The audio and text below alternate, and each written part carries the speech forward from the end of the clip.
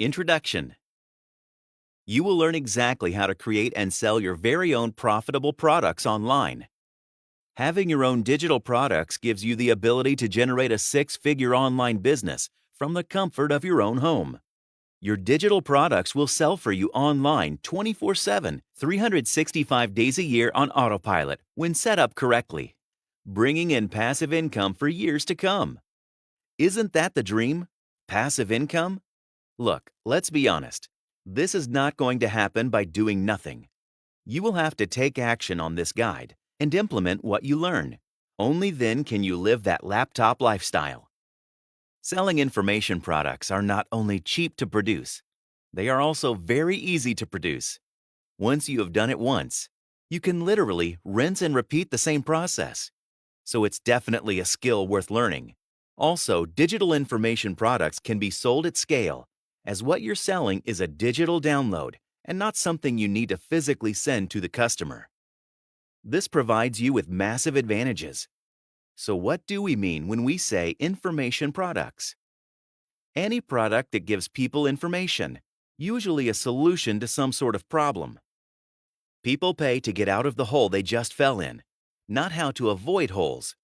Solutions to problems always sell well. For instance, a product could tell people how to train a dog, lose weight, design a website, cure bad breath, meet members of the opposite sex, put up shelves, apply makeup, or paint a portrait using oil paints.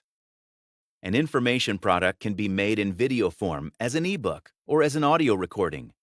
Some types of information products lend themselves better to one form than another. It's easier than you think. Most people who are new to the internet, or even some who have been around for a while, believe that they can't create their own ebooks or CDs, videos, etc. because they can't write. There are also a lot of so-called gurus who will have you believe that it's more difficult than it actually is. What I'd like to show you through this special guide is that you can create your own ebooks and other products, and you can do it fast. Anyone can write an ebook or create a digital information product. Once you have the content, you can turn that into different digital formats like audios, videos, and written text. You can do this. Change your mindset and say to yourself, I can do this. Ever heard of this quote? If you think you can't, you're right. If you think you can, you're right too. It all comes down to you. Solving problems is profitable. One of the biggest hurdles new internet marketers face is choosing what type of information product to create. Since you most likely want to make a profit off of this, you need to create an information product that solves a problem or tells people how to do something. Solving problems is profitable. Also, you want to make sure there's a decent-sized audience for this product. And you want to make sure that they have money to spend. So, you wouldn't want to create an information product that solves a really obscure problem that is only faced by a tiny group of people. And you wouldn't want to create an information product that appeals to a crowd that has no money to spend, such as young teenagers or children. Here's a list of evergreen product ideas where you will always find a hungry crowd.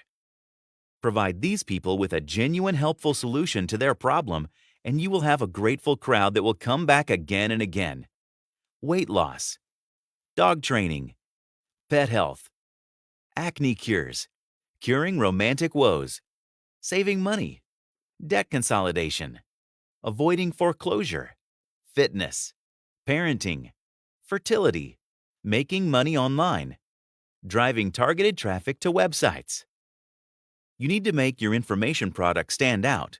So, you would want to develop a method that lets people learn how to do something quickly and easily, and emphasize that when promoting your product. Learn how to paint portraits quickly and easily. Take pictures like a pro. Learn how in just 5 lessons. Don't ever be put off by the fact that the product may already exist. In fact, if there is no other versions of the product, you should worry. That possibly means there is no market. There is nothing new under the sun, but people who have an interest in an area tend to buy a lot of products that address that interest. If someone is a fanatic about dog training, they are likely going to buy more than one book on it. If someone is desperate for romance, They will snap up any product that looks like they offer a solution. You need to create an excellent product that solves the problem. Emphasize how good your product is when you are promoting it. Highlight some common flaws that competing products have, and how your product is better than the other products. And it won't matter how many other competing products are out there, really. It's important to make sure that there is actually a market out there that is seeking a product like yours. And once you have done that, you can go on to the next step. Power of branding. Once you have a general idea of what subject you want to write about in your information products, you should start thinking about branding yourself and your product line. Creating a brand identity is a way to build customer loyalty and to ensure that when customers are looking for a solution, they think of you first. If you're from the UK and you think about money saving, you think about Martin Lewis. When you arrive at his website, the first thing you see is a picture of him. That tells you immediately you've come to the right place. Branding. This branding allows them to build and build on their success. Once you are known for producing an excellent product, people will come back to see what else you've got available. And when you create a list of satisfied customers and notify them that you've got something new, if you have established a brand for yourself, they are much more likely to want to purchase it. To create a brand identity, it helps to have a consistent visual theme for your web endeavors, a similar design or color scheme for your website, your ebooks, your short reports, etc. If you don't have any design skills, no problem. You can go somewhere like elance.com, guru.com, rentacoder.com, or any other freelance website and find a graphics designer to create a logo and website header for you that will represent your business. You don't have to get any fancier than that. People aren't looking for fancy website design when they land at your website. They want to know that they've arrived at the right place and will be instantly reassured when they see your familiar-looking banner. Then they want the information that they came here to find. How to save money with coupons while shopping at grocery stores. How to litter train their cat. How to flatten their abs, etc. And they want the site to be easy to navigate. They don't want to have to hunt around to find what they're looking for. So all you need to help establish your brand identity is a custom-designed banner and logo that visually tells the customer at a glance what you and your products are all about. You can adapt that logo and banner and use some version of it for all of your products.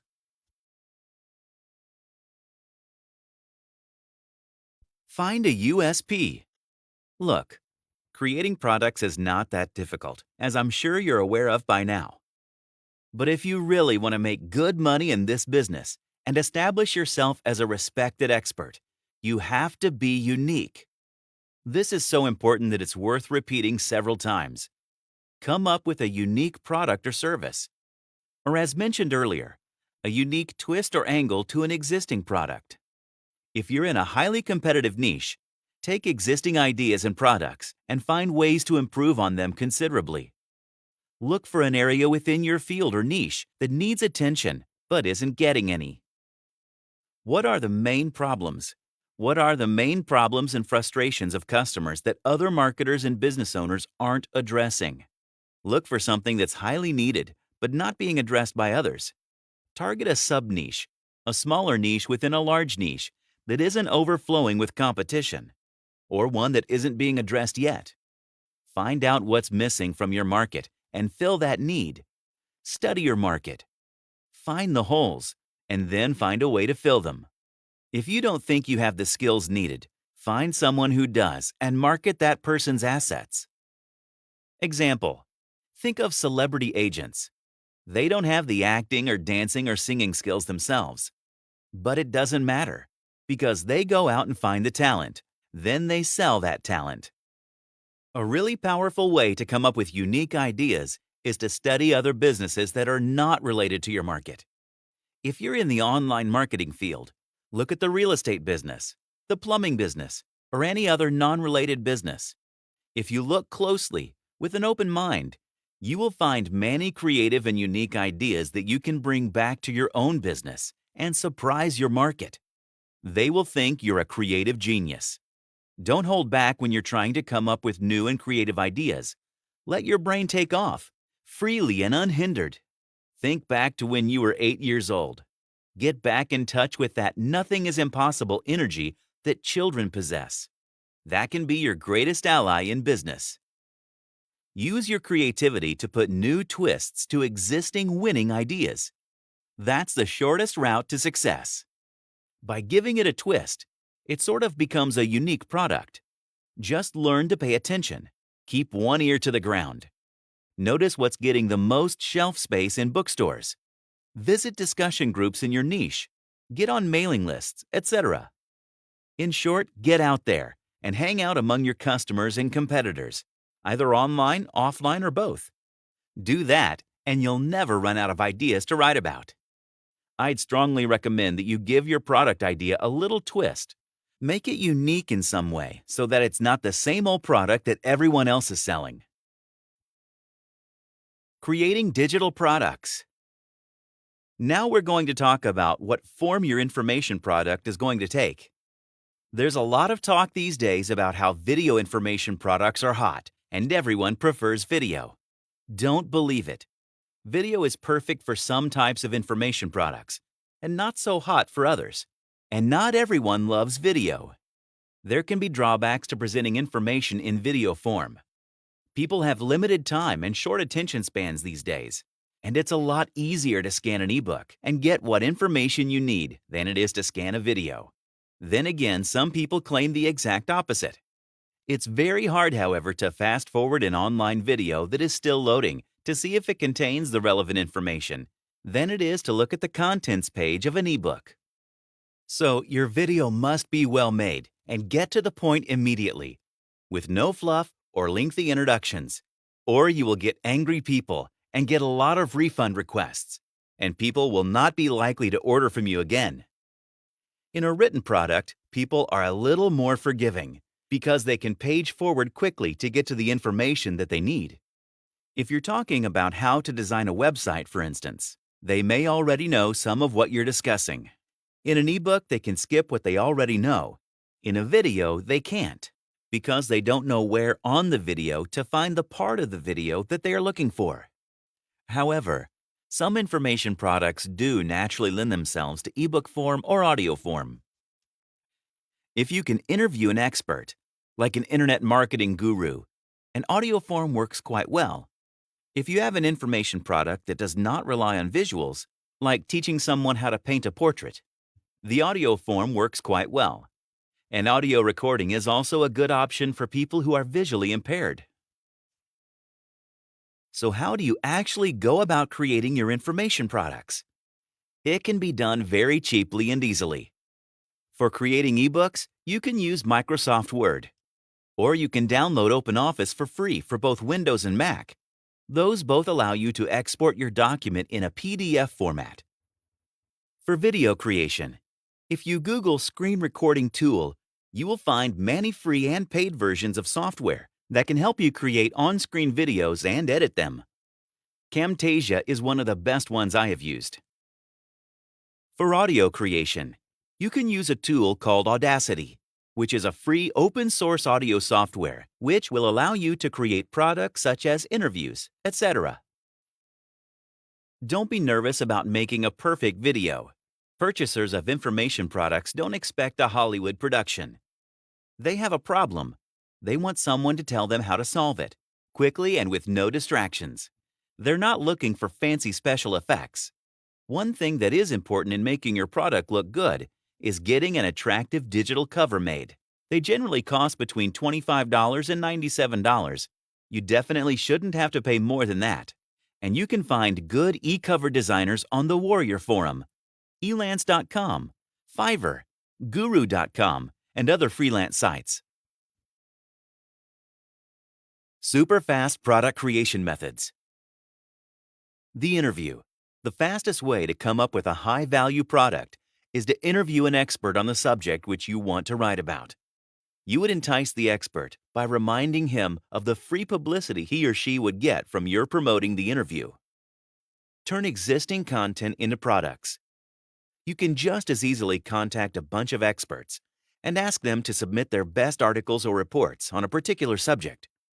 Then compile them into a larger report or even an ebook. Each expert gets to include their web links at the end of their content, so they get free publicity from the submission. Update or republish existing information. Find an ebook or manual that's at least a year old and ask the author or publisher to update the information. For example, you could approach the author for a free classifieds directory and offer to help update the information to include all the new resources that came about since the directory was last published. Co-create a product. Another way to save time is to ask an expert to co-create a product with you. If it's an informational product, you could both write it together and split the workload. The product would be finished in half the time. Purchase private label rights. You could either search for owners who are already offering private label rights to their products, or approach authors and ask for it. Private label rights offers you the right to insert your name as the author of a product. You don't have to write a single word, except type in your name and website info. Hands-on video or Camtasia presentations. Another super easy way to create a high-value product is to create a how-to video or computer presentation simply by recording yourself or an expert while working on the project. Public domain information. This is another strategy or topic that's hot right now. Look for public domain information and republish, reauthor, retitle, and/or repackage it. Case studies. Ask several experts to offer a case study of their most recent project. Checklists and/or top 10 lists. Create a simple checklist that one could use as a guide. Or you could create a top 10 list product. For example, the top 10 proven ways to sell high-ticket offers. Hold a contest. Example, if you'd like to write a report or ebook on creative landscape designs, you could hold a contest and ask everyone to submit their best ideas or designs and allow you reprint rights to the submissions. Then compile all the submissions into one report or ebook. Templates, forms, etc. Create templates for others to use. Compile a bunch of them together to create an instant product. Resources list. You could very easily compile a list of useful resources on certain subjects and turn that into a product. Directories and guides. You could also create a directory of sites, resources, software, or even businesses. For example, you could create a list of the best restaurants in your area and offer some information on each, as well as dining tips, and so on. Sort your PST. PST stands for Price, Sales Page, and Testimonials. You should start out by looking at other information products that are similar to yours and examine their sales pages thoroughly to get an idea of what they offer and how much they charge for their product. You don't want to charge too much more than the other people in your field. Now you need to start planning out the sales page for your product. Again, one of the best things that you can do is study the sales pages of your competition. You don't want to copy them, of course. You want to see what they offer and make sure that you present a more compelling offer. You also want to get an idea of how sales pages are structured. Starting at the top, you will see that sales pages often have large attention-grabbing headlines. Many websites use this type of headline because simply it works. The headline needs to be about the benefits that your product delivers. It needs to tell the customer what relief they can expect from buying your product. You also want a clear call to action, which tells the customer what to do. And you want it to be prominently displayed in several places on your sales page. This is very important. If the customer cannot easily figure out what to do next when they come to your sales page, they will hit the back button, and you will likely lose them forever. The call to action would say something like, "To lose that excess tummy flap now, click here to place your secure order via PayPal." You can also throw in a time element to make it more urgent, or a scarcity element. And finally, on your sales page, you need to offer customer testimonials. How do I get testimonials? I haven't even started selling the product yet. Here's what you do.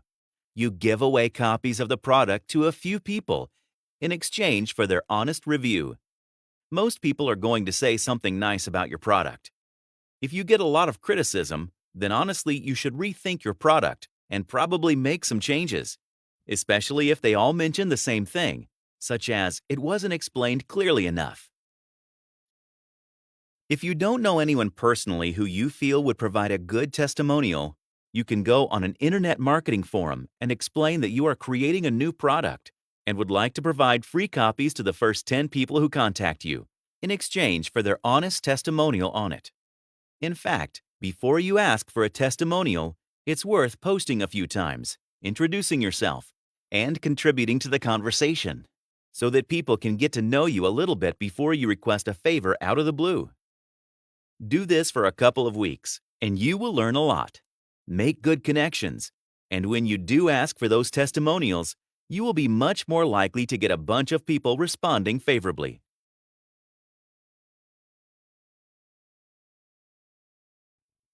The sell. This is equally as important as creating your product. You can create the best, most useful product in the world, but that doesn't do much good if you don't know how to sell it, does it? If you have an existing mailing list, tell them about your new product first. Offer them the best deal possible, a special offer that no one else will be getting. If you don't have your own list, the first thing you may want to do is start sending out joint venture offers to other businesses in your field. Offer them a nice-sized commission, at least 50%, and explain to them how they, as well as their customers, will benefit from the deal. I would send out at least one JV letter per day. If all you do is work on striking joint ventures with other marketers and business owners, you will not need any other marketing strategy to pull in amazing profits. Joint ventures are the best thing out there for us writers and marketers, especially online. There are hundreds of other strategies you can use. However, the ones listed above are some of the best and most effective ones around. You should always go for the quality traffic versus quantity. Another way to do it is using Google AdWords pay-per-click. AdWords, now named Google Ads, are little ads that show up at the top of the search results. Bing Ads is another pay-per-click service, which is also very popular. Another place to sell an information product is on the Warrior Forum, a popular internet marketing forum. Then you can go to the section of the site titled Warrior Special Offers and start out selling your information product there, if it is appropriate. This works better if your product is related to internet marketing. Also, you need to offer the product at a price better than is offered to the general public, which is why it's called the Special Offers section. Another very popular way to sell your product is through ClickBank. You have to apply to be a merchant on ClickBank, and there is a one-time setup fee. Then you can encourage affiliates to sell your product for you in exchange for a generous commission. To entice affiliates, you are going to have to offer a really large percentage of the product price, at least 50%, and preferably 70%. Here are some tips to keep your affiliates happy and to attract good affiliates. Offer good affiliate support. Offer them artwork to put on their sales page showing your product. Several different product pictures would be ideal. A picture of the ebook cover and a banner ad at the bare minimum would be helpful. There are many things you can offer an affiliate to entice them to promote, like custom content, bonus prize money for every 100 copies sold, custom bonus, extra ebook. Make sure that the terms and conditions of your affiliate offer are clear and specify what the affiliates can and can't do, no misleading ads, etc. Mindset of success. There is a lot of information on the web on how to create your own products, but not many of these sources provide a clear and concise step-by-step plan so that you can get your product out there and making money in the shortest time possible. This is all the information you need. Stop buying more ebooks on how to create digital products. The truth is, you have this information in this guide. It's time for you to take action. I am confident if you follow the steps within this course and take action, you will have your very own killer product that will bring in sales for years to come. The hardest thing I've found, and probably many other people find, when they get started with any aspect of internet marketing is all of the hard work it involves. You have probably come across the countless websites out there that promise untold riches for 5 minutes work. Don't get me wrong, this is indeed possible, but in my experience, not when you are getting started. It is indeed a reality if you have a list of 3,000 responsive buyers that you can send out an email that will make you thousands of dollars within a few days. Although to start off, you need to create that product and build that list. And unfortunately, that will require some good old-fashioned research, action, and elbow grease. Mindset is so important for your success. Why is it this ebook can get handed to two people? One person does nothing, the ebook gathers digital dust on their hard drive. The other uses this exact information, takes massive action, learns, improves, and gets better, and creates a 6 or 7-figure online business with digital products. They both had the same information. However, the person who has success had the right mindset. I will give you the answer to the number one question that stops people taking action or makes them give up in my experience. I know this question comes up and can be very hard to overcome because I have asked myself the same question plenty of times when I was getting started with internet marketing. Here is the question or questions I found myself asking when I was getting started. Is this going to work? Is all this work worth it? Will my product sell? These are the three main questions that I found myself asking when I was creating my own product. Well, take it from me. The answer to all these questions is yes, it really does work. If you follow the steps within this course, you will see that creating digital products to sell does not have some secret formula. All you have to do is see things through to the end, have the ability to follow a series of steps, and probably most important, take action. Whether it takes you 5 days or 5 weeks to follow these steps, see them through to the end, and I guarantee you will achieve success online. Once you create your own product, and once that is pulling in money, you can do the same thing over and over to build a digital product empire. Conclusion: every digital product can be made better. Your first goal should be to get your product out there in a good enough standard which provides value and helps solve people's problems. After that, you should then start to make it better. Most importantly, keep testing and tracking everything you do. After you have made the basics known, start testing everything to make it better. Test your headlines to see which one pulls better. Test your offer, packaging, benefits, pricing. Test everything. Don't let anyone tell you what they think will work. Let your customers decide that for you. Measure the responses of everything you test to find out which one is working better and producing more profits. Don't ever stop improving on what you have. Each little improvement you make after testing it out can mean substantial additional profits for you. It's the easiest way I know to give yourself a raise without really doing too much extra work. Finally, make your package unique, either through the offer, the packaging, or the product itself. Make yours stand out from the rest of the pack. If you don't do that, you'll be lost among the other mediocre offers, and your customers will probably never find you. Do the above, and you'll continue to get great results. Creating information products to sell online is, I think, one of the most exciting and accessible businesses ever. You don't have to have any qualifications, experience, or expertise to start selling info products, and the startup costs can be little more than zero. This is important because it means you can try out different ways of selling and different types of info products without risking much cash. If you've got a PC and internet connection and an interest in making money online, then there's really no excuse for not trying to profit from info products. It's a fabulous business, and never before in the entire history of man has the technological and sociological era been as ripe as it is now for smart people to profit from info products with little or no startup costs. Go grab your piece of the money pie.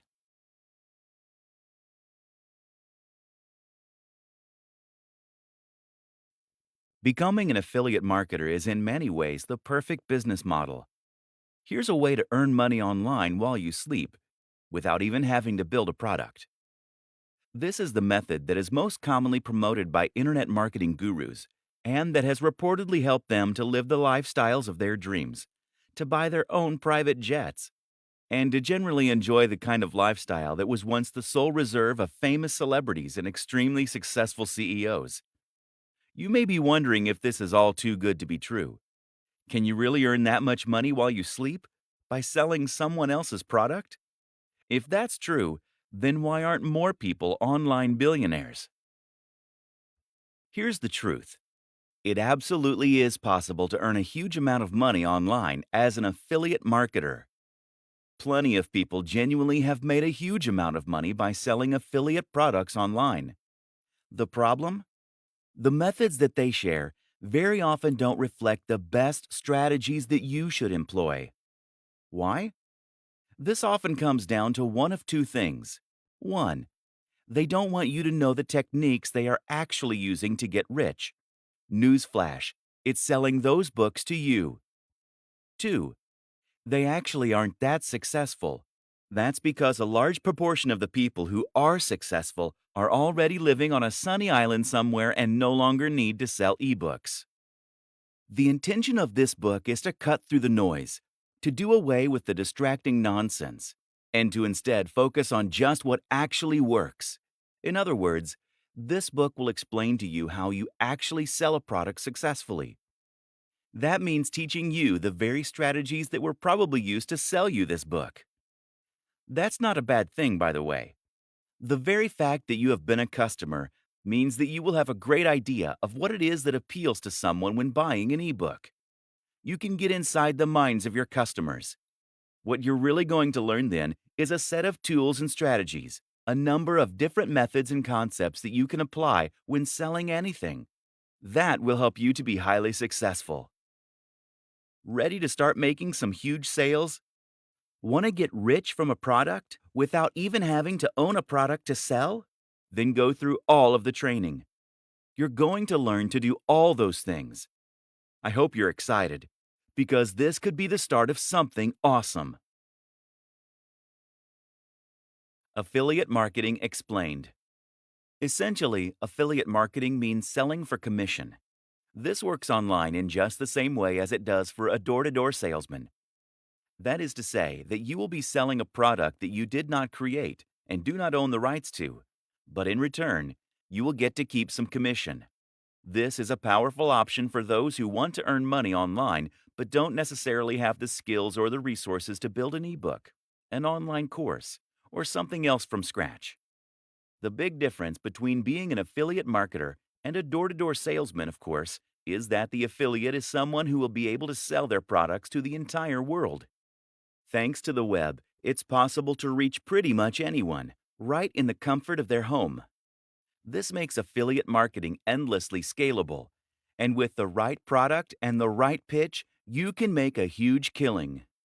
Selling digital products has a huge number of impressive advantages after all. Firstly, selling digital products means that there is no storage and no delivery. That, in turn, means that a much bigger cut of the revenue will be split between you and the owner of the product. Affiliates can often stand to earn 70% or even 90% from promoting digital products. By offering higher commissions on their products, product owners can attract more people to help them sell them.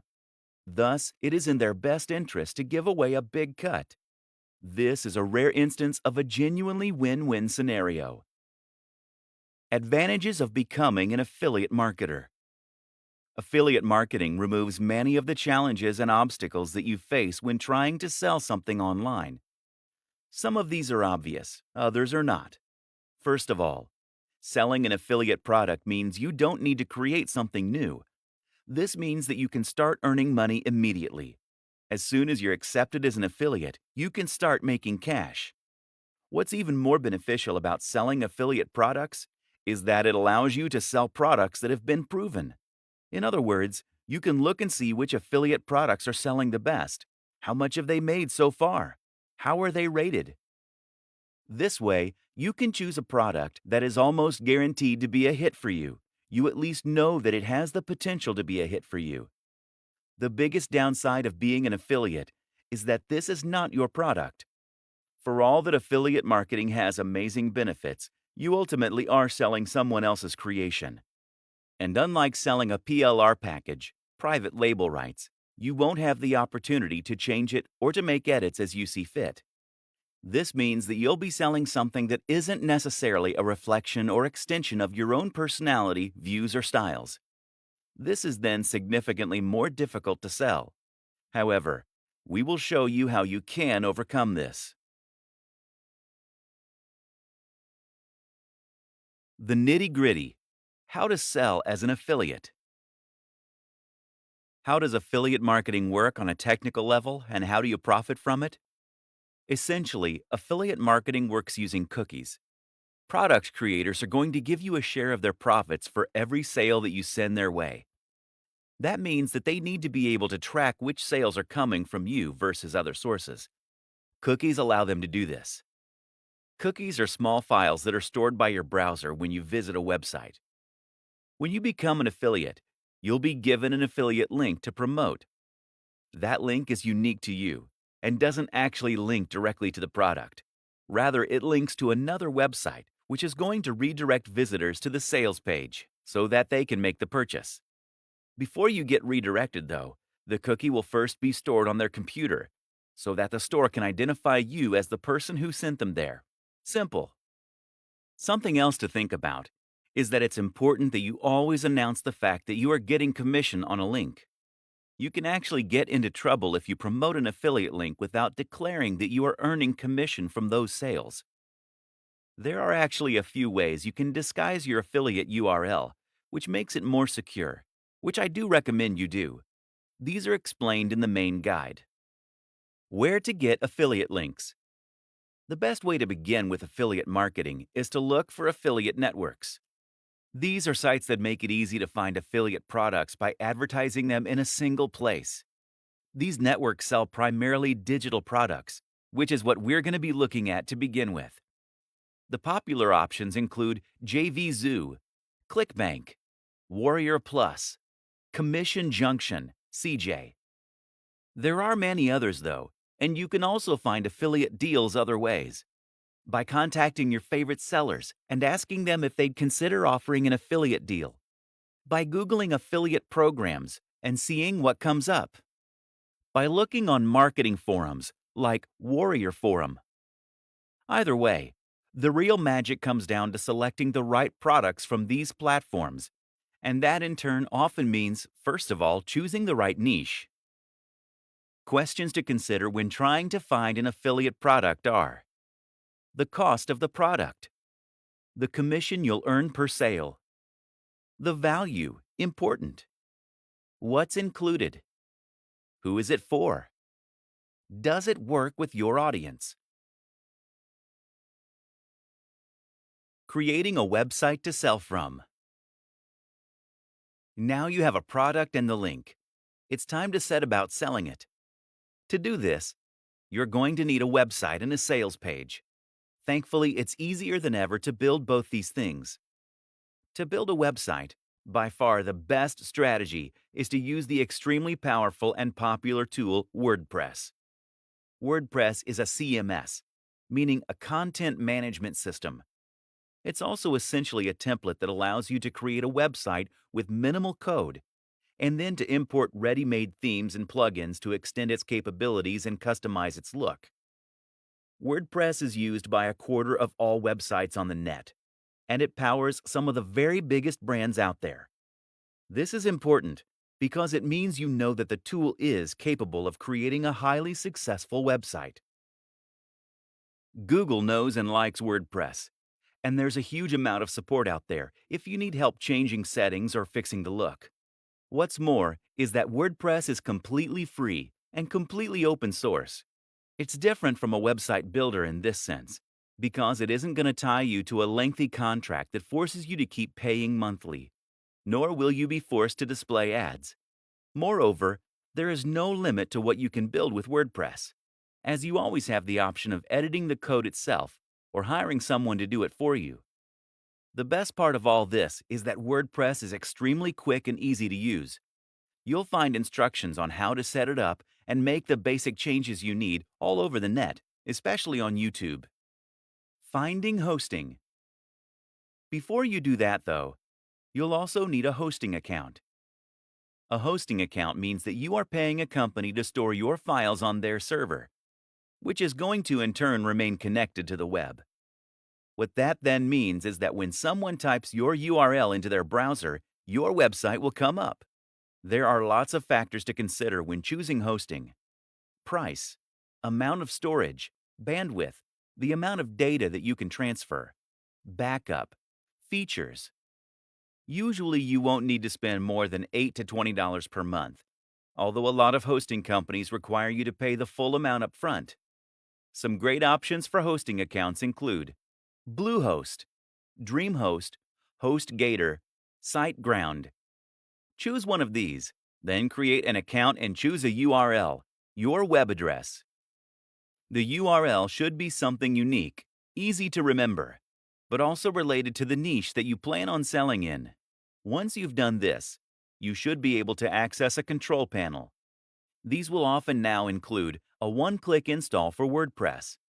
And once you've followed those steps, you'll be able to log into your account and start uploading content, changing the look and feel of your site.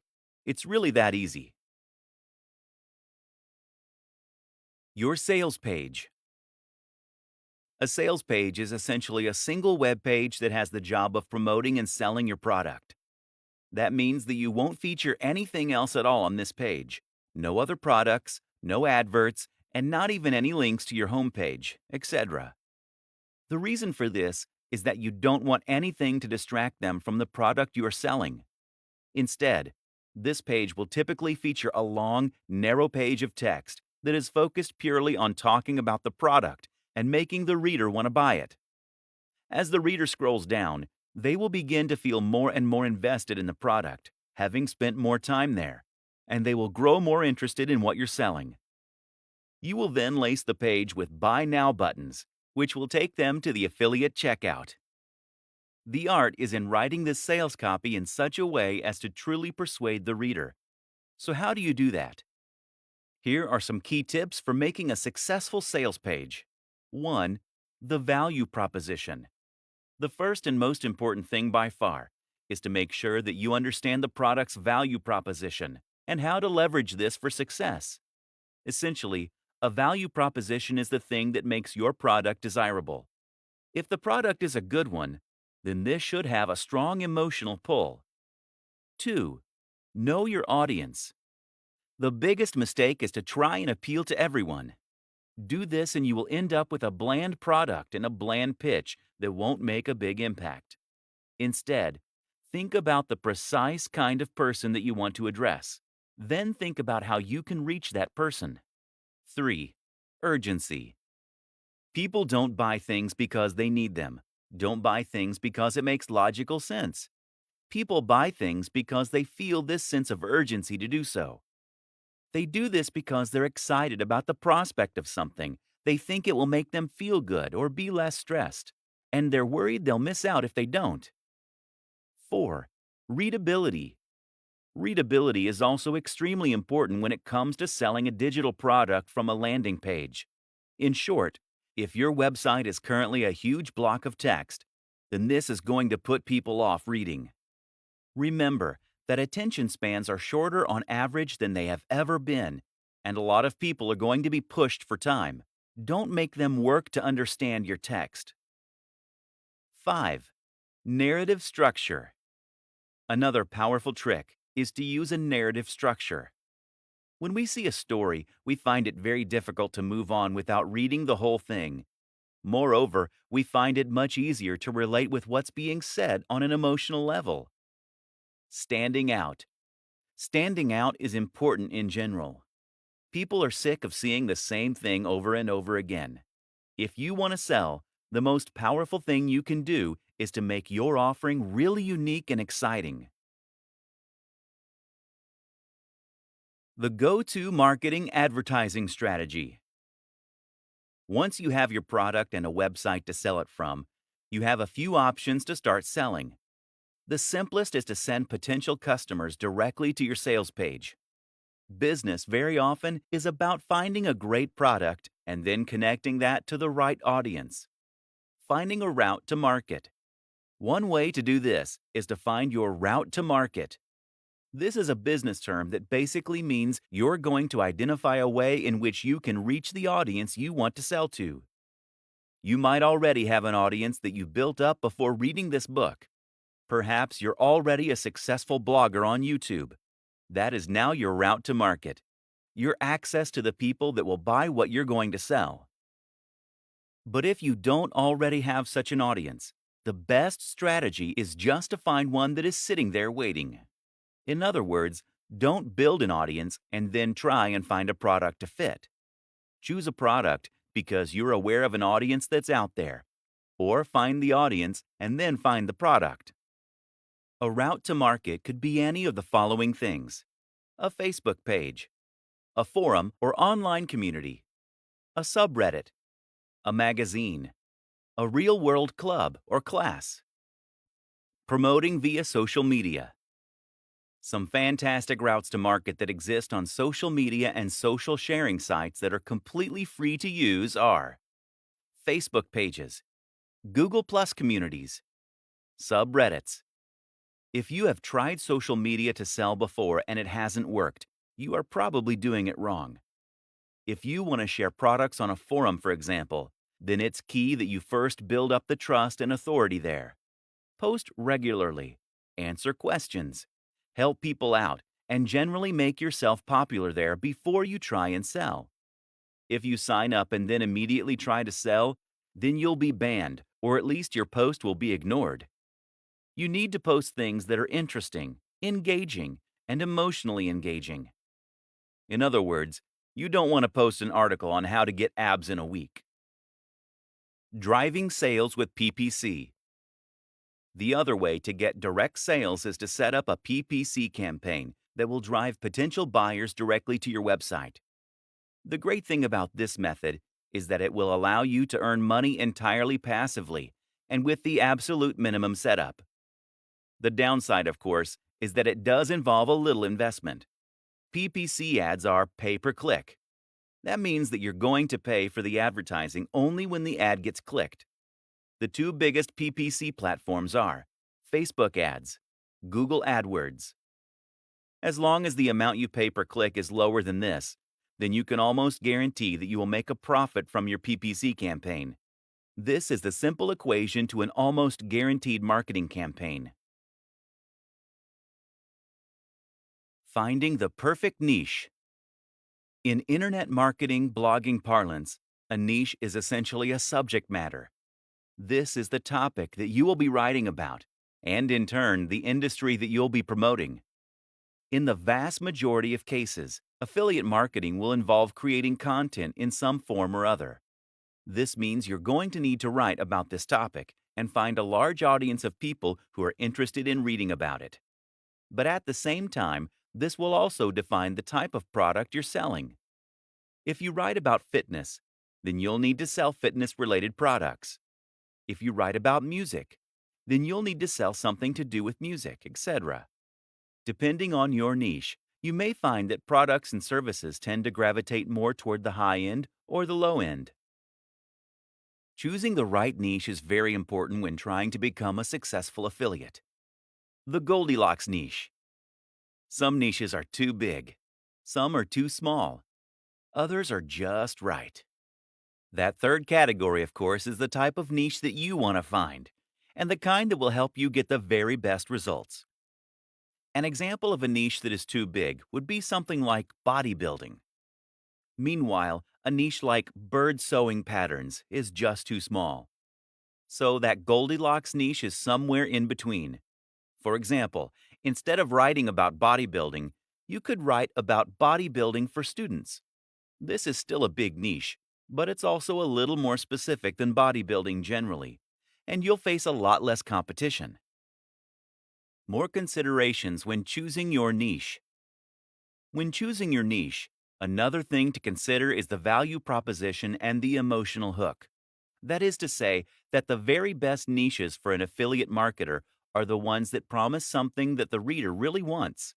Bodybuilding is a great niche in this regard because it promises to help people get into shape. This is something that many of us will have a strong emotional reaction to. We all want to be stronger, fitter, and more defined.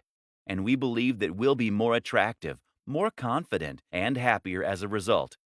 Buying an ebook on fitness seems like a great first step to becoming hot and sexy, and thus we're very happy to spend $30, $50, or $100. Now compare this to the cat niche. The thing is, no matter how much someone loves cats, a cat jumper isn't going to change their life. That means you can't charge much more than $5 or $10 for it. This means you need a much higher turnover in order to make the same amount of profit. The single most important factor: your involvement with said niche. If you don't know anything about fitness, then you should not create a blog about fitness. If you have no particular interest in knitting, then stay away from that niche. The only caveat is this rule: if you are working with a writer or advisor who does love the subject. Becoming a thought leader, the true path to riches. The reason that your involvement and passion for the niche is so important is that you are going to need to do some content marketing and brand building if you want to enjoy the very biggest success possible. As we have touched on, this is how you get to the point where you can select nearly any product and then sell hundreds of thousands of copies. But to get to this point, you need to consistently provide free value for your audience. This is important because it's how you're going to build trust in your audience. It's how you're going to create fans, and it's how you're going to get to a point where your audience wants to come back to you time and time again to see what useful information you've put up.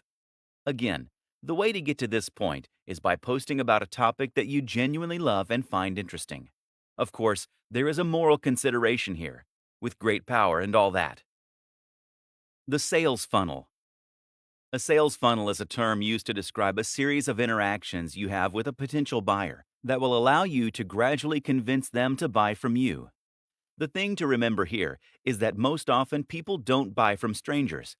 If someone came up to you on the street and offered to sell you a product, you would almost always say no. In affiliate marketing, we can do this legwork by communicating with them in other ways. That might mean by giving away a free report or inviting them to an online seminar. It might mean getting them to sign up to a mailing list. Use an autoresponder like MailChimp or Aweber. This is how you convert a cold lead into a warm lead. They say that you should try to make 5 touches before attempting to sell. This way, the lead will know and trust you well enough to consider spending money on your brand. 2 of the very best strategies you can lead are to create a mailing list and to sell something that is extremely cheap. The mailing list is a very popular strategy in the world of affiliate marketing. Usually, you will offer your subscribers something free, like a PDF report, in exchange for signing up. From here, you can then communicate with them directly in their inbox, which in turn helps to build rapport and trust.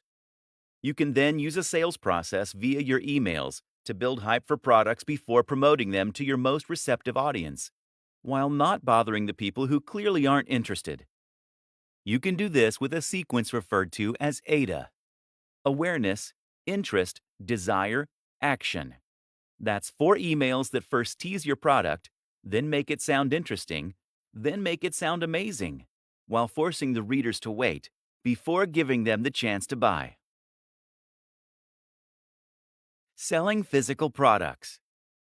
Finally, there's another option: selling physical products. The advantage is that physical products appeal to more people. People like buying physical products because they get something tangible in exchange for their money. More people also understand physical products. There are a lot of people, like my granddad, who simply don't have any need for digital products. The downside is that physical products offer much smaller commission. The biggest affiliate platform of all is Amazon Associates. This platform has a lot of advantages. For instance, if someone follows you on your links to buy a product but ends up buying something else, then you still get the profit. Amazon Associates also provides a lot of useful buttons and tools you can use to make sales. But on the downside, Amazon Associates only offers somewhere in the region of 1 to 6% for their products. Most are at the lower end of that spectrum. Amazon also won't pay you in foreign currency unless it's by check. Don't even bother. And it's been well known to simply change its affiliate policies overnight with no warning.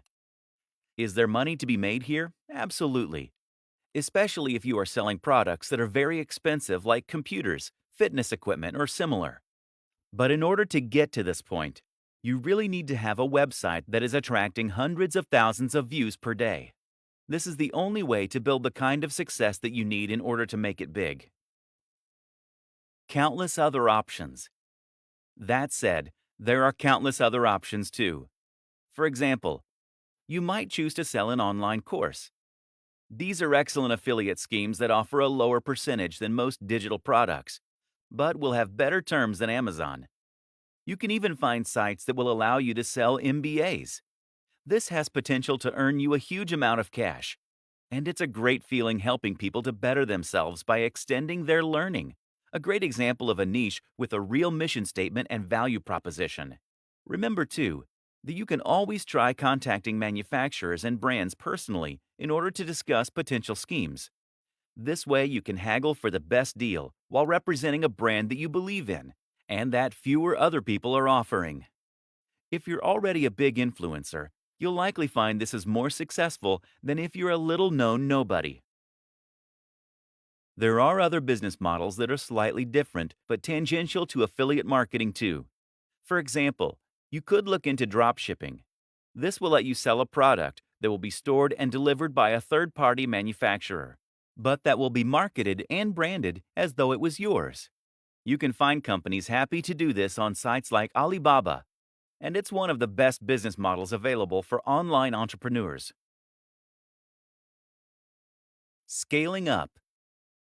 Whatever strategy you decide, eventually you should be in a place where you have a funnel in place. That will mean you have a blog or are just posting on social media, and by doing that, you are getting more and more cold and warm links to your site. You're then collecting those emails, hitting them with a carefully crafted autoresponder sequence, and then sending them over to your site where you are eventually converting them into buyers. It's a bit like a spider creating their web. All you need to do now is to increase the volume of traffic, or flies, so that more and more get ensnared. One way to do this is to reinvest your profits into advertising. As long as you pay less than you earn per visitor on average, then you can grow your traffic and keep increasing your profits. The other option? Repeat this whole process again and again, conquering different niches each time you do. That's the wonderful thing about affiliate marketing. There is nothing to stop you from building as many revenue streams as you want. It is literally endlessly scalable. You need to continuously post high-quality content. That might mean on YouTube, on your blog, or on social media, ideally on all three. You need to maintain your brand message, and you need to interact with your fans. Keep building that rapport. Keep providing value, and only promote items that you're truly a fan of. You might be worried at this point. What if you don't have a message to share? What if there isn't a niche you're an expert in? What if you don't like writing or making YouTube videos? And here's the thing. You don't have to be any of those things to begin with. Instead, you need to gradually become that amazing guru or marketer. The only way to do this is through practice. And once again, that is why it is so important to enjoy the process, to really love the topic, to be passionate about what you're selling. This is a skill that needs to be developed over time like any other. It most assuredly is not a get-rich-quick scheme. Yes, you can set up a muse and start earning some cash very quickly if you know how, and you do. But in order to succeed at the very highest level, you need to become someone that people consider an authority in your niche and who has something exciting and new to say. That takes time. But it's great fun, and the destination is more than worth the time you'll put in to get there. 5 Amazon FBA mistakes to avoid. Amazon FBA is a powerful platform for anyone who is interested in reselling. As long as you know how to pick a product and then market it to the right audience, you can make a lot of money in this way while hardly lifting a finger. But therein lies the caveat. If you know how to pick a product and market it. This is where some people fall down. And so in this presentation, we're going to look at 5 big mistakes you should avoid. Not testing the product. Part of the appeal of Amazon FBA is that you can start selling products without ever having to get them delivered to your home. If you don't own a warehouse, this is a big plus. The problem is that this can also make it tempting to start bulk ordering products without testing them. You can already see where that might go wrong. So don't give into impatience. Test the products before you invest. Not reading Amazon's guidelines or the wholesaler's terms. In order to sell a product via Amazon, certain requirements need to be met. For example, it's your job to ensure that the products are packaged and labeled when they arrive at the warehouse. If you don't read this part of the policy, then you might not realize that this is a rule, and therefore, you might send unready items direct to Amazon. This can be an expensive, embarrassing, and messy problem to fix. Choosing fad products. Fidget spinners are massive, right? Why not order thousands of them? Because fads don't last, as any reseller who made the mistake that time around will know all too well. Inventory mismanagement. Buying too much of something or too little is a pitfall of any reseller business. It's just that it's a mistake that's even easier to make as an Amazon FBA seller, who never actually sees their own stock. Try to get a feel for the market and do some research before investing, and then make sure you have a steady supply at all times. Overpromising. The desire to sell can sometimes be so strong that we make promises we can't keep. This, of course, leads to disappointment, bad reviews, and ultimately failure. Better then is to over-deliver by giving away something extra, or by delivering in a quicker time than you promised. That's how you make happy customers. 10 must-have Amazon FBA tools. Amazon is a powerful platform that makes it easy for sellers to make money via their FBA platform. While this is true, it can never hurt to get a little extra help. Here are 10 tools that can help you sell even more to save money and to ultimately thrive as a business. Camel. This tool lets you know about price drops and tells you about product sales ranks. This is useful information you can use to react in real time. WooCommerce. A free WordPress plugin that lets you build your own e-commerce store. It also links nicely to Amazon, meaning you can promote your products from your own blog or website. Keepa. This tool works in a similar manner to Camel. The difference is that it lets you view product histories. Google Trends. Google Trends is a tool you can use in order to see what people are searching for at any time. That in turn means that you can see what's hot and what's rising in popularity. Useful for picking products. Google Analytics.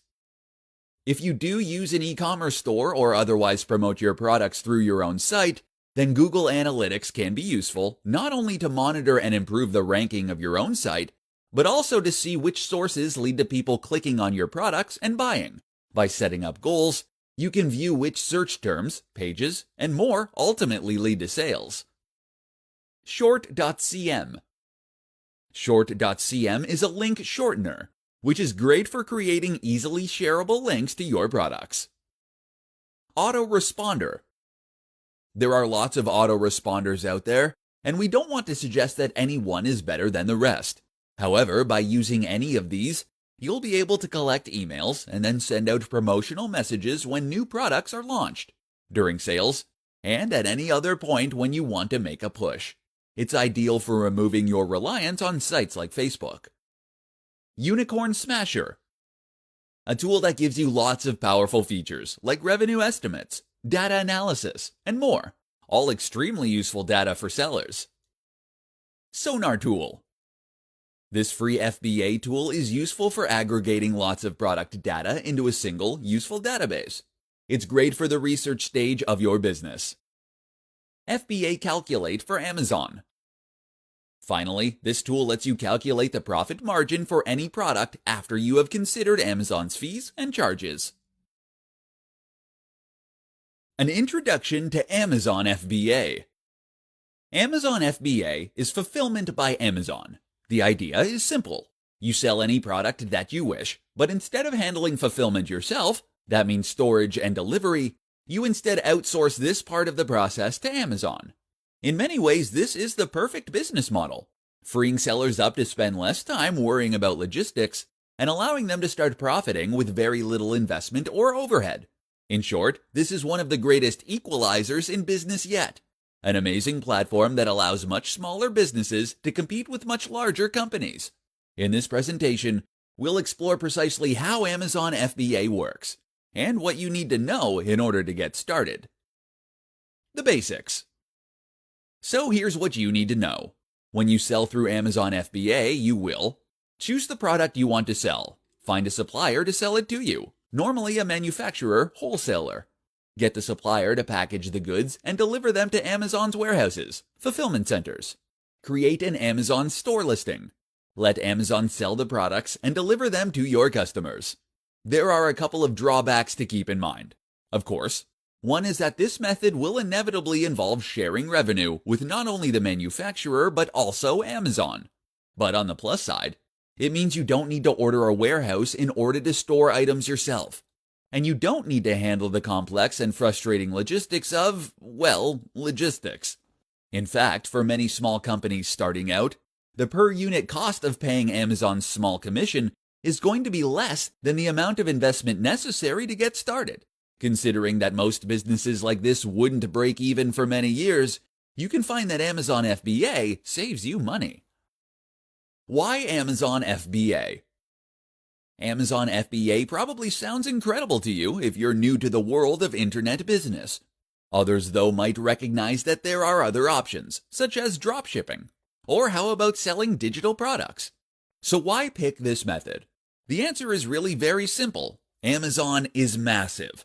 5.95 billion people have an Amazon Prime membership, and that's only 59% of the company's total customers. Amazon's share of the e-commerce market reached 49% in 2018, which is absolutely gigantic. And the thing to be absolutely aware of is that people still prefer physical products, even online. So while you could set up your own store and use a method like dropshipping, you'd do much better on Amazon. So why not let Amazon take care of the details for you? How to create a successful WooCommerce store and integrate it with Amazon. Want to start selling Amazon products? Maybe you are an affiliate. Maybe you have a product that you designed or a book you wrote and you want to promote it. Or maybe you're an Amazon FBA seller and you have a thriving business selling items through Amazon. In this post, we're going to take a look at how you can take back a little control over your business by creating a successful WooCommerce store and then integrating it with your products on Amazon. But first, let's talk a little bit about WooCommerce. So, WooCommerce is one of the biggest e-commerce tools in the world and sells a huge range of different products through various different vendors. It works as a WordPress plugin, meaning that most sellers are going to need a WordPress site in order to make the most from it. This is good news. WordPress is a free website building tool that powers over a quarter of the web, and that makes web development extremely simple. To get started with it, you just need to invest in a web host, a company that will store your files online and make them available to browsers, and then you'll normally be able to install it with a single click. WooCommerce is just as simple to set up. You'll just need a PayPal account, ideally, and to install the plugin via your WordPress admin panel. You'll now be able to take orders and handle inventory, and you'll be able to add orders from external websites just the same way. You can use the WooCommerce controls to add a new product, and then choose External Affiliate Product. Now enter the URL of your product and add any details and images you want to promote. This in turn will mean that when someone clicks it, they will be taken to that checkout page. You can even use an affiliate link and earn twice from those sales. So why not use a store like this and not just leave it to Amazon's very capable listings? The answer is that by running your own WooCommerce store, you'll be able to offer products right in your own blog. That in turn means you can use content marketing more efficiently. And it means you can persuade people that are engaged with your brand. If you have a successful website, then this is a brilliant way to show your products to all of those visitors. How to find the sweet spot when choosing a product. While Amazon FBA handles a lot of the more technical and fiddly aspects of reselling for you, those being storage and delivery, you are ultimately responsible for the most important decisions, the ones that will ultimately dictate whether your business thrives or sinks. And the most important of these, choosing your product. So how do you go about picking a product that you want to sell? Let's see how to find that sweet spot. Pricing and profit. The first thing to consider is the pricing and profit. How much you can sell this product for realistically while remaining competitive, and how much profit you would make from that. Be sure to do your research to see what the competition is doing, and make sure that you think about the fees that Amazon will add. You can use the free FBA calculator for Amazon to work this out, and there are many common strategies for working out pricing. Keystone pricing, for instance, or the 1-to-5 method. The need. If you're going to sell something on Amazon and have it be successful, then you should identify a need. What are people looking for? What will they need in the long term? This can mean responding to an emotional need, buying luxury items that make people feel comfortable, entertained, or successful. Or it can mean responding to a physical need, such as eating or transport. The mistake is to look for trends that are successful right now, but which might disappear anytime soon. Instead, look for products that have a useful utility, and that you can see are selling well already. The niche. Finally, think about the niche industry. Are you selling fitness products, dating products, clothing, technology? This is important, because it's going to be up to you to try and promote those products. And this is where your own knowledge and love for the subject can be a huge asset. Don't try and sell things that you have zero interest in. The result will be that you struggle to pick the right items, or that you don't know how to sell them to other people. Look for something that you would want to buy, or that you have bought and that you love. Now use this genuine excitement to build buzz and hype for that item and to sell it to others. Oh, and make sure that the product is good. How to price your products, an introduction to Keystone pricing. With Amazon FBA, it's incredibly simple for anyone to set up an online business selling physical products. While a lot of internet marketing involves digital products, or ads being shown for sites that show other ads, at the end of the day, most consumers still want physical products. This is still where you are going to get the most revenue. And by using Amazon FBA, you'll be able to sell any physical product you choose with no setup or hassle. The downside of that, it means a lot of people can end up investing large amounts into business plans that haven't been properly thought out. It means that they might not, for example, have considered how they are going to price their products. So with that in mind, this presentation is going to provide one solution: Keystone pricing. Keystone pricing basically means that products are going to be sold for a price that is roughly double the wholesale price or cost of the product.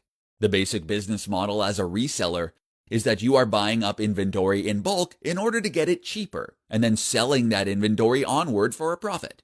You get to keep the difference, which is how you calculate profit. It also works very well for Amazon FBA. So let's say that you have invested in 100 jeans.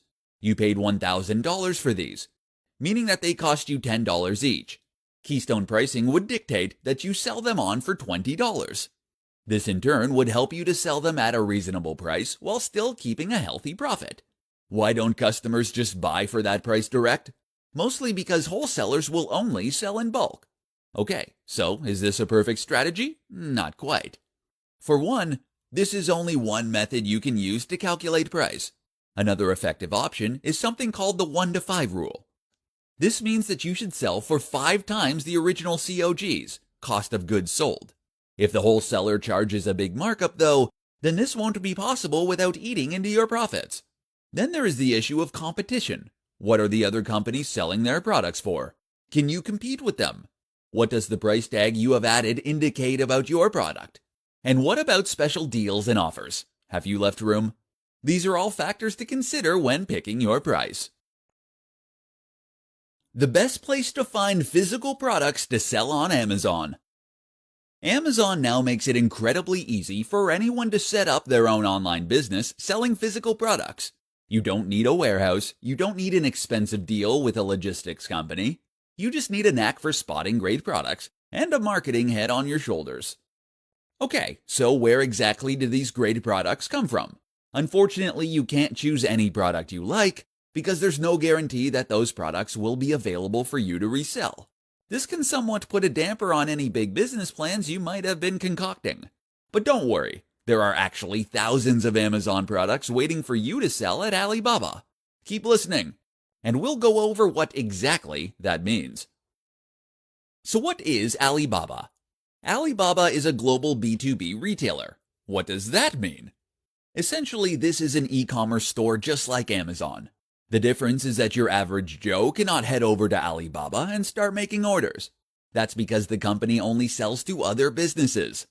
This might mean a karate club looking to order 100 karate gis, but more likely it will mean other stores called resellers.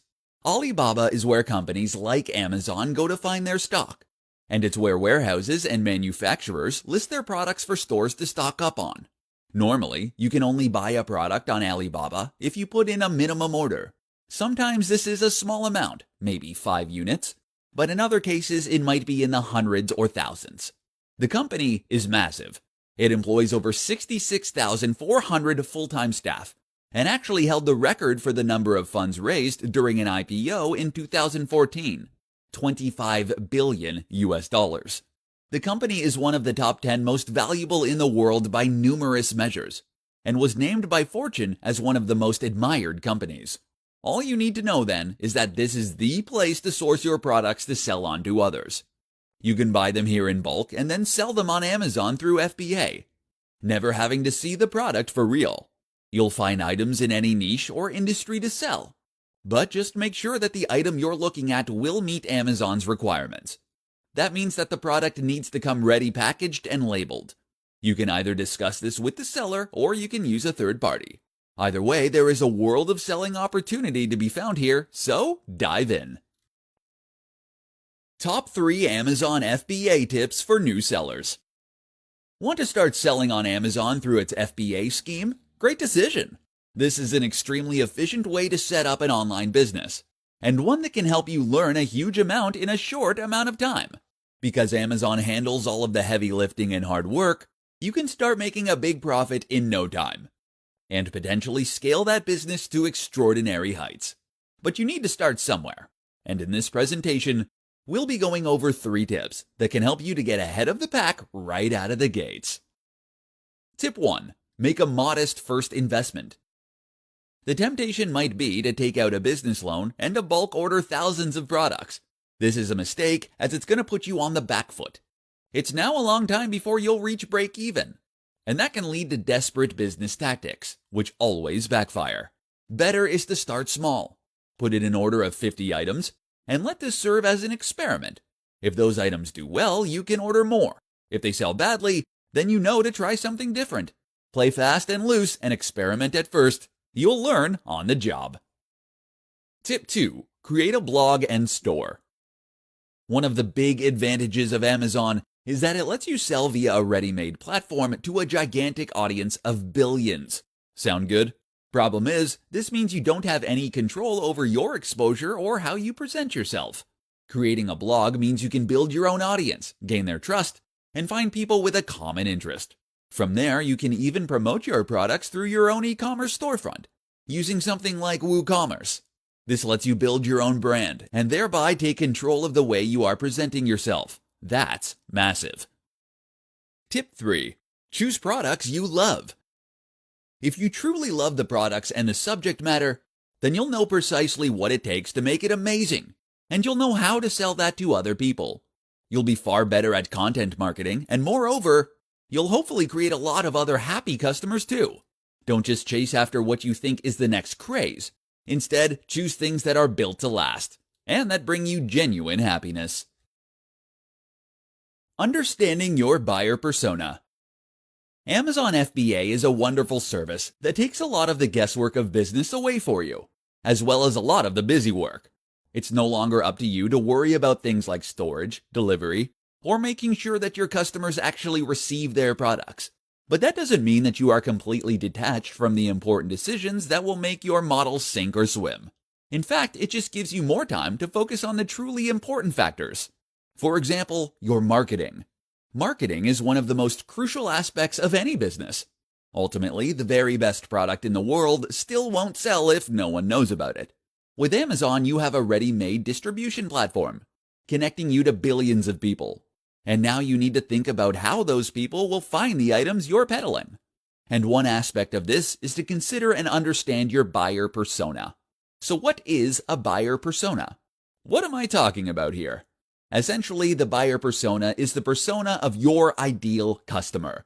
This is a portrait, if you will, of the kind of person who is most perfectly suited to the products that you want to sell. Try and write a biography for this person, as though you were defining a character for a book you were about to write. How old are they? What gender? What is their average income? What do they do in their spare time? Are they married? Do they have kids? Where are they located? What is their political leaning? All of these things can help you get a better idea of precisely who this person is, and that will then help immensely when it comes to marketing. For example, if you know the hobbies and interests that your customers are likely to share, then this creates a lot of potential marketing opportunities. You can now identify the websites they are likely to visit and the magazines they are likely to read. What's more is that you can create a strong content marketing campaign. If you run a blog to promote your store, you'll now know what kinds of things to write about and what to avoid saying if you don't want to alienate your buyers. You can even use this information to help choose a price for your products and to know when to make your biggest marketing pushes. So, get to know your buyers. Why Amazon FBA is the ideal choice for your reselling business. Want to become a reseller? This really is one of the very best business models, no matter who you are or what your niche is.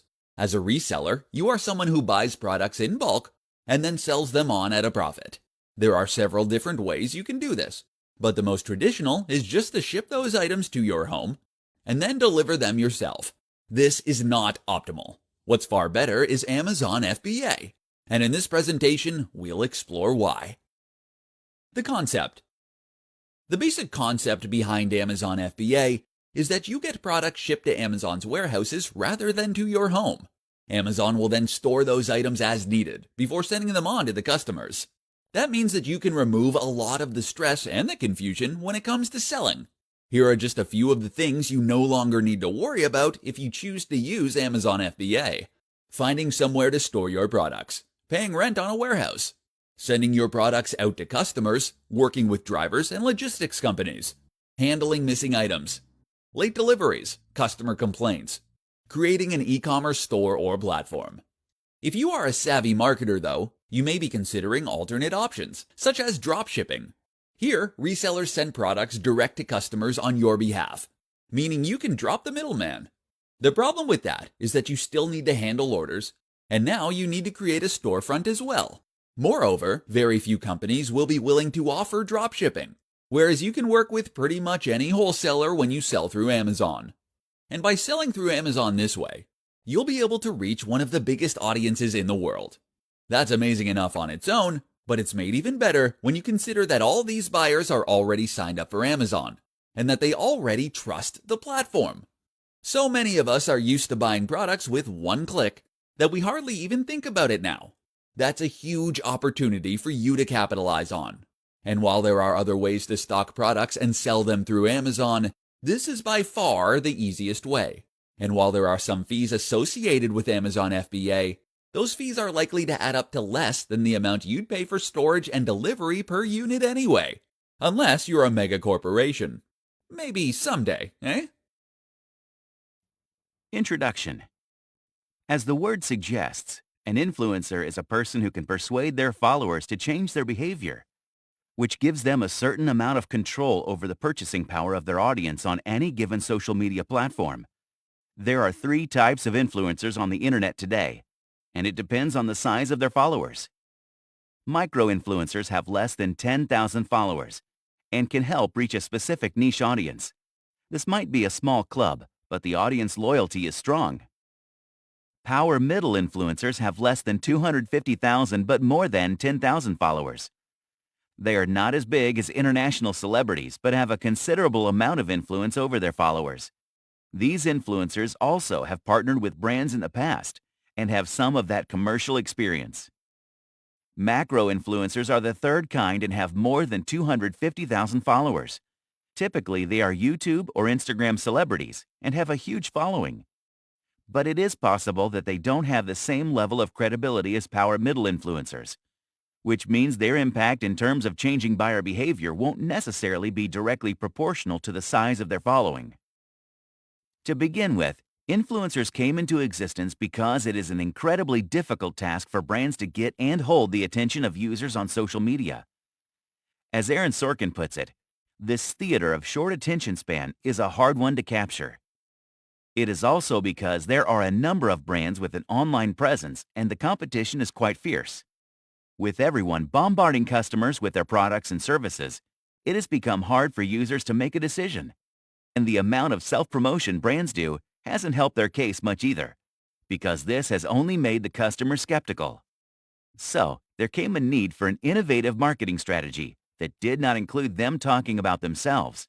In short, they needed someone that customers would trust to give them a thumbs up. While celebrity endorsements have been around for that same reason, some influencers are more authentic with their followers for the sake of their own credibility. This has led to brands and influencers joining hands to make the best of the situation. But every marketing strategy needs a plan. And as popular or effective as an influencer might be, they are not the exception to this rule. Influencer marketing can achieve some very specific goals that are beneficial to both parties.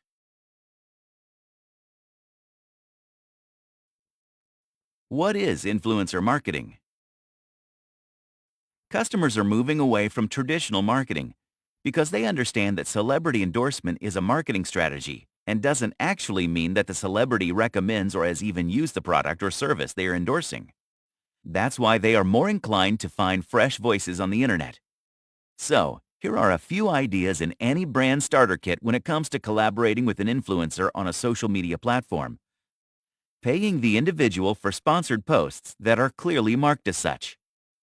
Giving them exclusive access and striking a deal with them to post X number of reviews, which increases brand awareness and reach. Give influencers merch or discounts on merch and getting an honest review. How this works. Individuals who can recommend your brand in a way that makes it more palatable to potential customers. This is how influencers deal with brands. They are essentially content creators that want to make stuff that is likable and shareable. They create material that you can repurpose for your mainstream promotional channels, like email marketing to name one. But influencer marketing is not restricted to social media posts and videos. You can think of product reviews, product placements in their content, unboxing videos, promoting your campaigns and new launches, sharing discounts and coupon codes, announcing giveaways, partnerships that go for more than one video or post, supporting influencer causes by taking part in their events, planting your product in their events. Types of influencer marketing. Here are 5 ways in which you can get started. 1. Contests. Depending on your pricing, you can allocate a portion of your budget to organize contests and giveaways. This can be a monthly event, but you can make it more frequent if you can afford to do so. 2. Create sponsored content. This is another popular way of getting users to engage with influencers, and through them with your brand. It is a common marketing technique too. It gives you the opportunity to ask the influencer to endorse a particular product or service through their blog posts, images, or videos. 3. Content and product collaborations. This is a mirror image of celebrity endorsements. You can create products along with your influencer, which benefits both parties as well. It's a common practice in the fashion industry, where the entire line of products is launched with a celebrity. 4. Takeovers. This practice has been around for a while, but is picking up pace quite rapidly in recent times. You allow the influencer to take over your social media channels for a period of time. More often than not, it is for a day, but you can do it for a particular season marking a special occasion. 5. Reviews. This takes us back into the realm of traditional marketing, except your influencer is the one reviewing the product. You can strike a deal to make it a favorable review, or get an honest one. If you're gunning for a favorable review, you will have to offer a freebie, but they will have to do a full disclosure to their audience. What is a social media influencer?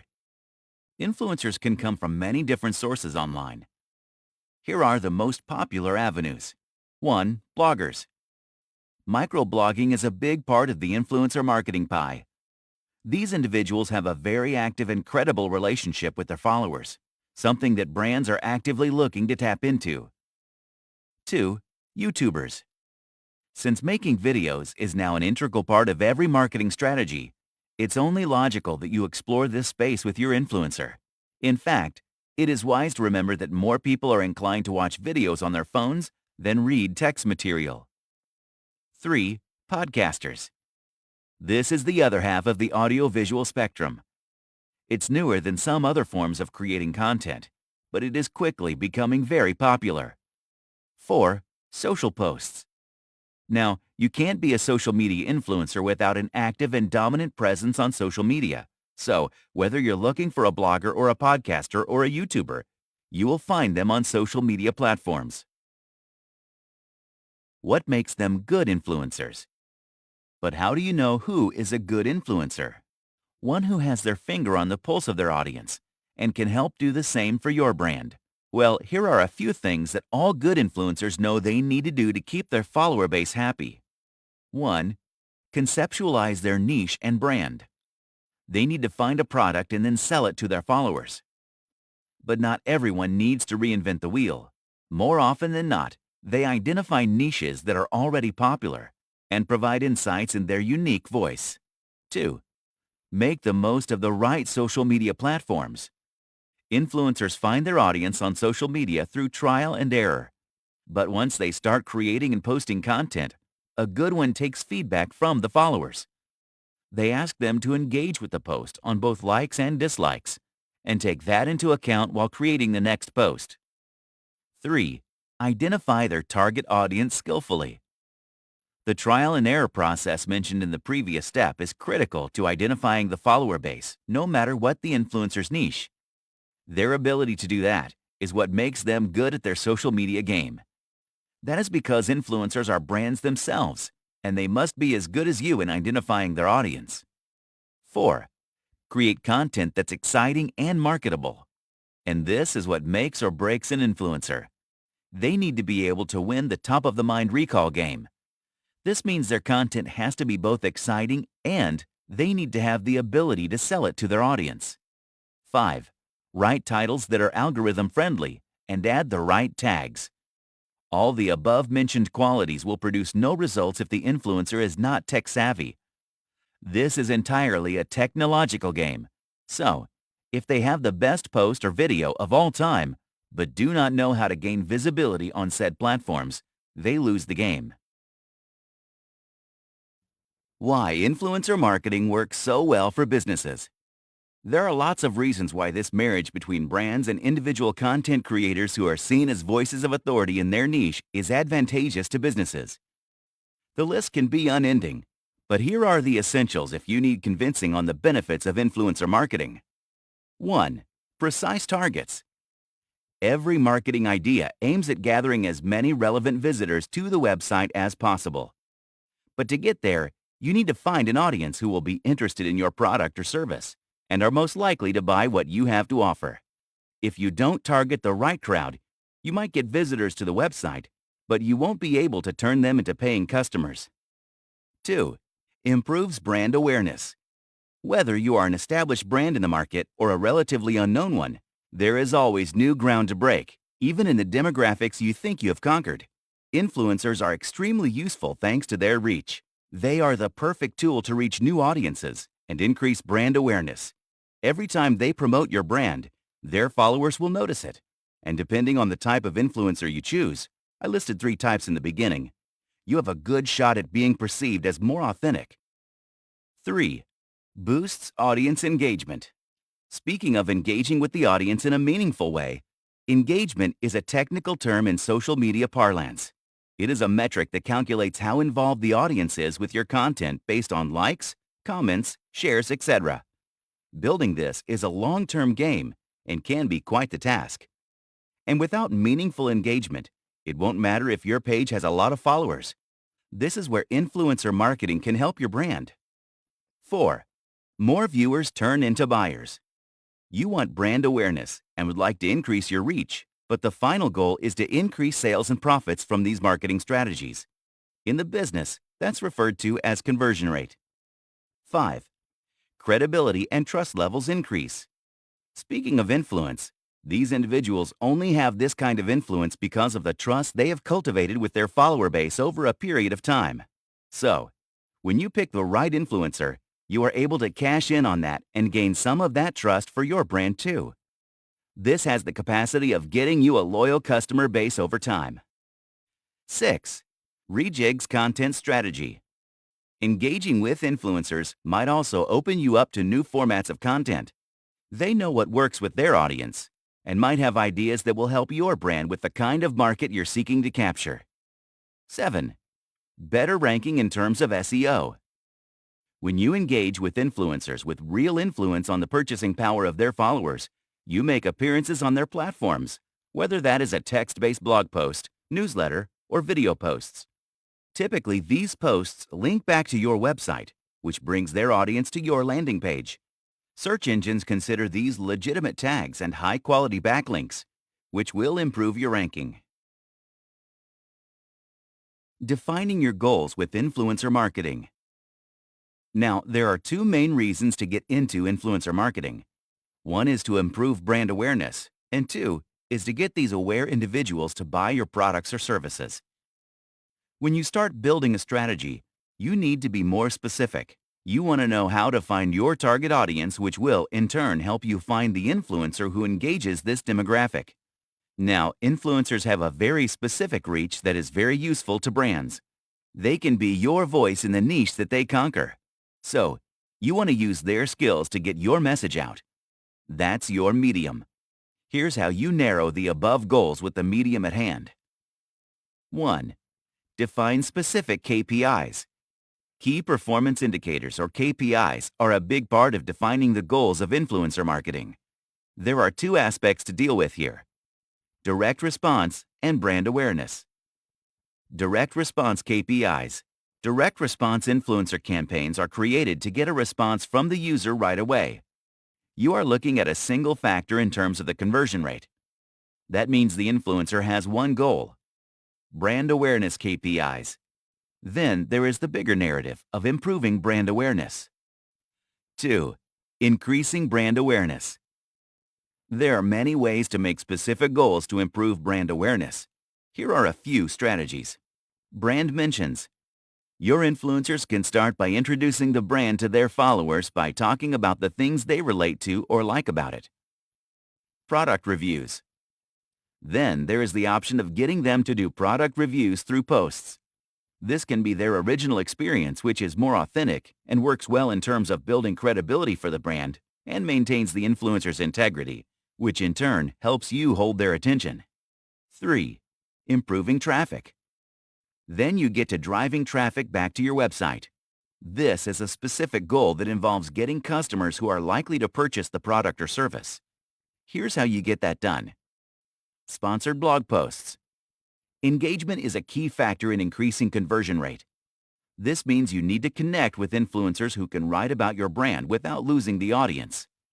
Guest posts. I have also covered this aspect earlier in this book. Guest posts are a great way to write favorable content on popular blogs and add links that will bring their readers back to your website. Sponsored social media content. Research has shown that in the U.S. alone, 77% of the population uses social media, and creating high-quality content on these platforms is the perfect ingredient to the recipe of bringing the audience back to your website. 4. Sales and lead generation. Once you have the audience on your website, you need to generate ways of converting them into paying customers. Here are some strategies that help you make that leap. Collective shoutouts. This is a feature on Instagram which is a great tool in influencer marketing for 92% marketers. Find yourself an Instagram influencer and get them to promote your product or service. This helps create more leads and drive sales sooner than you could on other social media platforms. Affiliate marketing and discount codes. This is another popular way of campaigning using influencers. It's a win-win for customers and the influencer. Affiliate marketing gives the influencer a chance to make some money, which is an incentive for them. 5. Driving engagement. This ties back to the point of brand awareness. You can use that metric to increase engagement, which, once again, benefits both the brand and the influencer. Increasing your follower count by piggybacking on your influencer's follower size is a smart way to go about it. Takeovers. As mentioned earlier, this is a good way to strengthen your collaboration with the influencer and also engage with their audience. It has the potential to meet more than one goal at a time. 6. Reputation. A brand's reputation is often considered to be an intangible asset, but there is a way to strengthen it with potential customers. It is done by building partnerships that reflect the core values of the company. Host an event. The best way is to host an event and send invites to influencers who have a good track record with commercial campaigns. Send gifts. This is a good old sales method where you try to buy their affection. But if you are thoughtful and the gift is something they can use to create content, you might just get the bump you're looking for. It is one of the easiest ways to get in their good books. How to find effective influencers for your brand. Now you know what makes a good influencer. Here's how you find one that fits your brand. Well, this is not the exact recipe, but these are the factors you will be looking into. 1. Relevance. Before you start looking at their stats like reach and visitors, you need to make sure their content matches the interests of your audience and your brand perception.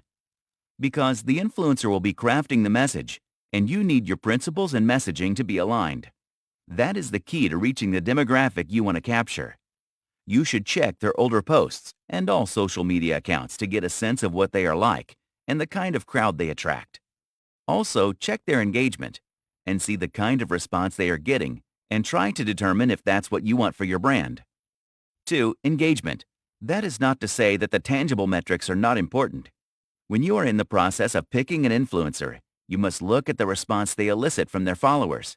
Look at the percentage of the audience that tends to return to the influencer, and compare these numbers to the new followers they gather week after week. 3. Reach. This is a number that a lot of brands look at right away.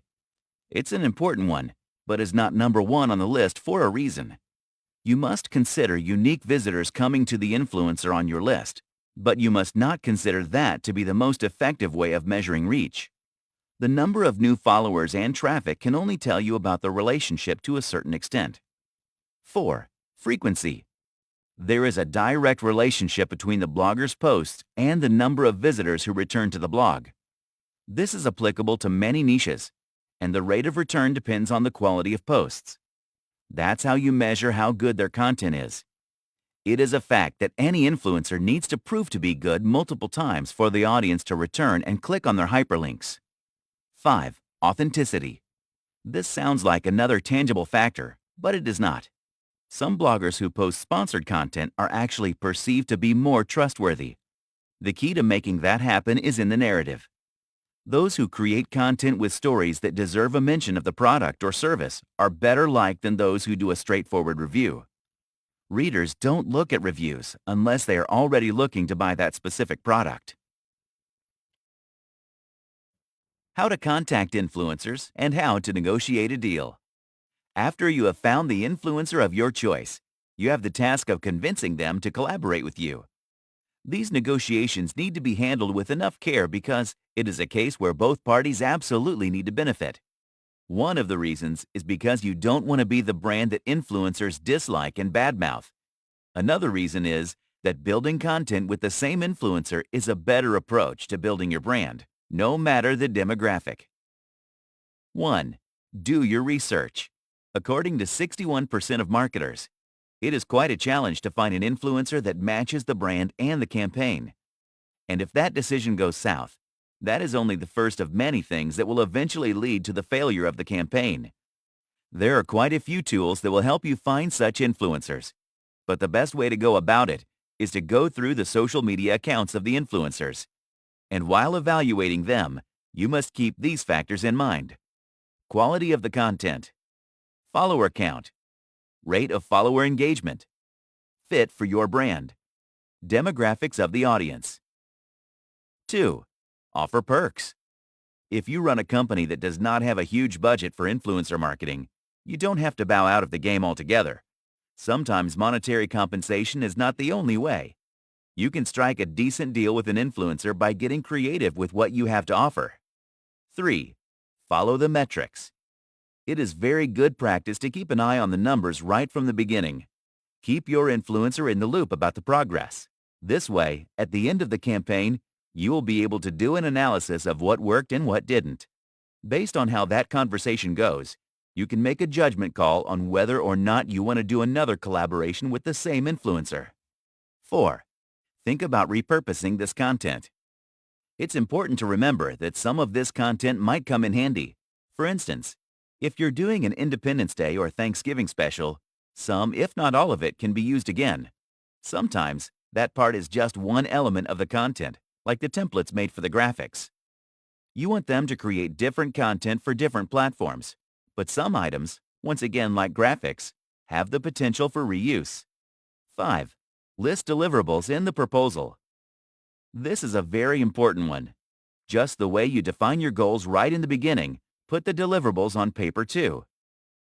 Your negotiations will be a lot simpler when you can set the tone of the relationship right away. 7 things to avoid in a potential influencer campaign. A guide is never complete if you don't warn of the mistakes that are commonly made, even though they are easily avoidable.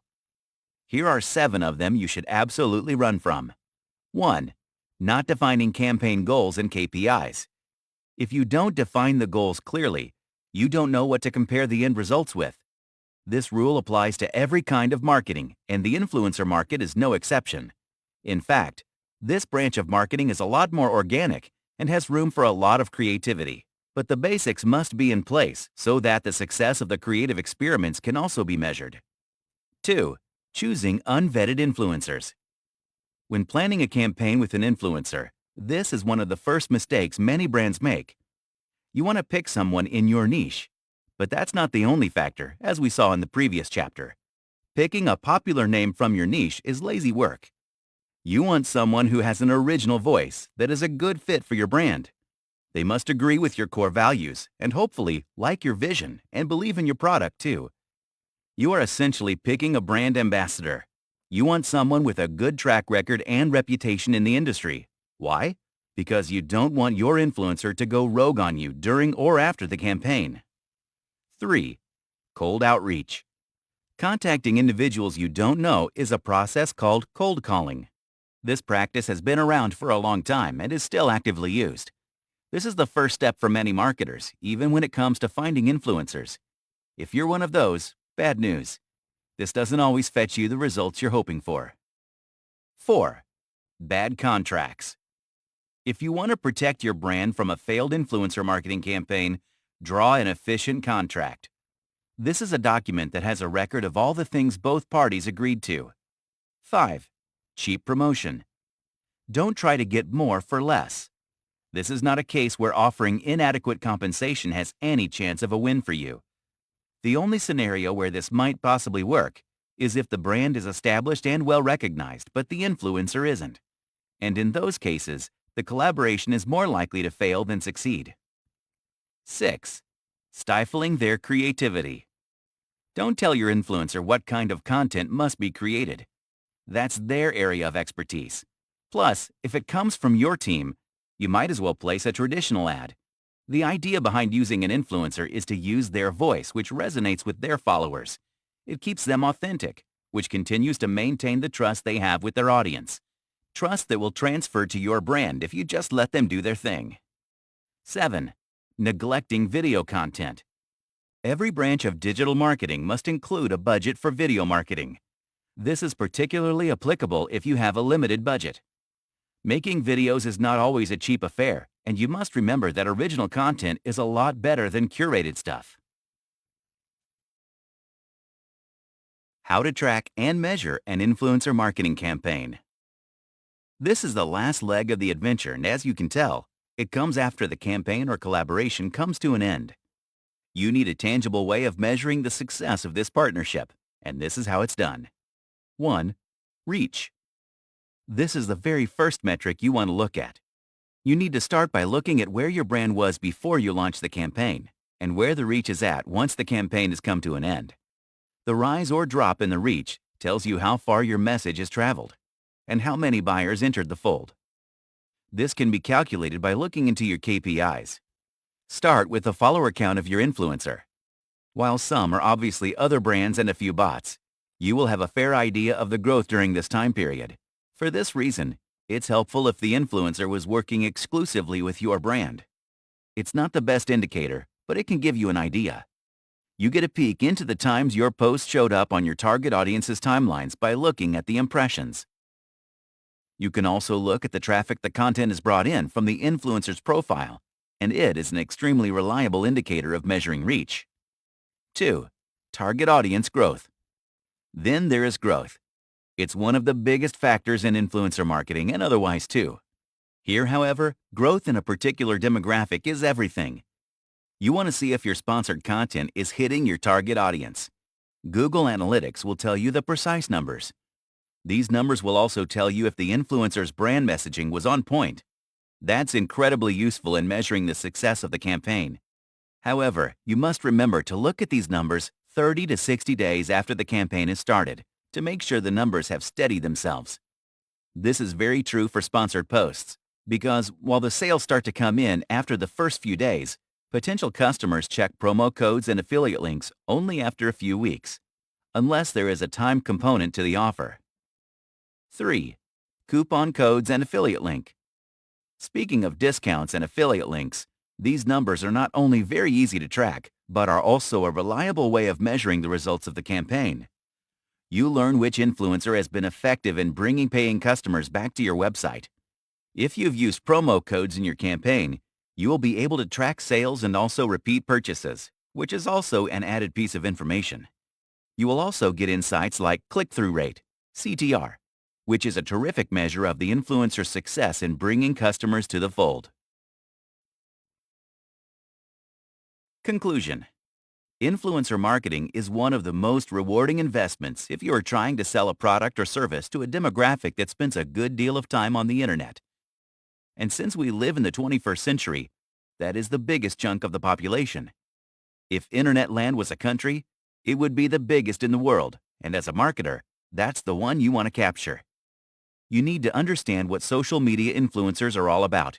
You need to know how they operate and where you fit in their scheme of things. You need to understand their values and see which one fits your brand the best. This takes research, effort, and planning. Once you have a list of influencers, it takes some more work to figure out who suits your product and the campaign you want to launch. You need to recognize the target audience and find the individual that has the most influence on their purchasing power. Once you get there, you need to negotiate a deal with the influencer. Be clear about the goals of the campaign. Write them down clearly and unambiguously in the contract. Keep the communication lines open and support your influencer in the vision they have, vis-a-vis the content they think will work on the demographic you want to conquer. And when the campaign comes to an end, make sure everyone is back to the drawing table to look at the results. Compare the final outcome to the goals set by both parties at the beginning of the campaign. Use quantifiable parameters to see if the collaboration worked. If you did it right, it would have worked. That's a sign that you should plan more campaigns with the same influencer, since you are now familiar with each other's rhythms. Why build an email list? An email list is like a handy list of subscribers.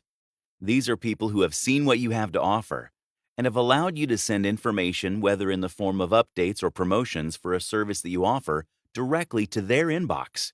For example, many bloggers maintain email lists. So every time they post a new piece on their blog, the content of that post goes straight to the inbox of their subscribers, which saves the receiver the hassle of having to check the blog for updates.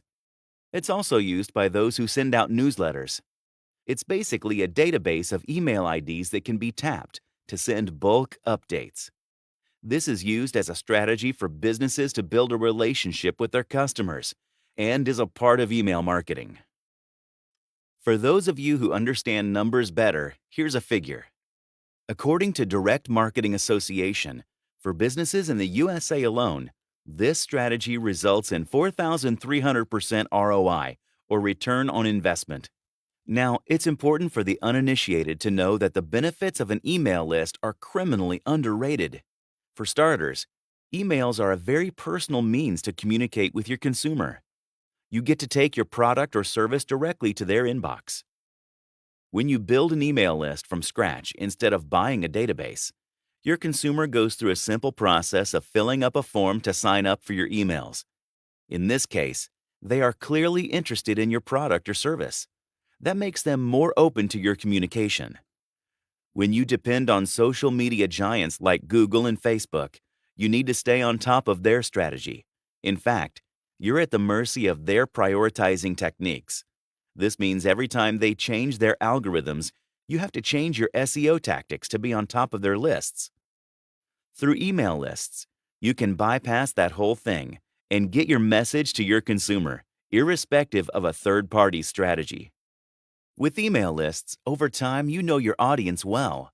That gives you insights into what is working for your brand.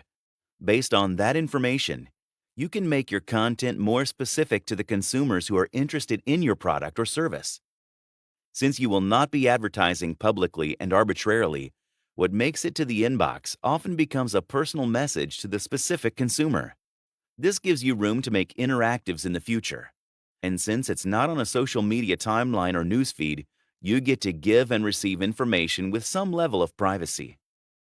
There are people who stay off social media, but there is no internet user without an email account. So, while other businesses talk about Facebook and Twitter followers, you have a broader audience to target. The other advantage is the fact that Facebook likes and retweets don't always mean that they are going through the communique, let alone endorse your product or service. As a business, it's important to understand that people subscribe more easily than they unsubscribe. So as long as you are giving them valuable content in the inbox, you will stay right there where you belong.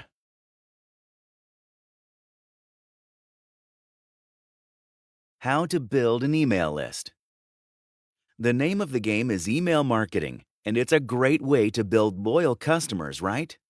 So you put out an ad on social media platform, and it's getting a good level of engagement. You're happy with it.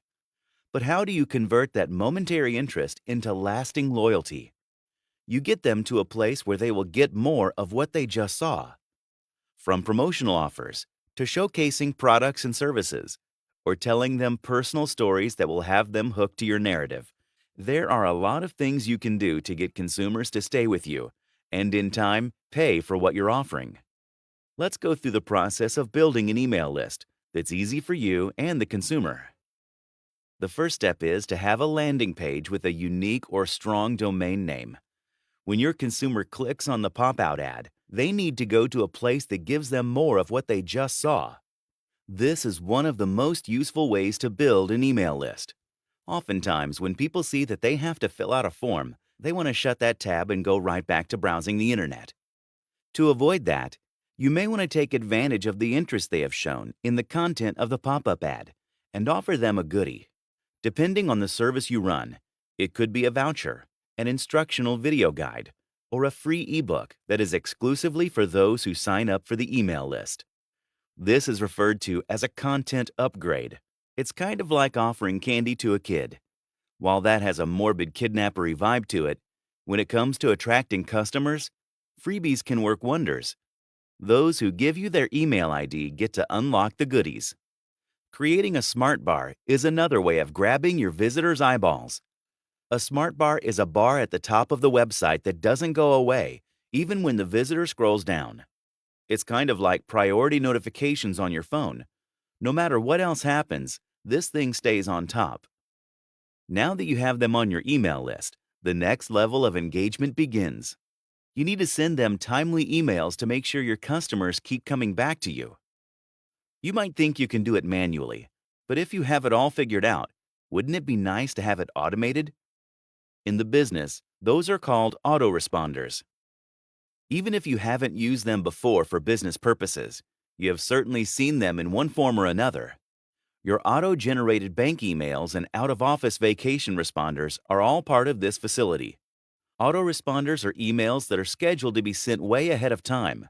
For example, when an individual signs up for your service, you can automate a welcome email taking them through the many benefits of signing up for your service. Autoresponders will get a lot of work done while you focus on the things that only you can do for your business.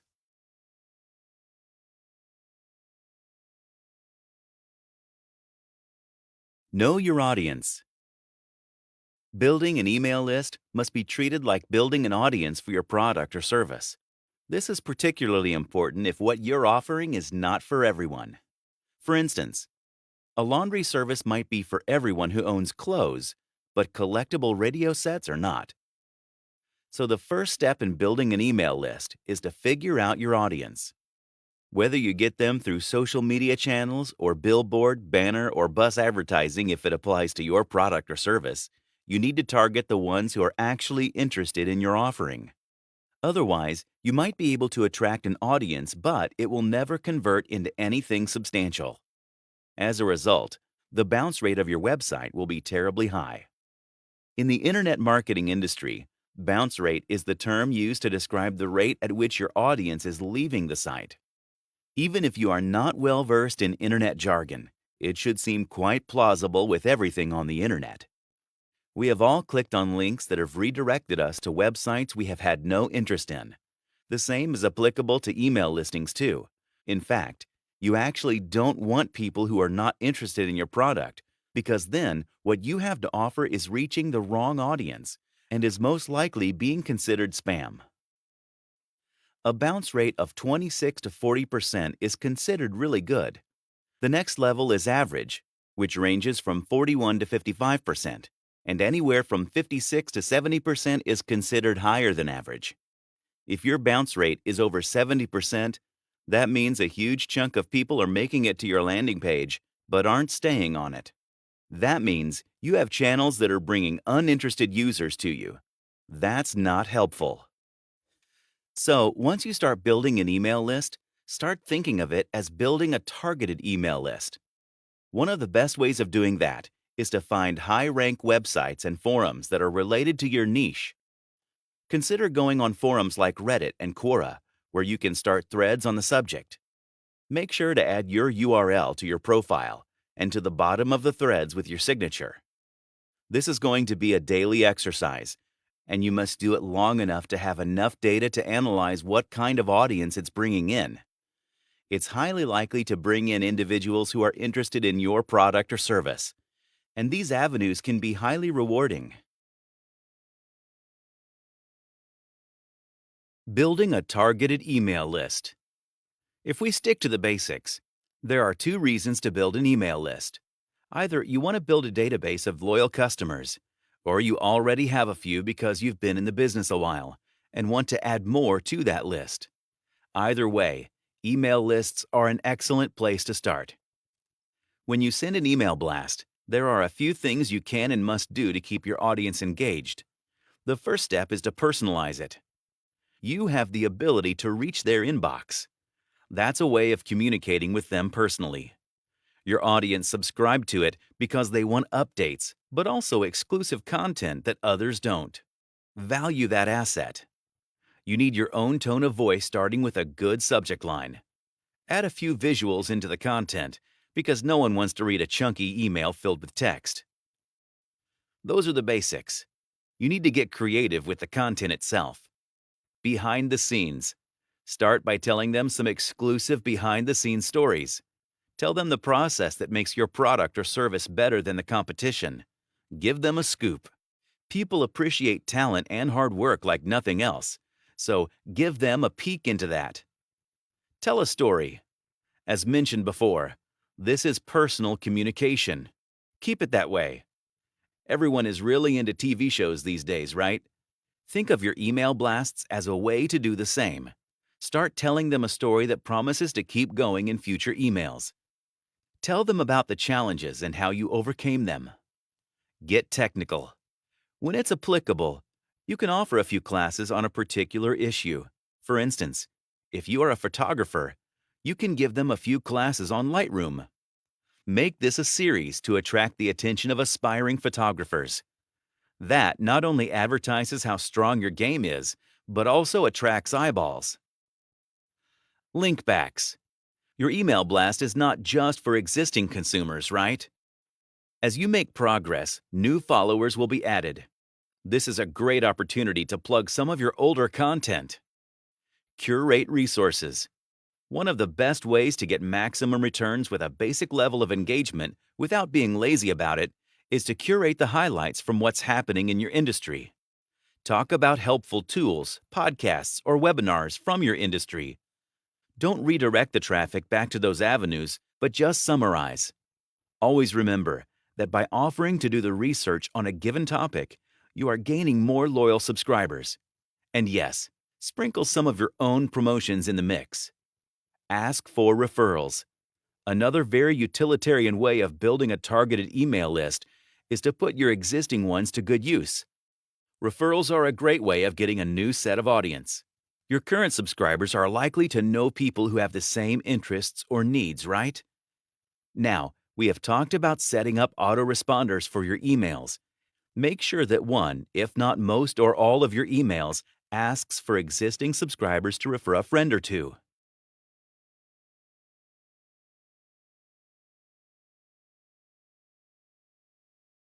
Building a landing page. Social media giants would like you to believe that they are the alpha and omega of online presence. Yes, that is a big part of your online activity, but when it comes to selling a product or service as a viable business, you want to have your own website. As we discussed before, you don't want to be at the mercy of the hundreds of algorithm changes of the likes of Facebook and Twitter. When it comes to online marketing, you can and must use email lists to drive visitors out of their inbox and into specific action. That action happens on a landing page. Fortunately, today, there are a lot of builder tools like Visual Editor and Optimize Press that can help you get there. Some of the best landing pages can be up and running pretty quickly if you use these tools. Unbounce is a tool that can help you create a landing page that helps you with the conversion rate and tries to reduce the bounce rate. It's a simple tool which mostly requires you to use drag and drop options. Also, remember that a lot of people use their phones to navigate the web, so make sure that you create response elements that help with the conversion rate, because if your page does not load effectively in its mobile version, you will see a lot of bounces instead of conversion. Then, you need to add in forms to your page. This helps you get the data you need from your subscribers. A lot of landing pages are meant to get user data, like email IDs. If you have a cumbersome form, you will once again notice bounces instead of conversions. That happens if you ask for too many details. No one likes to sit and fill out forms. Let's talk about the structure of your landing page now. This isn't very complicated. You need a primary header that announces the goal of the page. A line right under it serves as an advertising tagline. You can either make it a punchline or give out actual information in a snappy fashion. Add an image under it. And remember that this image will be the face of your page. Then comes the first section. If you choose to split the page into two, then the left side of the page should be a paragraph with more information about your product or service. It's what the visitor has come to you for. Under that, you want to add a section which tells them the benefits of signing up for your email list. Make it good, because this might define the chances of your conversion rate. The right side of the page will be a short form where the visitor is prompted to enter their personal details, like their email address. Once you have the page, you need to start thinking about driving traffic to it. That's our next move.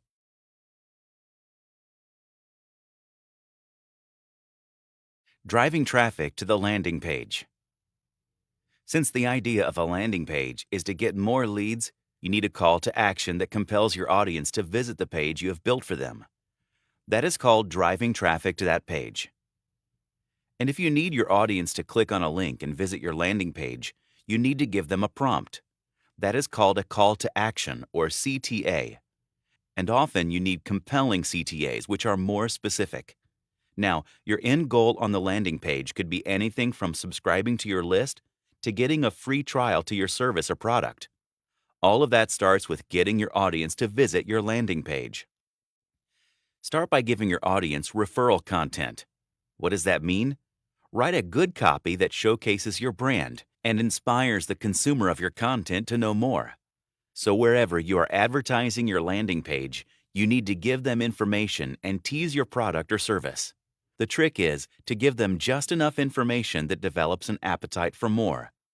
Another way to get free traffic to your landing page is by joining forces with other blogs relevant to your industry. When you are able to forge such partnerships, you build a relationship with their audience, who are already likely interested in what you have to say. Some of these partnerships can also be turned into affiliates in the future. It's all about you scratch my back and I scratch yours, for mutual gain. While you're at it, you might also want to look to their reader comments and pick up what is applicable to your product or service. Reader comments are a priceless asset because you get the news from the horse's mouth. Networking is one benefit, but don't forget that you are there to bring traffic to your page. Then there is the aspect of paid traffic. If you have the budget, you can reach out to sites like Taboola, which help content creators to get high-quality audiences. Publishers across the globe use these services to promote products and launch sponsor ads. There are instances where services like Taboola have increased traffic on other websites by 10 times, which has led the business running the landing page to even launch into new markets. When you are ready to pay a certain amount, there is more than one way to increase audience engagement, and as a result, increase traffic. You can get into paid ads, which is an advertising strategy. This is a mechanism where ads are created to show up on search pages. Google AdWords is a good example of this. It is a pay-per-click platform where a publisher can bid on specific keywords and get a chance to be placed right on top. Brands usually bid on popular keywords relevant to their websites or landing page to drive traffic back to their home turf. You pay a price, but the results are promising.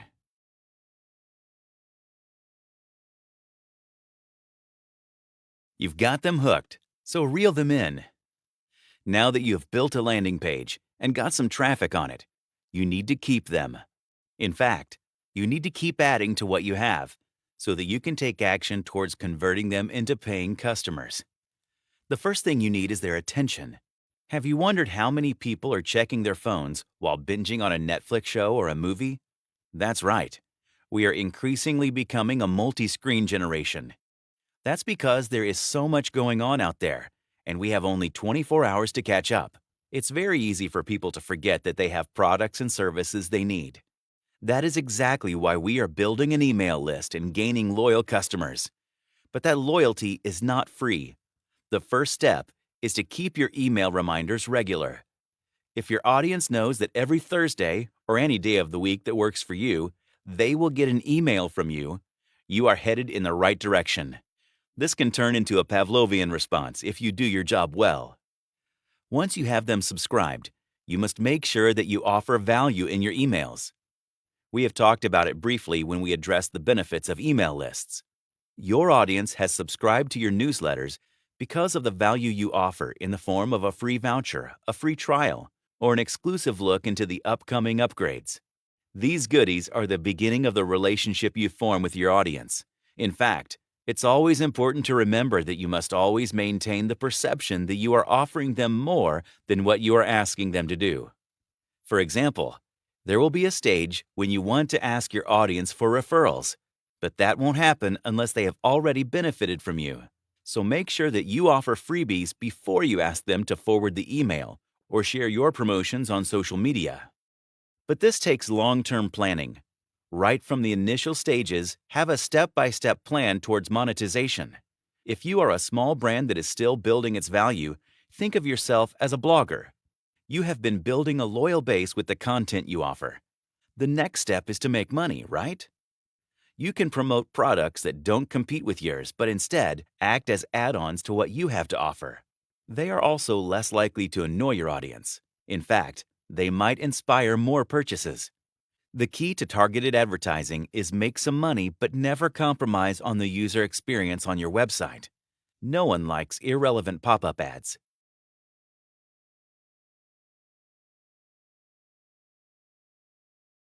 Make some money, honey. When you offer a product or service, your subscribers have the choice of opting in or out, right?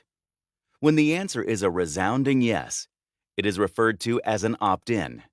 This shows that they are interested in what you have to say. Now you need to convert that into a yes for your service. A thank you page typically talks about the effort you put in towards building the product or service for your loyal audience. Now start adding an excerpt of products for sale to your thank you page. This can be done by adding links that take your subscribers to a page where the products or services are for sale. Once you have them there, you need to sweeten the deal. One of the things you can do to inspire your customers is by collecting testimonials of customers who have already bought your product or service. It's common knowledge that people like to read reviews before they buy a product anywhere.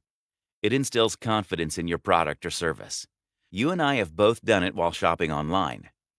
It's comforting to know that others have been where you are, took the leap, and benefited from the purchase.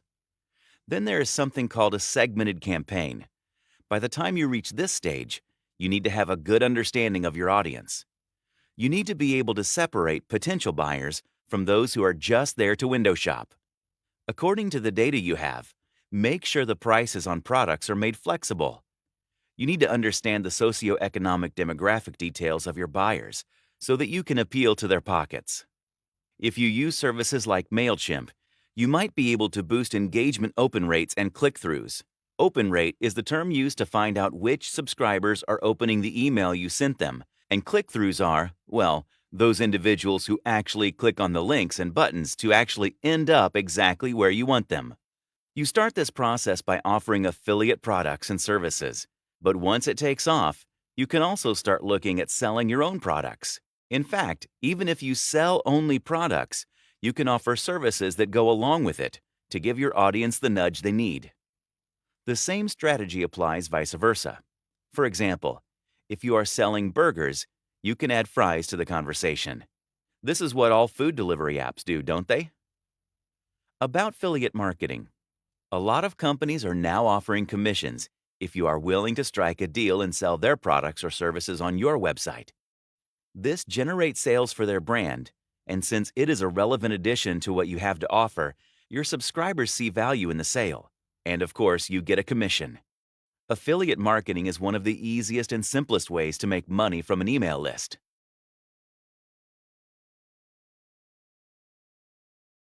Deep diving into affiliate marketing. Speaking of affiliate marketing, this is known as a pretty easy and innovative way to make money on your website. One of the ways to get into affiliate marketing is by introducing something called an affiliate program. Also known as associate programs, these are deals you can make with online merchants that pay a website commission to get them traffic or sales.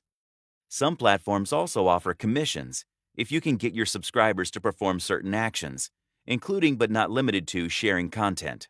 It really depends on what your partner is trying to sell. It is an effective yet cheap way to get eyeballs and sell stuff. Typically, there are 3 parties in these programs. There's you, your partner, and also the customer. This concept became quite popular in the mid-1990s when Jeff Bezos, the founder of Amazon.com, used it as a marketing strategy. The company started by paying these affiliates a part of the profit on the sale if they posted links to Amazon Books, their first ever product, or redirected traffic from the affiliate site back to their own homepage. The affiliates were happy to get paid while Amazon did all the heavy lifting once it got the users to its website. Today, Amazon has more than 500,000 affiliates. If you're interested in how it works, here's a crash course. Once you sign up to a merchant's affiliate, you get a unique link that will track the sales. Each time a subscriber clicks on that link, a cookie is stored on the device they use. This cookie helps the merchant track the sale back to the individual. It's natural to want to know how much you will get paid.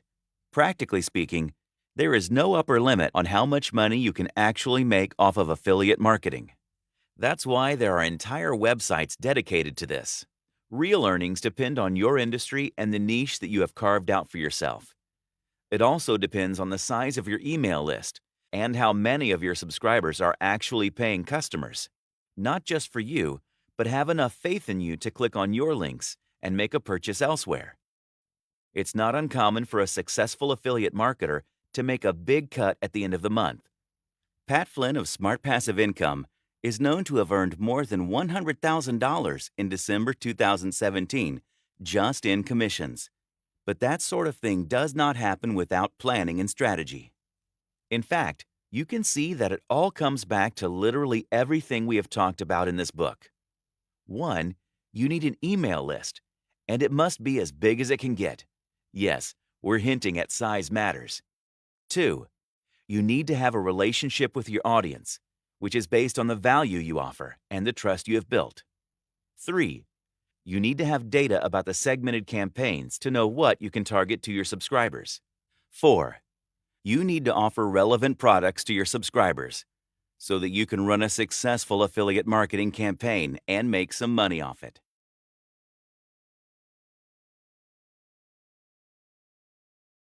One last revision before the final test. There are many different ways to build an email list. We have talked about the importance of having a list, the benefits of building one, and even the ways in which you can attract people to subscribe. We have also gone over the many tools that are at your service to help you do exactly that.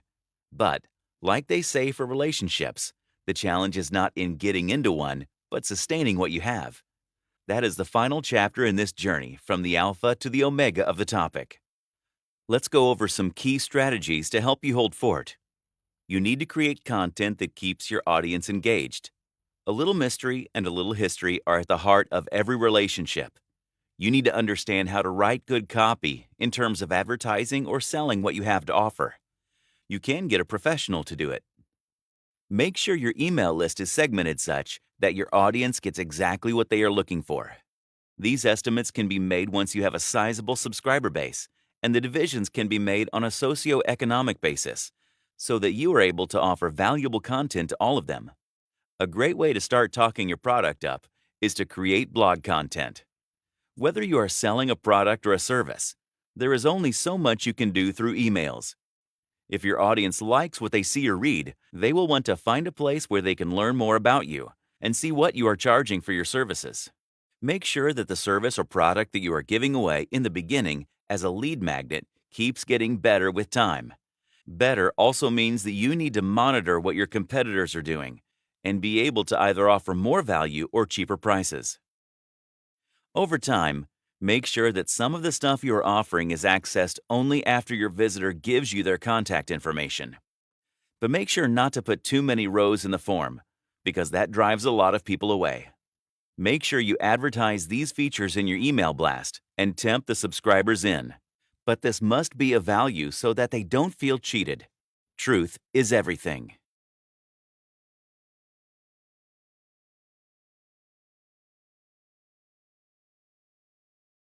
Introduction: Why traffic is your most valuable resource.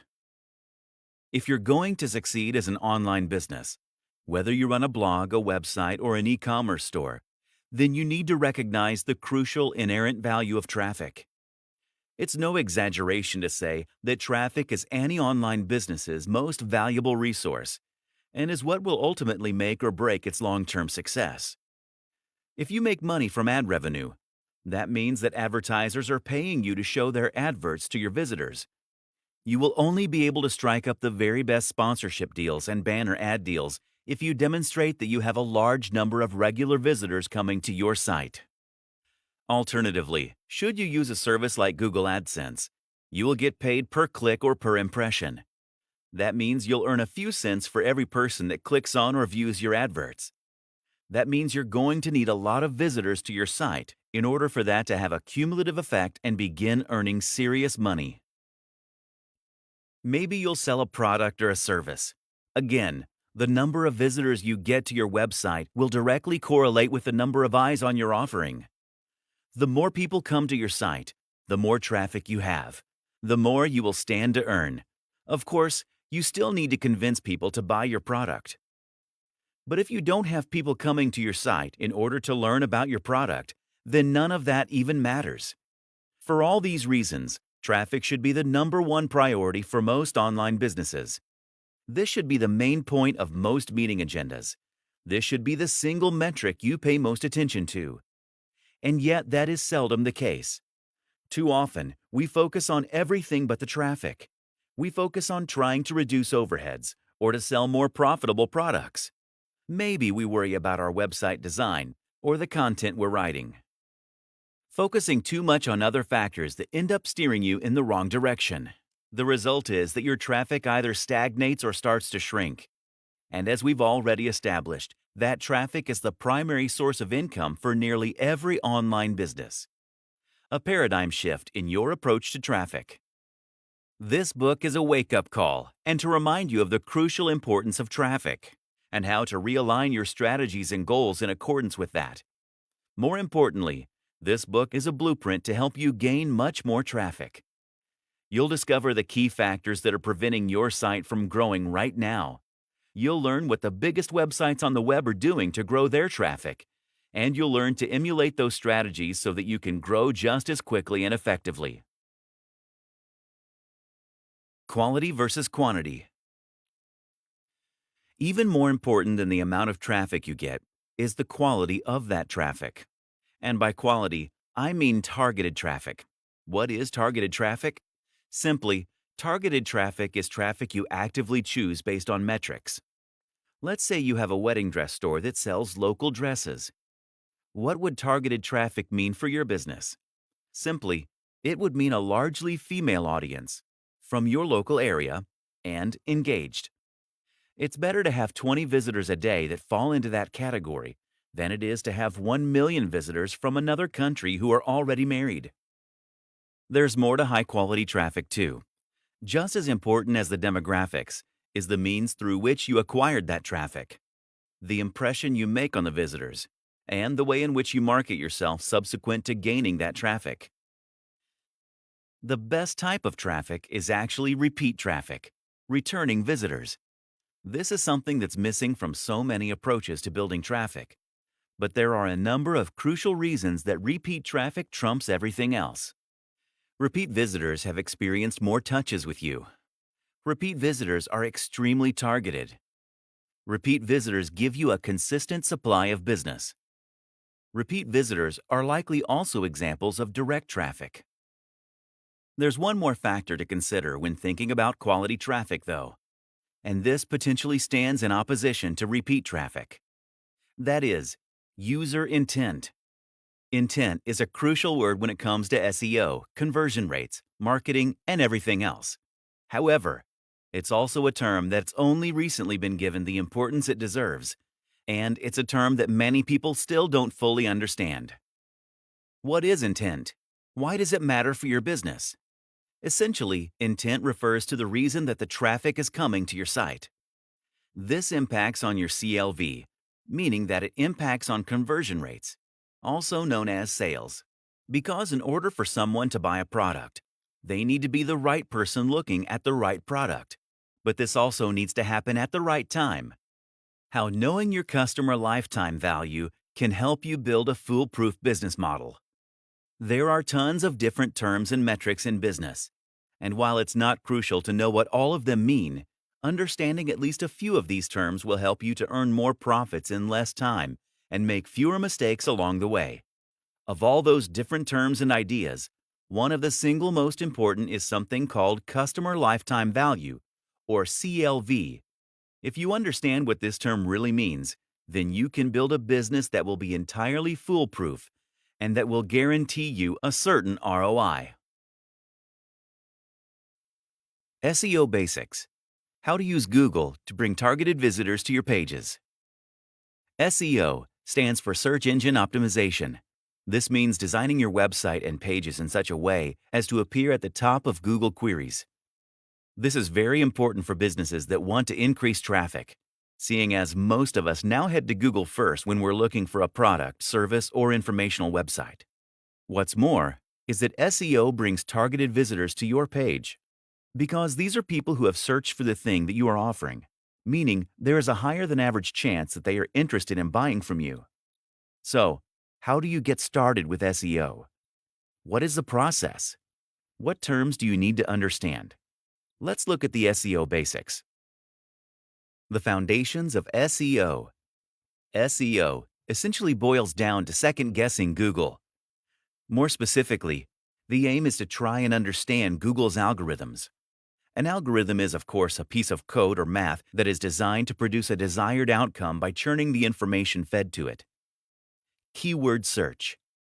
It's important to know what people are searching for in relation to your products and information.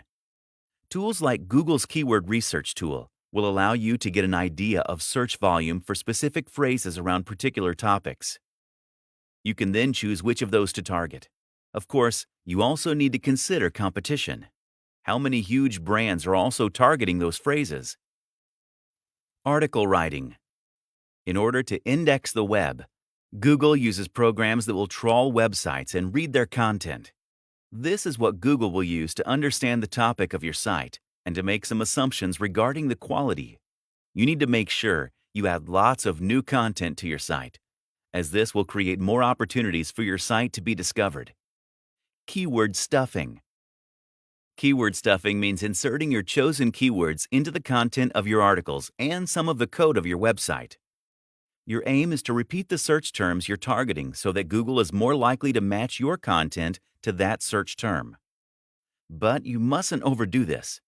Google doesn't want you to try and play the system, as that would mean low-quality websites could get to the top without delivering anything useful.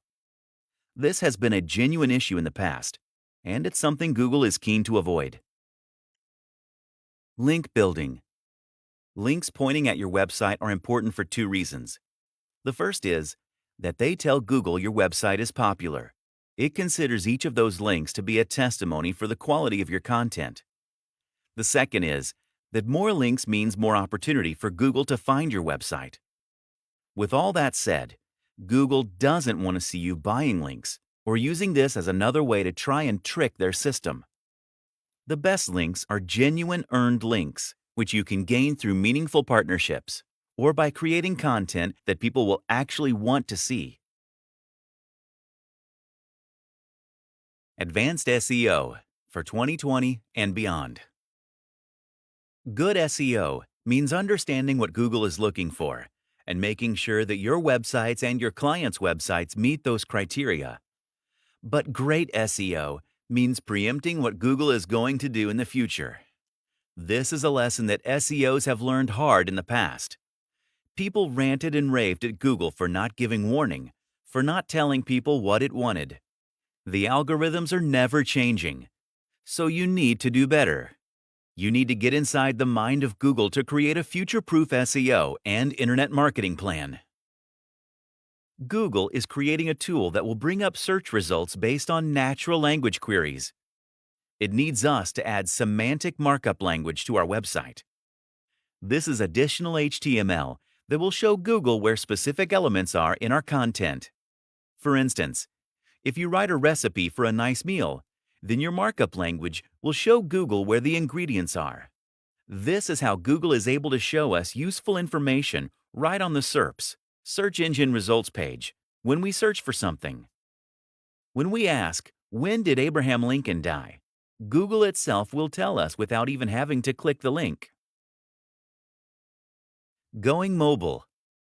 After all, Google is very keen for us to use its AMP initiative, AMP, Accelerated Mobile Pages, which is an open-source initiative designed to encourage more site owners to create sites that will load in a flash for mobile users. This goes beyond mere mobile friendliness and essentially displays your entire website on a signal page with minimal Chrome or navigational elements and with a huge focus on speed of loading. It's said that these pages load 4 times quicker than regular websites. At the very least, you need to check that your site is mobile-friendly using Google's own checker tool. You need to check it for speed as well as for a responsive design. That means it should change the size and position of elements depending on the size of the screen viewing it. Preparing for the Google apocalypse. So, part of the job of a good internet marketer is looking into the crystal ball and predicting possible futures.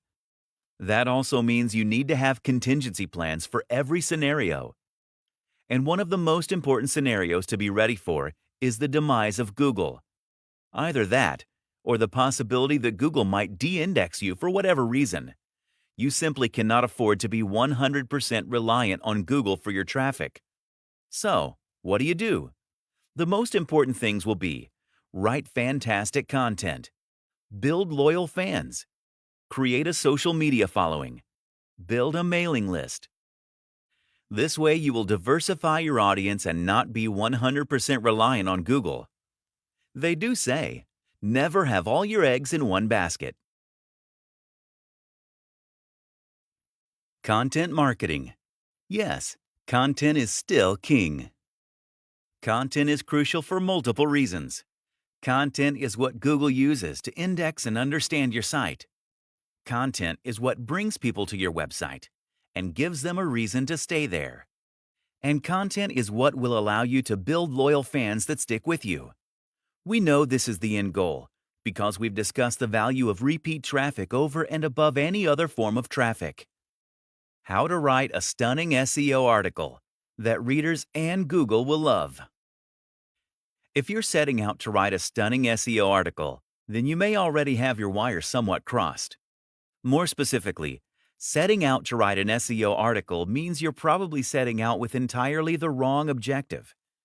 Writing an SEO article suggests that you are writing for Google first and for your visitor second. It probably means you're going to try and lace your article with key phrases and that you're going to come up with a clickbait title for Facebook.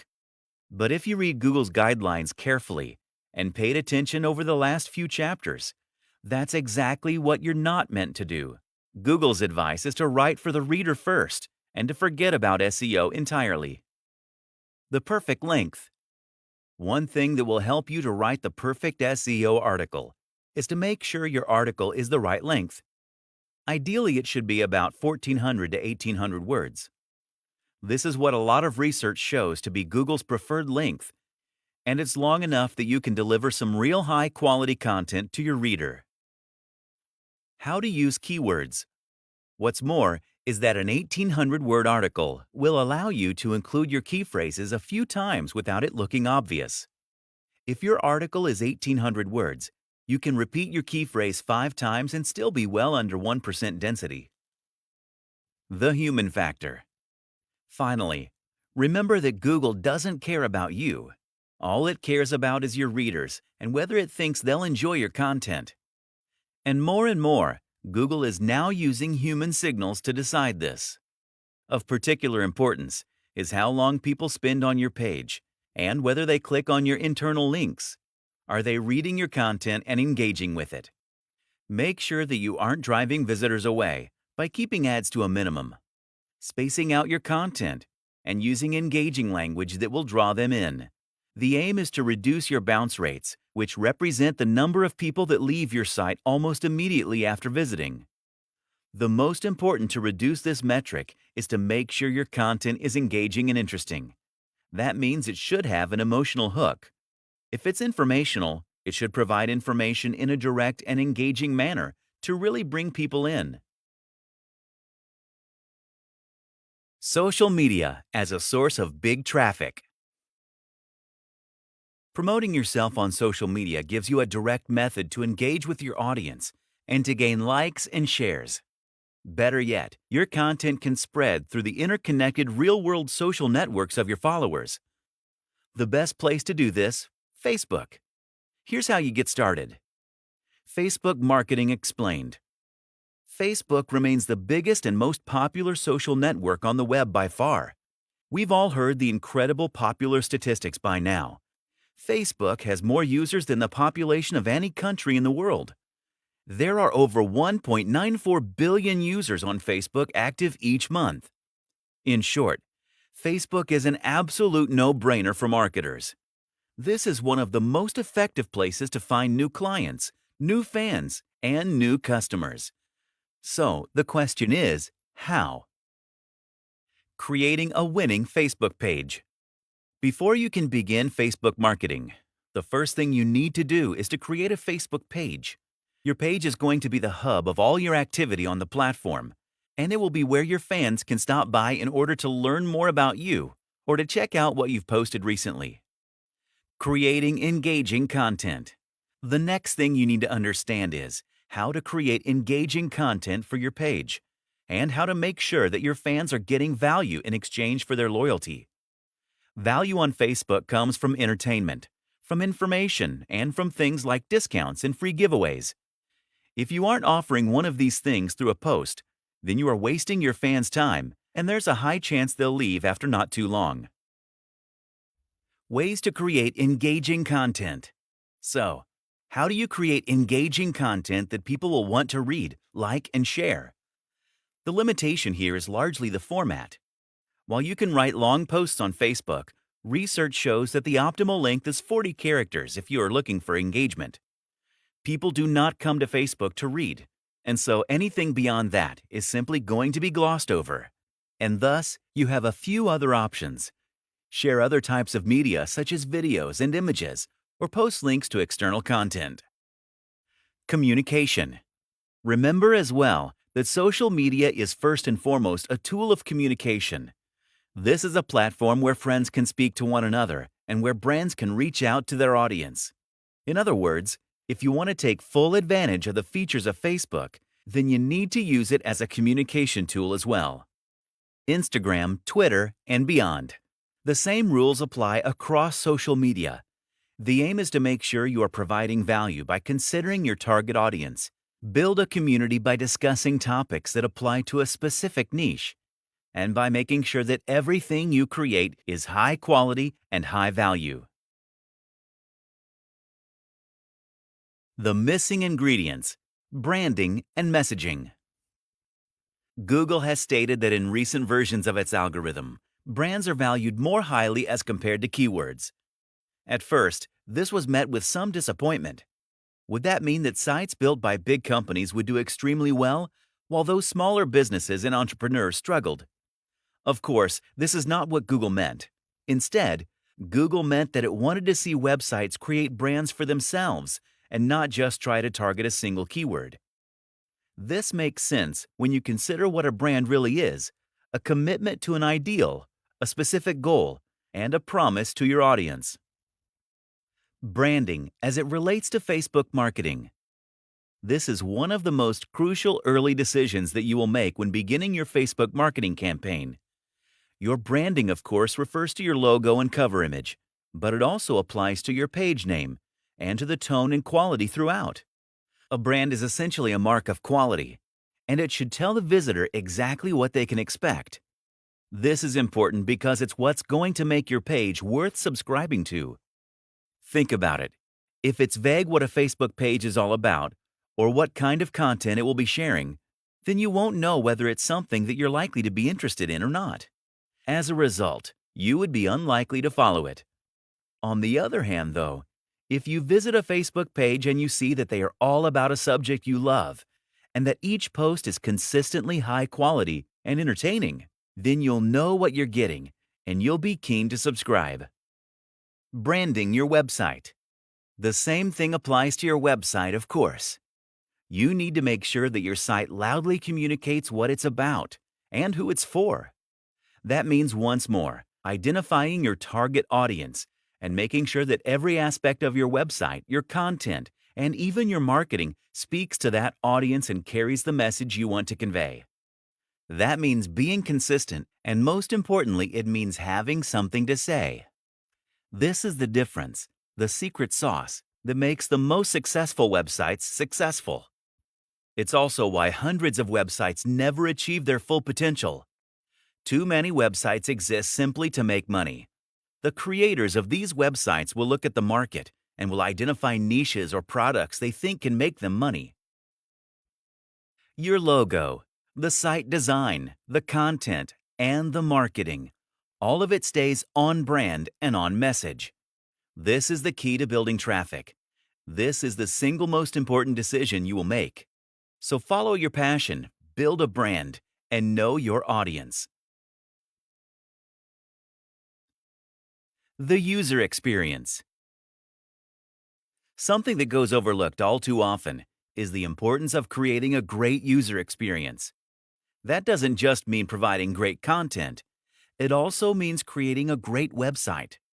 That means a website that is quick to load, that looks great on mobile. Remember, this is the future of Google, and that is easy to navigate. If your website looks outdated, if it's slow to load, or if it's unsecure, then it's going to put visitors off of using your site. What's more is that Google will see these metrics and it will avoid recommending your site as often. That's why Google now has a number of tools and methods to test the quality of a website UX. Google PageSpeed Insights is an extremely important site that will let you enter your URL and then get a score based on how quickly your site loads. If this is very slow, then it's going to be extremely detrimental to your ranking. The good news is that the site also provides a number of actionable and bespoke tips that you can use to speed up your pages. Some common tips include: switch to a faster server to improve server response time. That's right, invest in your business. Remove unnecessary plugins and widgets. Less is definitely more. Compress your images. Update your version of PHP. Some more general tips for creating a responsive site that people trust and enjoy spending time on. Use WordPress. There's simply no reason not to, as this is the most popular content management system site building on the web, powering 1/4 of websites, and is also completely free and easy to use. Get an SSL certificate. If you want people to buy through your website, then you don't want Google to tell them that your site is not secure. Once you've done this, you'll have an HTTPS by your URL, which improves confidence and massively boosts conversion rates. Pay for a WordPress theme. This is another very important investment. You'll be able to install this easily, and it's much cheaper than hiring someone to build something bespoke. But you'll also find it's more unique and better made than all the free options. You also need to ensure your site is mobile-friendly. This means it should load well on mobile, adapt to different screen sizes, and not feature old-fashioned features like mouse overs. You can't detect someone hovering their finger over a button. Again, Google comes to the rescue with their mobile-friendly test website. The easiest way to implement a responsive website design with touch-friendly buttons? Use a ready-made premium WordPress theme. Growth hacks that really work. Once you have the foundations in place, all that's left is to start finding ways to drive more and more traffic. Influencer marketing. Influencer marketing is one of the very best ways to grow your site quickly. The idea is simple.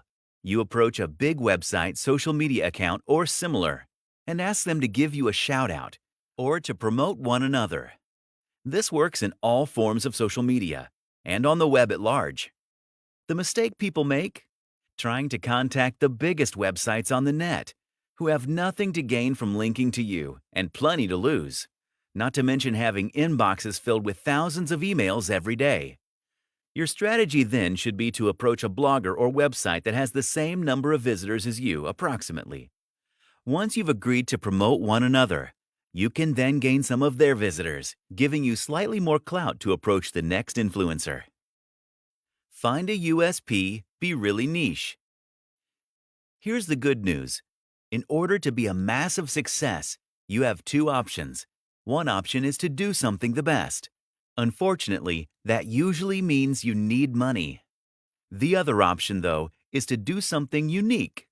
This way, you can stand out just as much and generate just as much attention.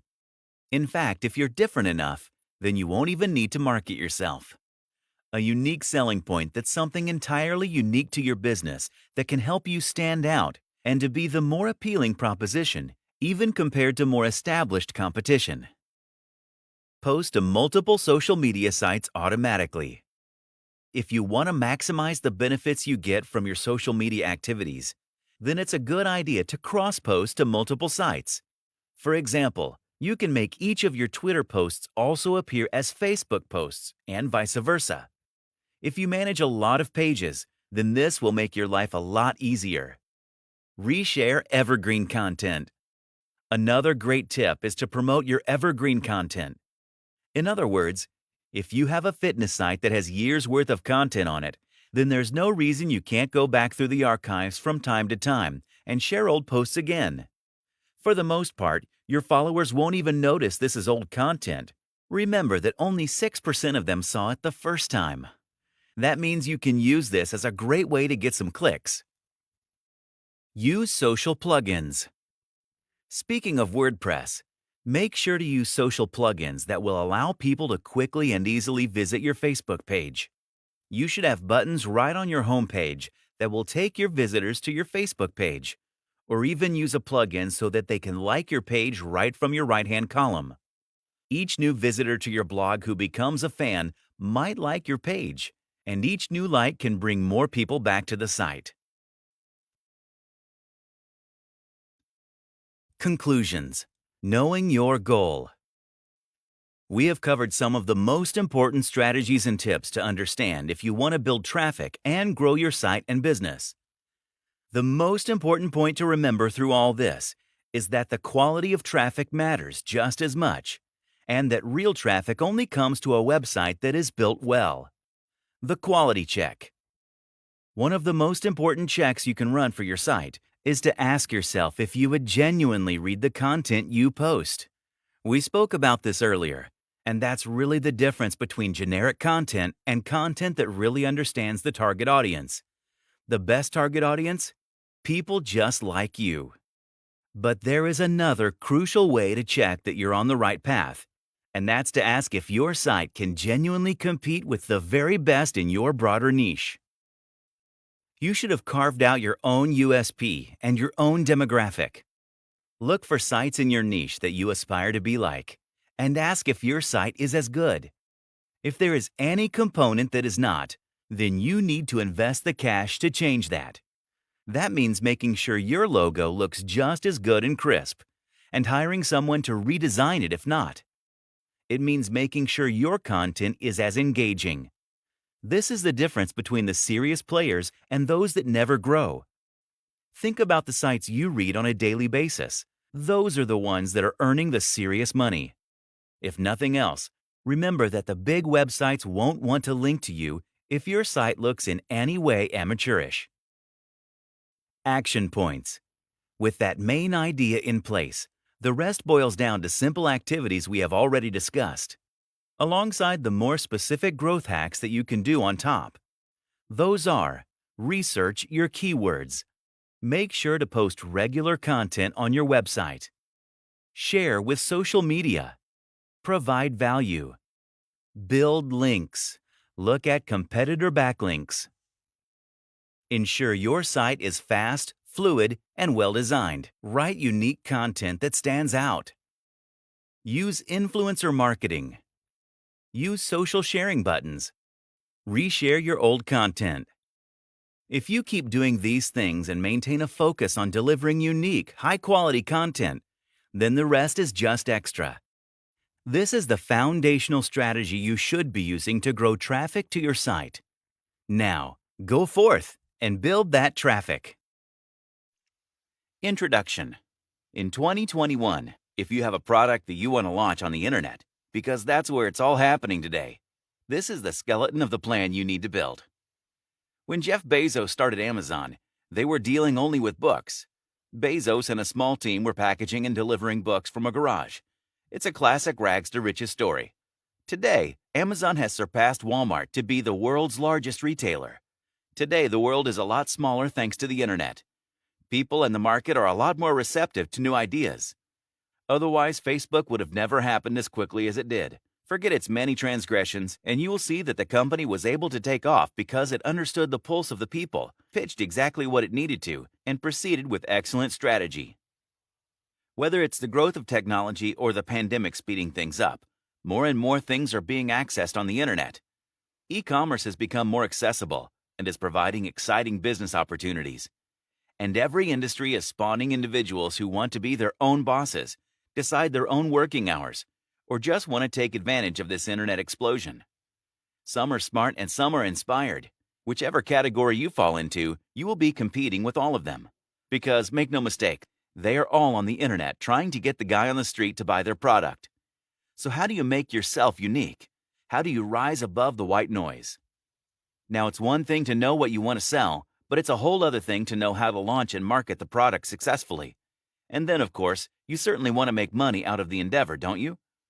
There's a lot to go through, and in the coming 9 chapters, We will go through the journey of sifting through all of your options and getting the job done from start to finish.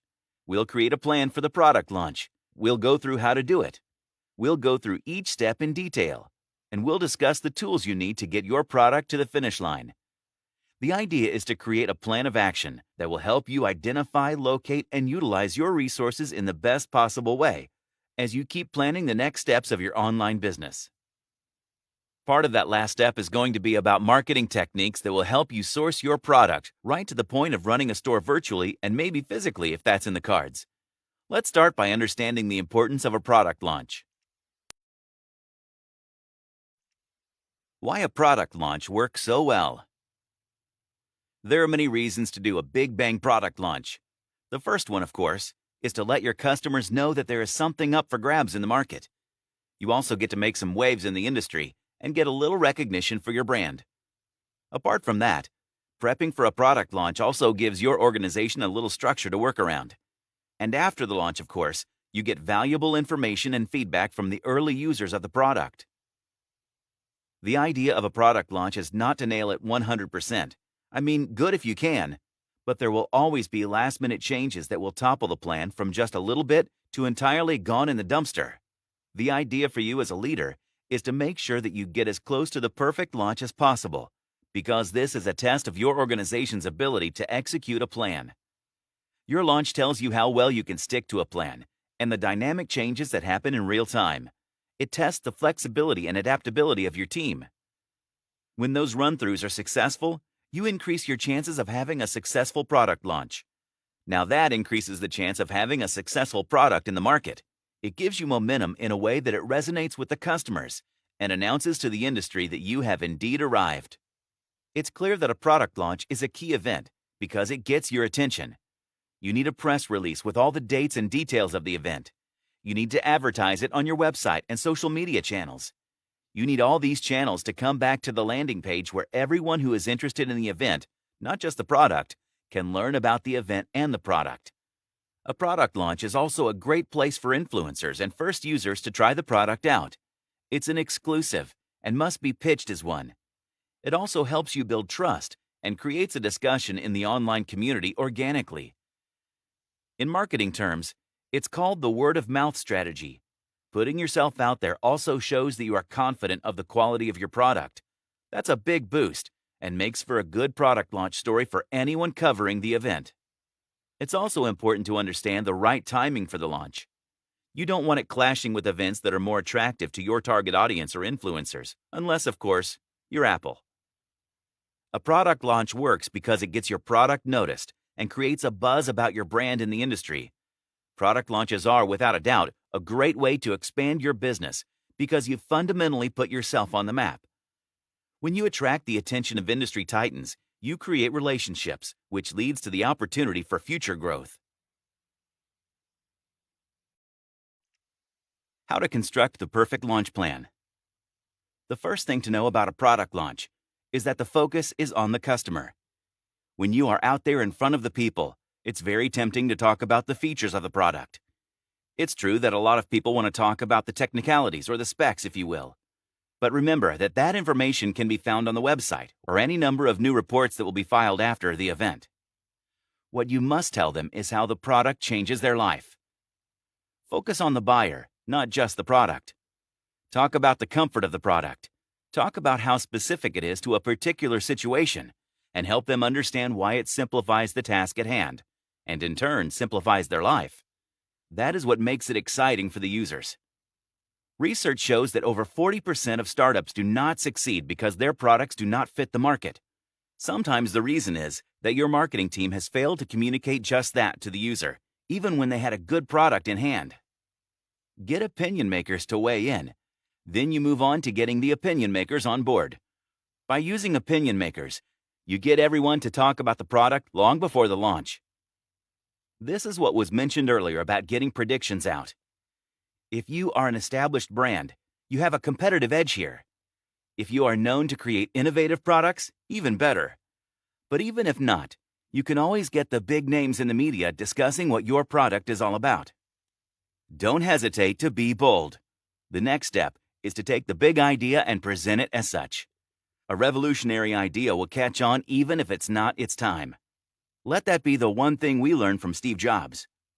Every good product has the capacity to change at least one thing about its business. That's what you need to focus on. Make a pitch that knocks the socks off your competitors. Make the event a spectacle. Your fourth step should be about turning the product launch into a carnival. Don't let someone enter and spout out marketing facts. That's really not what anyone wants to see. Plan for pre-orders. Next, a product launch is also a great time for pre-orders. A lot of businesses miss out on this step, and it's a critical one. When you build the momentum for your product, you want to cash in on that excitement and get some sales done. Be clear about product positioning. Then there is the matter of positioning your product. When it comes to beating the competition, there are a lot of things to take care of. You need the features and pricing in order. That depends on the initial positioning of your product in the market. This is a key part of a successful product launch because it's the first impression and sticks around for longer than you might imagine. Finding out what type of products to launch online. There is absolutely nothing wrong with jumping on the trends bandwagon because the market is truly quite saturated today. Generating an original product idea can be a challenge. Thankfully, there are plenty of ways to analyze what users in a specific demographic want and cater to those needs. In that sense, picking the best product to sell online is a key part of your pre-launch preparation. Let's call this Phase 1. You can start by identifying niche segments. These are often some of the most popular e-commerce business segments. That's because they have a loyal user base that is highly engaged and keeps coming back for more. They also put their money where their mouth is. Dabbling in this zone also makes it easy for you to create a product and make a business proposition to your investors. You will be able to build brand awareness, and when the time comes, get the traffic you need. It will be relatively easier to convert potential customers into buying ones. Health foods, engagement and wedding bands for men, personalized stationery, pet products, beauty products that are cruelty-free are all great niche product ideas. If you ever sat in an e-commerce launch strategy meeting, you will know this is a crucial move. No amount of marketing can help you push a product that cannot be sold in the medium of your choice. In fact, it will be a waste of your resources. And to figure out the best product to sell online, you need market research that tells you about your customers' pain points. It's undeniable that ultimately, it's their needs you are catering to. This can be done in many ways. Companies are now looking to identify these pain points through keywords and search engine queries. This includes the search bar on your website. There are many search engine optimization tools, like Moz Keyword Explorer and SimilarWeb, which can help with keyword research. They also help you discover what your target audience is looking for. There are also other avenues like Reddit threads, Google Trends, and Trend Hunter. You can build on that information by conducting surveys or customer interviews. Sometimes the easiest way to get things done is to ask. If you are an e-merchant, you must understand what your current users want and what is lacking in their experience. Make sure you are top of trends and fads alike. There's nothing worse than picking the wrong wave to ride. Start the brainstorming phase by identifying a problem that a product can solve. Think of essential services or goods. Determine the market need for the product. It's called a product market fit, and it means that the product at hand fits the needs of the market. It's one of the biggest aspects of marketing because that's what decides whether you will capture the market or go up in flames. And that information comes from market research about the needs of a customer. Without that, there is no way to gauge the success of your product, and sometimes that decides what the scope of your business is. There are a few ways to determine whether you can successfully sell your product at a given point in time in the market. In 2018, Forbes magazine called this a hair on fire problem. A market product fit indicator tells you that your product meets the needs of a customer like no other competitor does. Consider this number. If 40% of customers don't want your product to leave the market, you most likely have a hit in the bag. If the product is getting a lot of media coverage, or if you need to hire a lot more people to keep going, you have achieved product market fit. But the biggest physical indicator is probably where the products are disappearing from the store sooner than your ability to make them. You are doing well in terms of product market fit. The first step is to pick a category that is proven to be successful. When you enter a highly competitive market, you have more to lose because the established brands have already captured most of it. Your product won't work unless you plan on revolutionizing the business. Be sure to enter into a general space if you want low risk. In those general spaces, it will be easy to locate existing services and see what the customers are complaining about. That helps you find a pain point relatively easy, and you don't have to find or manufacture customers for your product. The second smart move is to make sure you listen to your customers. Before you start selling a product, make sure you create an outline of the experience you have. You need to understand the revenues in terms of the local and global markets for that product space. You must understand your competition, the life cycle of that market, and outline the target audience. These 4 things help you make more informed decisions. If you have existing customers, that's your third step. This happens when you have brand awareness and loyalty. There is no factor bigger than this one when it comes to selling a product. Your present customers are constantly being lured by a variety of options in the market. While you focus on getting new paid customers, don't forget to keep listening to the existing ones and how their needs are changing. Keep their needs and financial capabilities in mind before changing strategies for new customers. Getting your marketing material ready. The first thing to know about marketing is the tools you have at your disposal. Your resources to market a product are just as important as the ones you need to sell them. Remember that no one shows up to a party if they don't know it's happening, let alone if they don't get an invite. Social media for free. In today's world, social media is the one thing that almost everyone can access. Your campaign has a big hole in it if you don't use the likes of Facebook, Twitter, and such. They are free if you don't opt for paid advertising and can spread the word about your product like wildfire. You can reach interested customers and convince them to give it a go. Preparing for that starts with text and visuals. Almost no campaign can run without visual media. So, get some good pictures, because these platforms also like promoting audio-visual content. That's because they are easy for the customer to consume. Video content is another sure-shot way to get top-of-the-shelf spots on social media. If you're going for Snapchat or Instagram, make them short and sweet. If you are going for longer video content with instructions or reviews, target YouTube. Email marketing. Even those who are off social media have an email ID. Practically everyone with access to the internet uses emails. So sending 1 email a day with promotional information can do wonders, especially because Gmail helps you categorize it as such in its inbox. Email marketing is also a great way to get subscribers for your product or services. Sending email blasts is a great way to get customers, but don't go overboard, because that will land you in the spam folder. A monthly update with a reminder to subscribe is pretty good. This can come in the form of a newsletter that has a mix of texts, links, and audio visuals. Email marketing is said to be a very efficient tool in building a loyal set of followers. Those who subscribe can also be offered discounts and vouchers for their next purchase. Tell them about the product launch and what to expect. Paid advertising.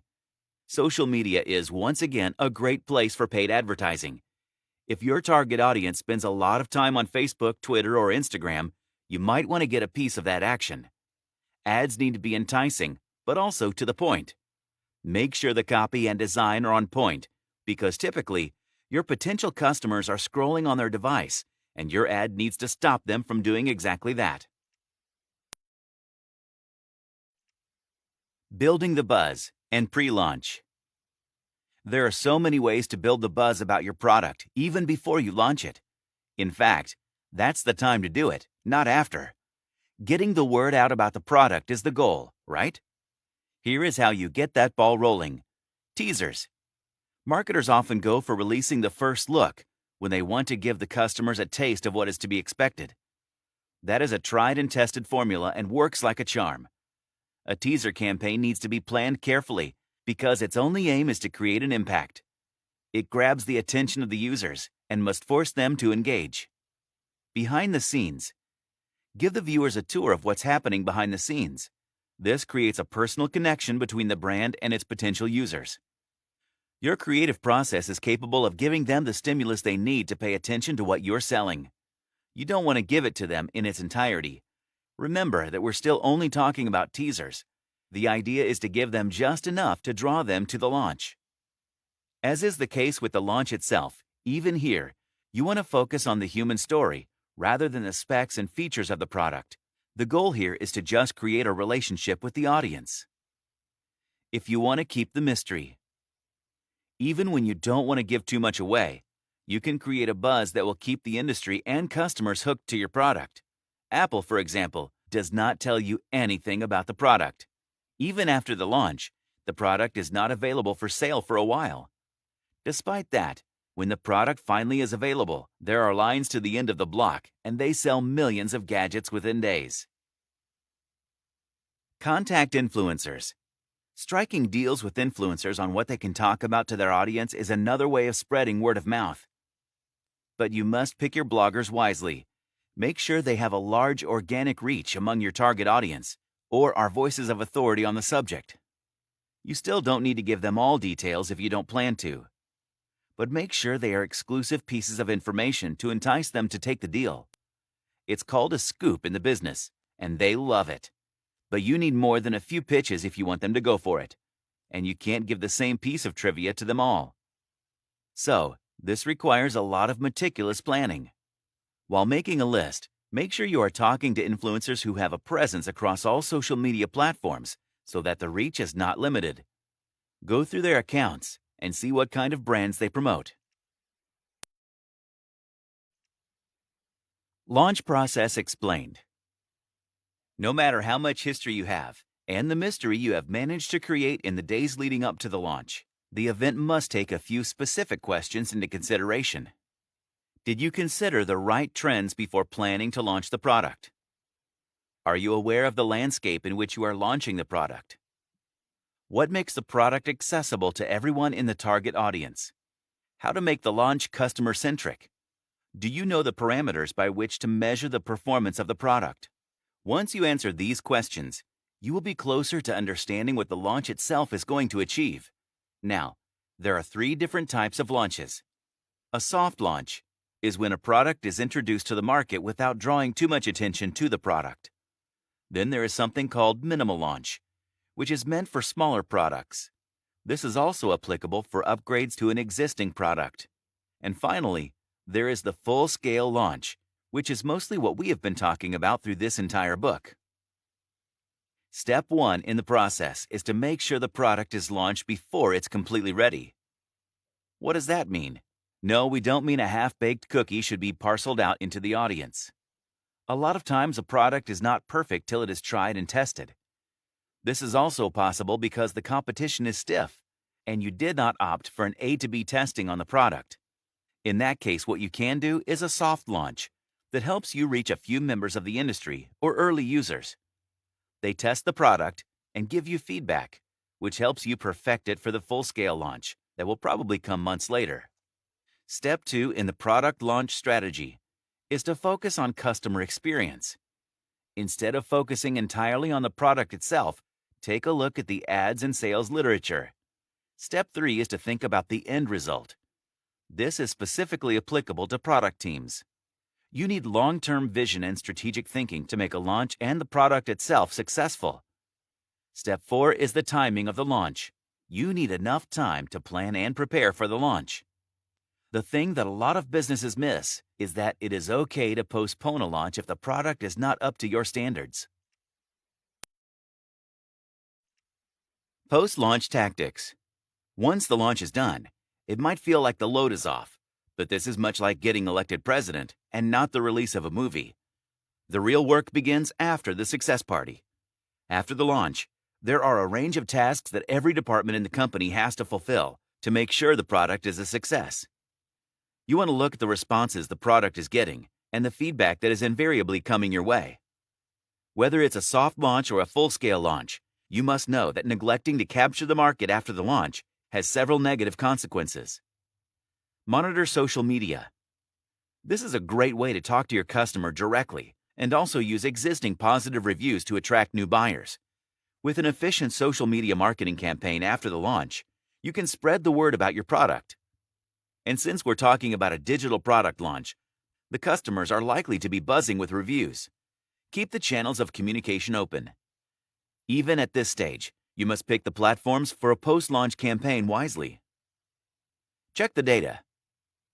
Apart from your marketing endeavors, you will also receive customer experience data. Get on it right away. If you have done beta testing or a soft launch, you have something to compare it with. In fact, you must expand your capabilities to track the magnitude of data coming your way after a full-scale launch. You will need to know about conversion rates, adoption rates, acquisition rates. This will give you the first signs of whether your launch was a success. Run referral campaigns. While this is a post-launch strategy technique, you must get on the planning aspect of this step before the launch itself. Referral marketing is a way to get existing buyers to recommend the product to new ones. It's a branch of word-of-mouth marketing. Get brands or influencers, depending on your product and industry, to endorse your product and talk it up. Get customer feedback. Keep your radar sharp for feedback coming from various channels. Social media is a powerful tool, but also keep an eye on platforms like Reddit, where users are going to be brutally honest. This, of course, also depends on the brand and product, and where your target audience is likely to spend their time when they are online. Customer retention. No matter the kind of product you make, the acquisition is not the only thing that matters. You must make sure that your customers are engaging with your brand in a positive manner. This means you need them not only to be happy with the product, but willing to commit to future rollouts from your company. This depends on the marketing strategies you devise to give them a good experience engaging with your company. This is a job for both the marketing and product teams and the tech support teams.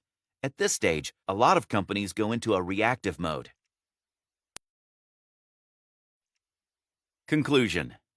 The journey from coming up with an idea for a product to making it to testing and launching it is a long one. And as we have just seen, there is more to do right after the product is out in the hands of the customer. Every step of the way has a critical role to play in whether the customer returns to your brand when you are ready with the next rollout. At every step, you need to make sure that the customer experience takes precedent. It's important to get them help when they reach out, and that requires planning. Sometimes it also requires anticipating the scale of the problems, if not the exact issue itself. Planning for alternative scenarios and backups in case of failures is non-negotiable. It's the only way to gain their loyalty. Now, every brand has its own approach when it comes to presenting itself to the customer. That depends on many factors. Are you reaching out to customers who have plenty of options, or are you offering a unique solution in a saturated market? Are you counting on the vision of the product, or is it going to be a marketing blitzkrieg that will win you your audience? Are you picking a new product in a niche space, or is it a follow-up of an existing model? When you know the answers to these questions, you also know who your audience is. That tells you a lot about messaging and communication. We've seen how to use the many platforms at your disposal to get the word out. We've also seen how wrong things can go if you make a simple mistake like picking the wrong format message for the wrong platform. But if you don't make any of these mistakes, you will have given yourself a scalable product that is a result of a collaborative effort. Once you have the product out there, put some resources into tracking the stories that the customers are sharing with you. Make sure all this data is analyzed and turned into quantifiable information that can be used to improve the product at hand. Make sure you follow up with the partners, opinion makers, and influencers you brought on board early on. Use the existing marketing channels to talk about the impact your product has had. If there are issues, even small ones, don't try to cover them up. Make a plan to resolve them, and most importantly, share it with the customers. When you get a positive testimonial, use it as free advertising for your brand and product by retweeting, pinning, and sharing the response. Use it to boost the morale of the team. Put your best foot forward and get the word out. Hold contests to tease the customers, to expand the abilities of your product and share them on your website and social media handles. Announce rewards for those who get creative. If you make fitness equipment, ask your customers to post pictures and videos of them using your equipment. Make it a competition. If you make gadgets, ask your users to use them and post the results. If you're making cameras, do a contest for the best pictures. If you make GoPro accessories, ask your users to shoot their next hike. There are so many ways to get your target audience interested in your product, even after the purchase. Remember that that's what keeps the romance alive. Now, it's time to take action. Get your product launch planned. Then, your product launched. Introduction. With social media and online activity taking over our lives, it has become a necessity for businesses to work with many strategies that make their online presence effective. Companies now work on employing professionals whose entire job is to come up with different tactics that help businesses increase their online traffic. This traffic is, more often than not, dictated and redirected from search engines like Google.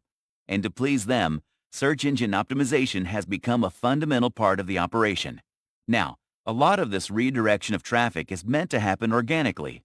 If you are a tech-savvy individual who is able to keep up with the changes in the many algorithms employed by search engines, you will be able to make sure, to some extent, that your website never falls off the radar of said search engines.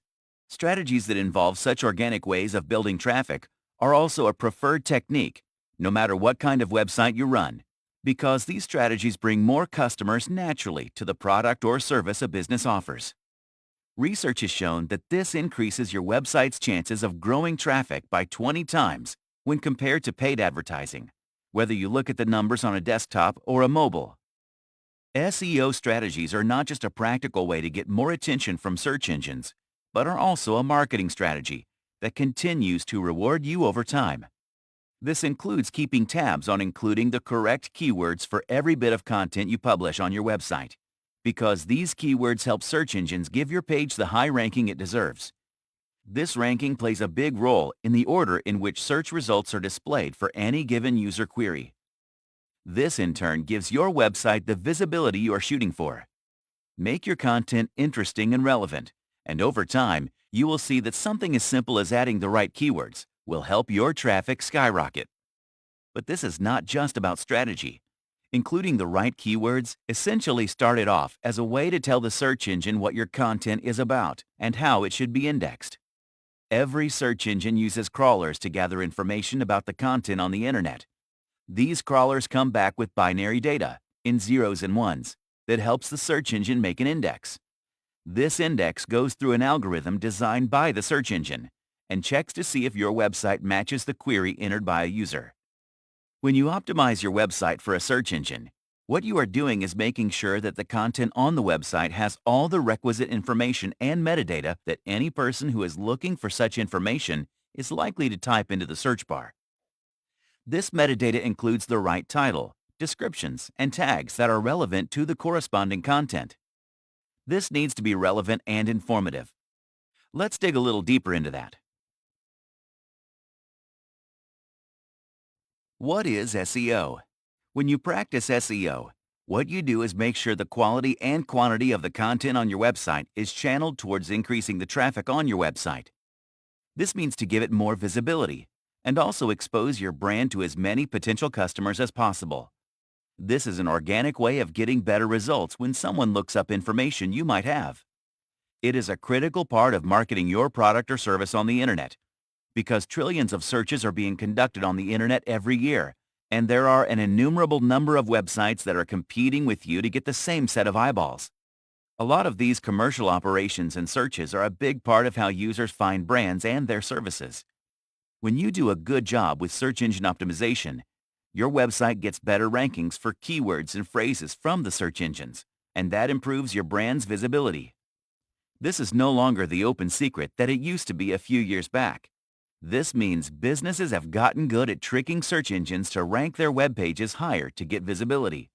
So search engines are constantly tightening the screws by changing the parameters through which they rank websites to make the search results more useful to the user, instead of benefiting businesses with subpar content. This is why you need to be on your toes and in the loop on new practices. Search engines are also trying to retain traffic on their search results page instead of redirecting users to other web pages, because advertising is how they make their money. This is why you see certain features on the homepage. Think about this. The search engine results page, or SERP, has both ads and organic results. One such feature is the featured snippet, also referred to as the answer box. This feature gives the user a direct answer to a specific question, instead of redirecting them to a different web page. Search engines are able to make money more efficiently when they cater to the user's needs by keeping them on the SERP pages for a short period of time. But lucky for businesses, some of these can be beaten fair and square with good search engine optimization techniques. That's how, when a user types a direct question into the search panel, they get a brief summary of text from the highest ranking page, which possibly answers the question right away. This could be an organic result based on good SEO.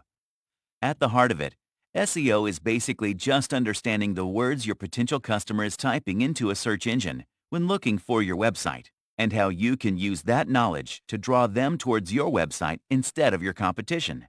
So, it is fundamentally about understanding your customers. Keyword research. When I say keyword research, I'm talking about words and phrases that the content on your website should have.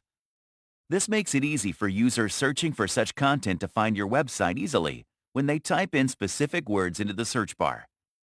The idea is to synchronize your understanding of the user's preferences with the search engine's data, so that it can show your website up top when users look for those keywords. This is one of the most important elements of search engine optimization. Typically, the process starts with creating a list of keywords that are relevant to the content you are trying to optimize. It takes time and effort, but the results are phenomenal and makes it totally worth investing your resources. A lot of individuals, including some professionals, look for SEO keywords only once and don't update them from time to time. Another mistake is to add only the most popular keywords, which means you will be one of the many websites that have added the same set of keywords. I've talked about updating keywords being an ongoing process. That is because the internet, unsurprisingly, changes every so often, and you need to keep up with it. And updating keywords is like maintenance for the content on the website. You need people to recognize the content from the simplest means, like the title and the accompanying description. This makes them feel like they are talking to a human, albeit a professional, and not a bot or an institution that is out of touch with the present world. This also keeps your web page ranked on top, since these will be the keywords your users are entering into the search bar. There are plenty of tools online that can help you find a bunch of keywords related to a subject, but you must also do your own homework and make sure you keep track of the results on your trial and error techniques. Keyword research is also of great use to marketers in understanding the psyche of buyers. It tells them what is in high demand and how to use a popular keyword to optimize the content, but also beat the competition organically. You also learn about the kind of language the demographic that is most likely to seek your products or services is using. Now, it is not enough to find the keywords. You need to know in what order to enter them to get the best results in terms of search engine optimization. The first order of business is to find high attention or long-tail keywords for your content and add them in the title if possible, and also in the body of the text. It is also highly recommended that you place it in the metadata, like file names of the images and the URL. Now, let's move on to a much deeper method of optimizing your website. This means going beyond the micro and metadata. It's called on-page SEO, and that's our next chapter. On-page SEO. On-page optimization leads to better search ranking for your website and also increases traffic, which improves the conversion rate. The elements of the website that could use your help are both text and pictorial. You must also consider the HTML code at the back end and the user experience at the front end of the website. There is also off-page optimization, which is the work you need to do outside your own website, which includes external links and social media platforms. But let's focus on the on-page factors for now. This is the next important factor in search engine optimization after keyword research. It lets you tweak all the technical elements of the web page to improve your chances at search engine rankings. Number 1. Content. Now, you know that the content of the website is under your control. The same way, technical details are also up to you, and not just the programmers. But on-page SEO optimization also starts with content. The page is deemed to be good by a visitor only when the content is useful to them. It is the first and the only thing that matters to them. The same is true for search engines, because the user is their priority. Good content, when it comes to SEO, can be defined as information that meets the user's demand and has a good number of resourceful and authoritative links. Number 2. Title tag. Then there is the title tag, the second critical on-page optimization factor. So, the title tag is an HTML tag that exists in the header section of every web page. This is the first piece of context on your web page. It can be seen in your browser window and the SERP. Number 3. URL. After internal linking, the next factor to consider for on-page SEO is the order of the categories on your website. Let's do this with an example. If your URL looks like https://www.websitename.com/usnews/Washington, it's a good one because it goes in the right order, because it goes from overall U.S. news to Washington in particular. Search engines use this information to understand the relevance of a web page. Number 4. Meta description. Then there is the meta description, which has been important right from the early days of SEO.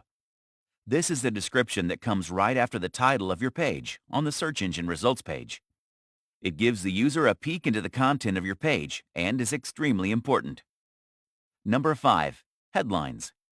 This is another critical part of search engine optimization. A good headline for your blog posts seems like an obvious answer, but you would be surprised at how many websites completely ignore keyword research for this element. A good headline not only generates user interest, but also helps you stand out from the crowd on the search engine results page. Number 6. User experience. And finally, there is the issue of the user experience on the front end. Most users are likely to be non-technical people who would like to be able to find what they want right away, or at least with some amount of ease. Link building. When a website has been linked in the content of other websites, it's like a positive review from the search engine's point of view. It's like vouching for your content enough to be willing to redirect some of their traffic to your website. Link building is still an important factor, and you just need to make sure that they make sense to the users of the website. This can be done by ensuring that your links are useful to the visitors of a website, organically placed, give the user relevant and high-quality content, contain good anchor text. Let's understand the difference between a good link and a bad one from the search engine's point of view. Here are the factors. Number 1. The web page's authority. You need to find websites that will link back to your content, but it's important that those websites be voices of authority. Number 2. Website's relevance. If you run a sports website, a link back from a voice of authority on sports means a lot more than a forum that has nothing to do with sports at all. So you also need to pick websites that are intimately related to your content, products, or services. Number 3. The link's position on the page. The location of the link is a really important part of linking. If it's in the sidebar or footer, it doesn't have as much value as something that's in the beginning or middle of the content. Number 4. Editorial placement. After location, you need to see if the words that the hyperlink is attached to make it an editorial link. If it is placed such that their visitors get interested in your content, then the link is editorially placed. Number 5. The link's anchor text. This is a new term for you in this book. Anchor text is the part of the link that is clickable, anchor text in this case. Search engines, especially Google, take the anchor text of a link quite seriously and as a parameter to increase your website's ranking too. Search engines and links. Search engines essentially like to use two types of links to decide the ranking of a website. The first is the type of links that help discover new content, and the second is the kind of links that help the search engine rank a website. This decision is made after the web pages are crawled and the content on those pages is extracted to be indexed. When the search engine is satisfied because the linking meets the above-mentioned criteria and has the right set of keywords, it's ready to rank the page. As we now know, the decision is not just limited to the content of the page. It looks at the links from the external websites and judges the value of those links to decide the worth of your website. As you manage to get more links from high-value websites, your website's chances of being ranked higher on the search engine results page increase. How to execute a content marketing strategy. Along with SEO, content marketing is a very important part of modern marketing. When you combine these two concepts, if your execution is flawless, you can make your website an unstoppable force. If you make a content marketing strategy and keep search engine optimization in mind, your brand will be able to make the most out of any digital campaign. These kinds of strategies are often called integrated strategies because they bring two powerful concepts together. When SEO meets content marketing. When a customer of a certain product or service has a question, they immediately jump to a search engine and enter the question in the search bar. The likes of Google then find a website that can answer that question. When you are trying to capture that segment of your customers, you have a chance to reach them directly by optimizing your content. This is about giving them the right information at the right time. That is how search engine optimization and content marketing come together and benefit your brand. The execution process. This has a few simple steps. Once you put them in place, you will be able to take full advantage. Here's how it works. Step 1. Figure out your audience. Optimizing your content is all about making it easy for the user to find the products or services they want. So, you need to start by identifying who these customers are. Once you do that, you will be able to create the kind of content they are looking for. You need to identify your present customer base. Finding out who they are will point you towards data on what they like and what more they are expecting from your brand. This kind of data is both qualitative and quantitative. So do your research on age, gender, purchase history, and engagement with your website or brand. This gives you a rough description of your average existing customer. The next data point is to identify your competition. See what your demographic is looking for in your competition and why they are seeking those brands out. Step 2. Define yourself. Figure out current topics of discussion and create content accordingly. Make sure you speak like a voice of authority on the subject.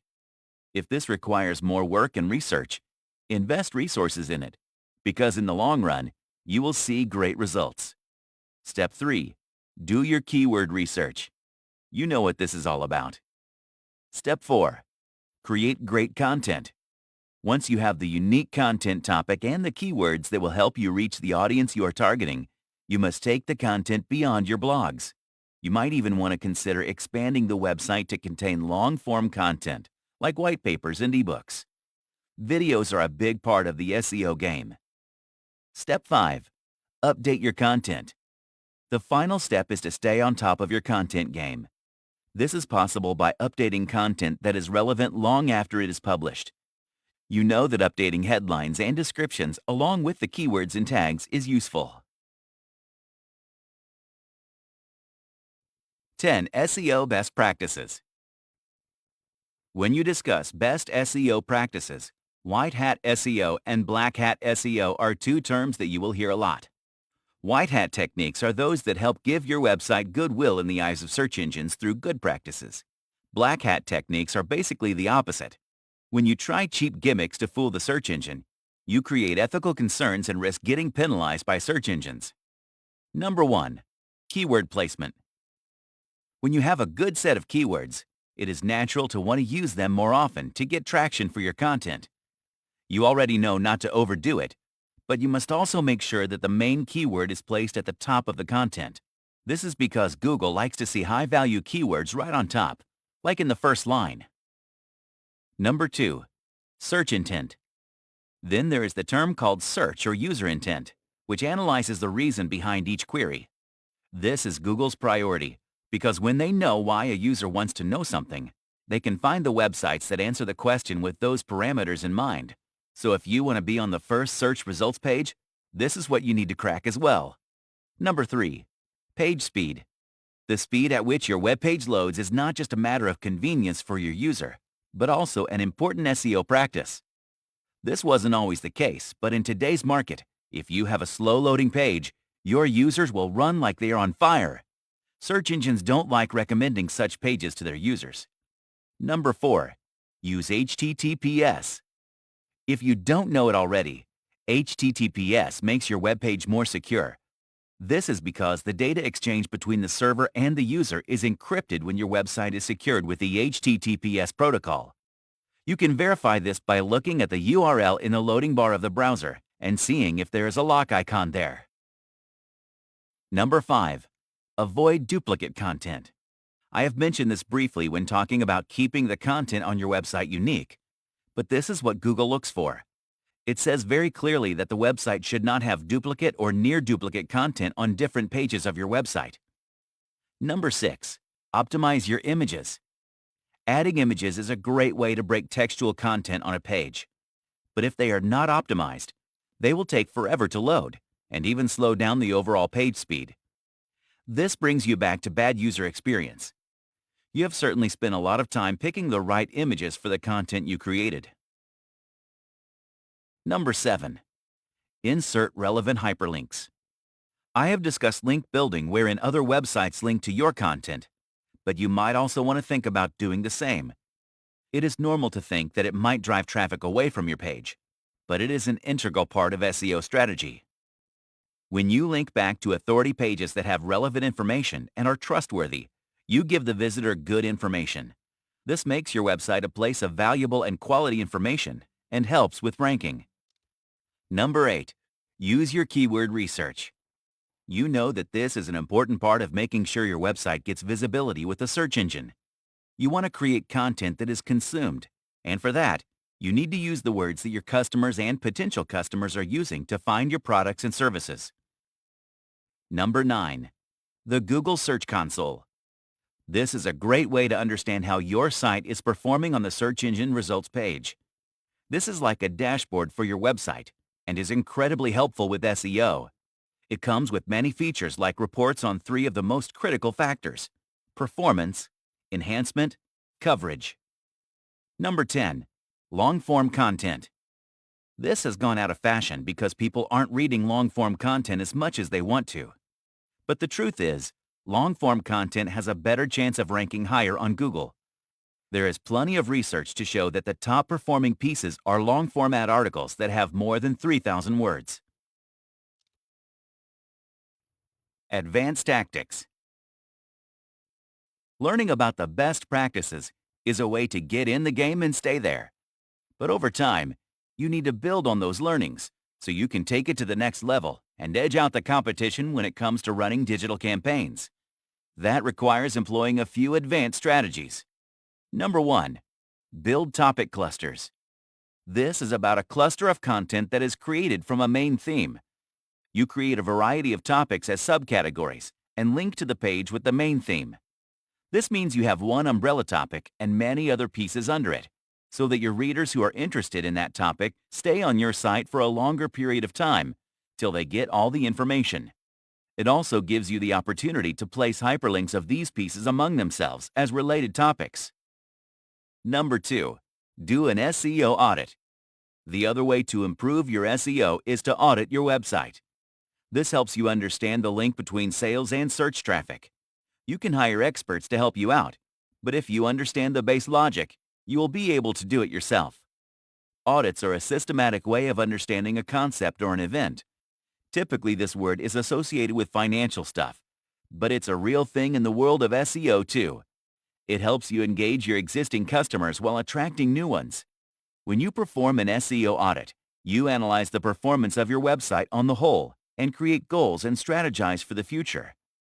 This helps you increase your profits by fixing any problems or gaps you might have with the existing content on your website. Number 3. Look for journalist keywords.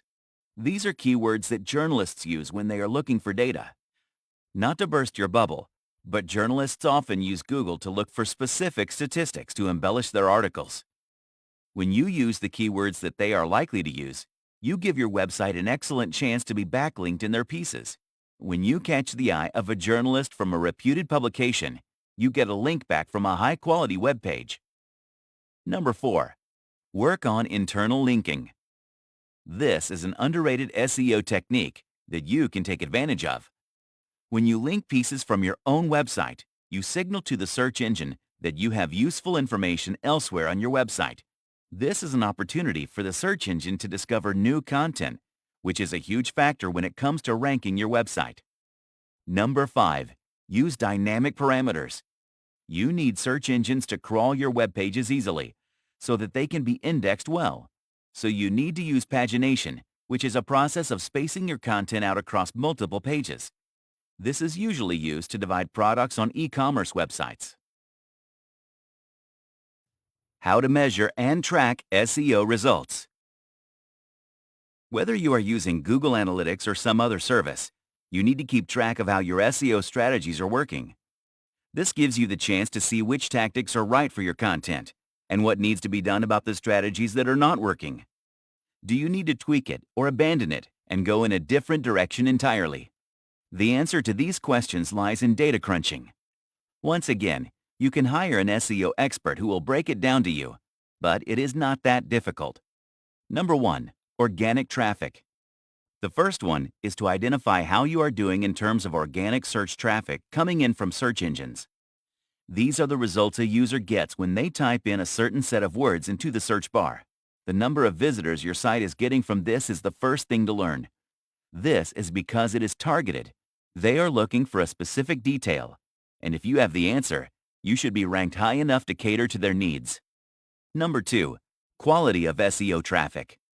The best way to determine whether the traffic you are getting is quality traffic or not is to check the increase or decrease in the conversion rate.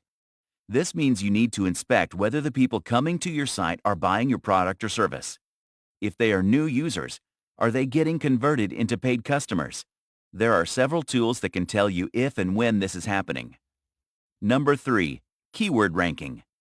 Once you optimize your website, you will be able to track the results for long-tail and specific keywords.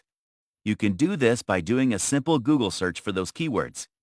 Your best-case scenario is to rank on top of the page, which is what a quarter of people click on in the SERP. Number 4. Identify slow-loading pages. This is often ignored, but if you look at the time it takes for your web pages to load, you will know if that is what you need to work on. If it takes the page longer than 1 to 3 seconds, you are out of the game. The page speed is a big factor when it comes to Google rankings, as mentioned before. Number 5. Engagement metrics. There are many metrics that teach you about user behavior. Here are some popular ones. Time on page, also called dwell time. This is the amount of time visitors are spending on a particular page. If they are spending very little time on a long format piece, you know that they are not reading it. Pages per visit. This tells you how many pages a visitor has gone through, which tells you how engaging the content has been. So you can make changes to the content accordingly, or leave it as is. Bounce rate. This is the rate of visitors leaving a page without browsing it. It tells you whether visitors are finding the quality of content engaging or not. So, be sure to read the data, but also use your own judgment to understand what the numbers are saying. Conclusion. The things you might not know about search engine optimization could fill a book. Well, it's true. So first of all, congratulations on making it to the end. In this book, I have tried to talk about all the things that make a search engine like your website.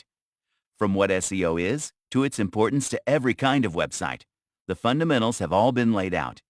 You have also learned extensively about terminology and what it means to engage in good and bad practices.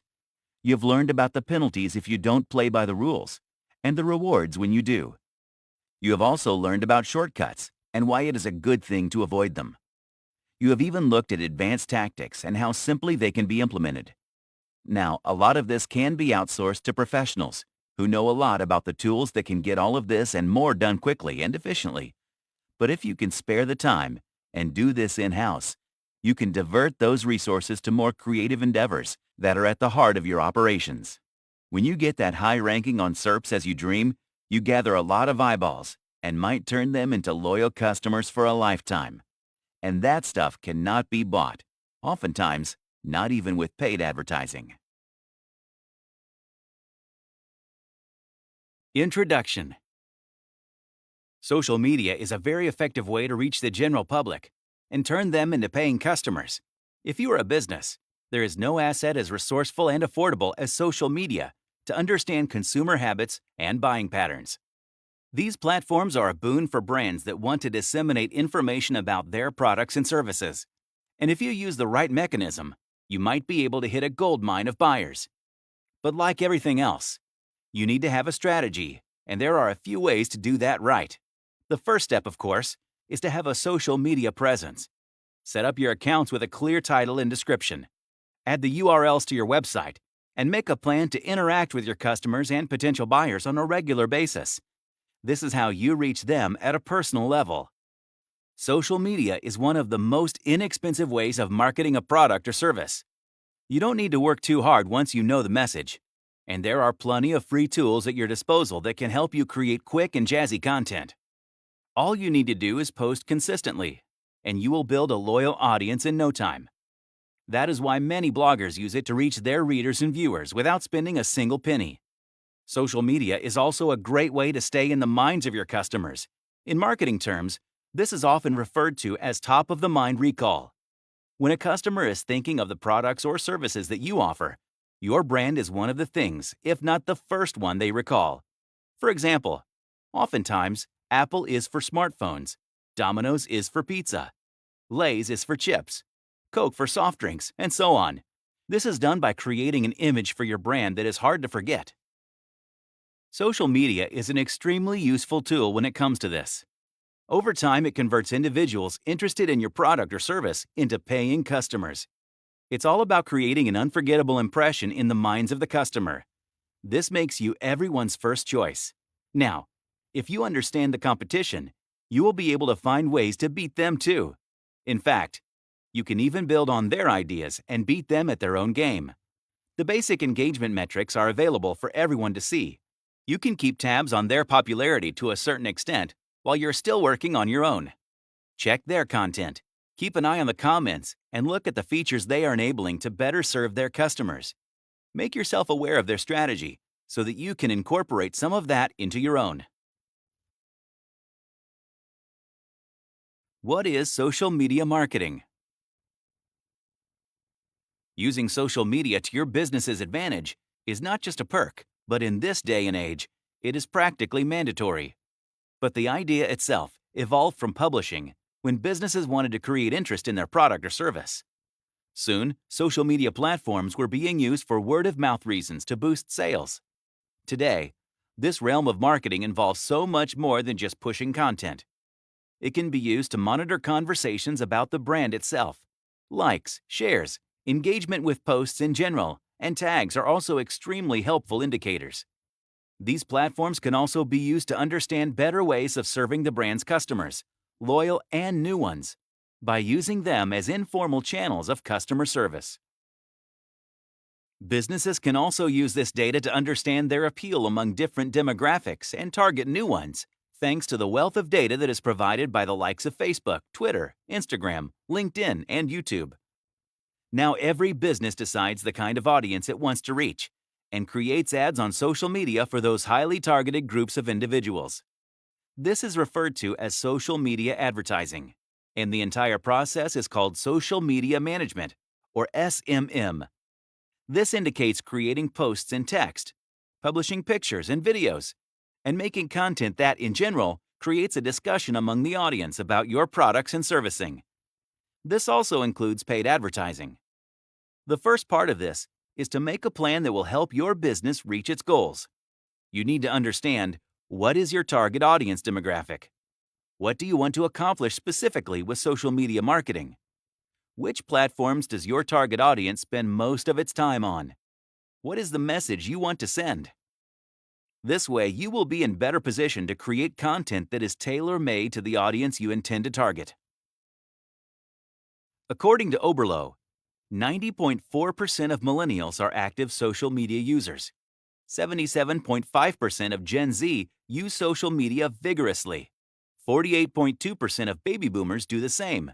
71% of consumers recommend a brand to their friends and family members if they have had a good experience with said brand on social media. So no matter who you are trying to reach, Having a social media strategy is key to the success of your brand. People from different walks of life, from age groups across the globe, are logging into their social media accounts several times a day to connect with individuals and businesses alike. It's a great place for them to find what they want, and even for businesses, it is a great place to understand consumer behavior. That is why investing in social media marketing is a sustainable way of ensuring the growth of a business. How to use your social media platforms to grow your business. More than 50% of the world's population is using social media actively. That's more than 4.3 billion people, and they are all waiting to be turned into your loyal customers. A good social media strategy can do just that, and here are a few things you need to start with. Pick the right platform for your brand. The first thing to do is pick a platform that is right for your brand. That requires looking into the kind of customers you want to target and understanding where they spend most of their time. This is not a place for guesswork. Instinct is to believe that baby boomers don't spend too much time on social media, and Gen Z audience spends a lot of their time on TikTok and Instagram instead of Facebook. But follow the research. Facebook and Pinterest are still quite popular among adults who are over 60. There is a growing audience among adults over 65 years of age on Facebook. TikTok is another platform where brands are starting to experiment with advertising because of its popularity among the Gen Z crowd. Your social media strategy has to be specific to your brand and its potential customers. And you don't have to stick to just one platform. The best way to reach a range of businesses is to try different platforms and channels to meet your goals. Make a plan for your audience. The next step is to make a plan for your specific audience. Social media's efficiency lies in the fact that it gives you the ability to micro-target the audience. So you need to study demographics and understand them first. Start by looking at your existing customers. Check your social media analytics to understand their behavior. Look into the data on who is your buyer and how they are connecting with you on any of these platforms. Gather information on the kind of hashtags and referrals for your website. That gives you a deeper look into your audience. Using that data, you can create what is called a buyer's persona.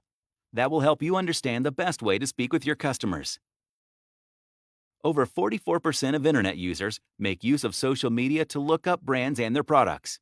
That means if you run a good strategy, you have the opportunity to grab their eyeballs. If you stand out from the crowd, you might even be able to turn them into loyal customers. So, how do you stand out from the crowd? For instance, at any given point in time, Facebook users roughly deal with more than 1,000 posts on their news feed. You need to figure out how to get them to stop scrolling and check out your message. The best way to reach your audience is through engaging. When the crowd responds to your organic content, this means posts, pictures, and videos that you have not paid for. Talk to them through comments and personal messages when applicable. Engage with them and build a certain amount of trust. This kind of engagement is very exciting to the users. It inspires them to like and share your content, which in turn gives you entry into free and new avenues. Top social media platforms for small businesses and why you should be on them. Once you have identified the right platforms for your brand, it's time to get cracking on the strategy. Now, there is no one-size-fits-all plan for this. Every platform is different from the other, and each of them has a different algorithm. As mentioned before, the first step is to create a profile on all of them. Your username or display name should be as close to the name of your business as possible. The exact same one if you can manage that. Then you must add all the required information to your profile. Add the logo as your display image, and you're almost done. Finally, you must make sure that the people running these accounts have access to the accounts as an administrator. Facebook. This one has a giant user base, with more than 2 billion active users monthly. Your target customers are almost certain to be on this platform, which means you absolutely cannot ignore it. And luckily for small businesses, this platform is all about making it easy to build an audience through paid advertising. They target individual accounts based on those who engage with your organic or unpaid posts, because it is a good bet that they are interested in what you have to say. Content-wise, There are a few things to look out for. It is very pro conversations. So if someone likes your page, they will get updates about your sales, promotions, product launches, and upcoming events. So if you give them the right content and get them to engage with you, the chances of them entering and staying in your universe are pretty good. Twitter. This is another great place for individuals and businesses to talk to each other. There are many tools that cater specifically to small businesses. It is very high-paced, with more than 500 million tweets sent out every day. There are more than 320 million active users monthly on Twitter, and you need some manpower to keep up with the pace of things. LinkedIn. Then, there is one of the oldest social media platforms. LinkedIn has been around since 2002. Just like the other social media giants, it offers several solutions for small businesses. It has more than 250 million active users monthly, and it is one of the most popular platforms among business-to-business marketers. Now, this is a place to connect with other business professionals, so if an individual is following your company's profile, they are very likely to check out the information put out rather keenly. This is also a good place for video content. So create videos sharing insights about your product or service, and if you do a good job, you will see a huge boost to engagement. Then, you need to figure out how often you must share these updates. One post a week actually gets you great results on LinkedIn. Make sure your employees are your brand ambassadors. How to generate leads using social media. Generating leads. This is a very important step, and before you plan your social media assault, start by optimizing your profile so that you can identify organic leads first.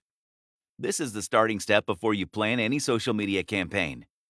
Your profile should have all the information that will help the viewers shop, sign up for your newsletter, and such. You need to add your contact information so that they know how to reach you if they have customer queries. This includes information like your phone numbers, email ID, and responses via messages. If there is another way, add that too. Launch good lead magnet offers. If you give the customer the right incentive, they might just be forced to share their information with you for free.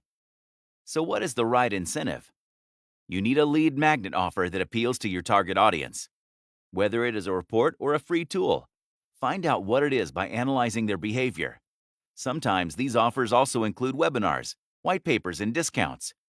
It depends entirely on the product or service that you are offering.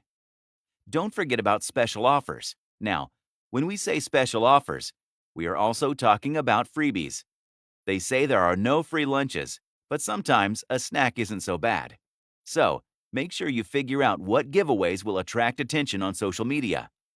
These kinds of campaigns are very popular on social media and typically come with an entry form. All they need to do is fill up a form and collect their freebie. This gives you information and them something for free. It is a win-win for everyone involved.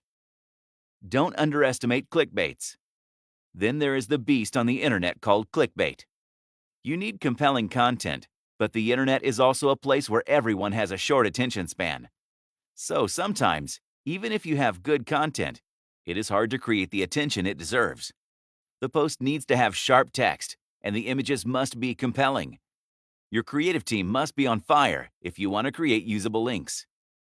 Share testimonials.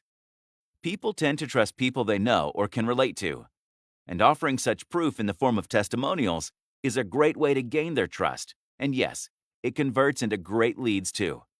Businesses are known to do this by showing off about the clients who have benefited from their products and services. This gives your brand credibility. Unless you're Apple, that is its own brand ambassador. Learn about sequential retargeting ads.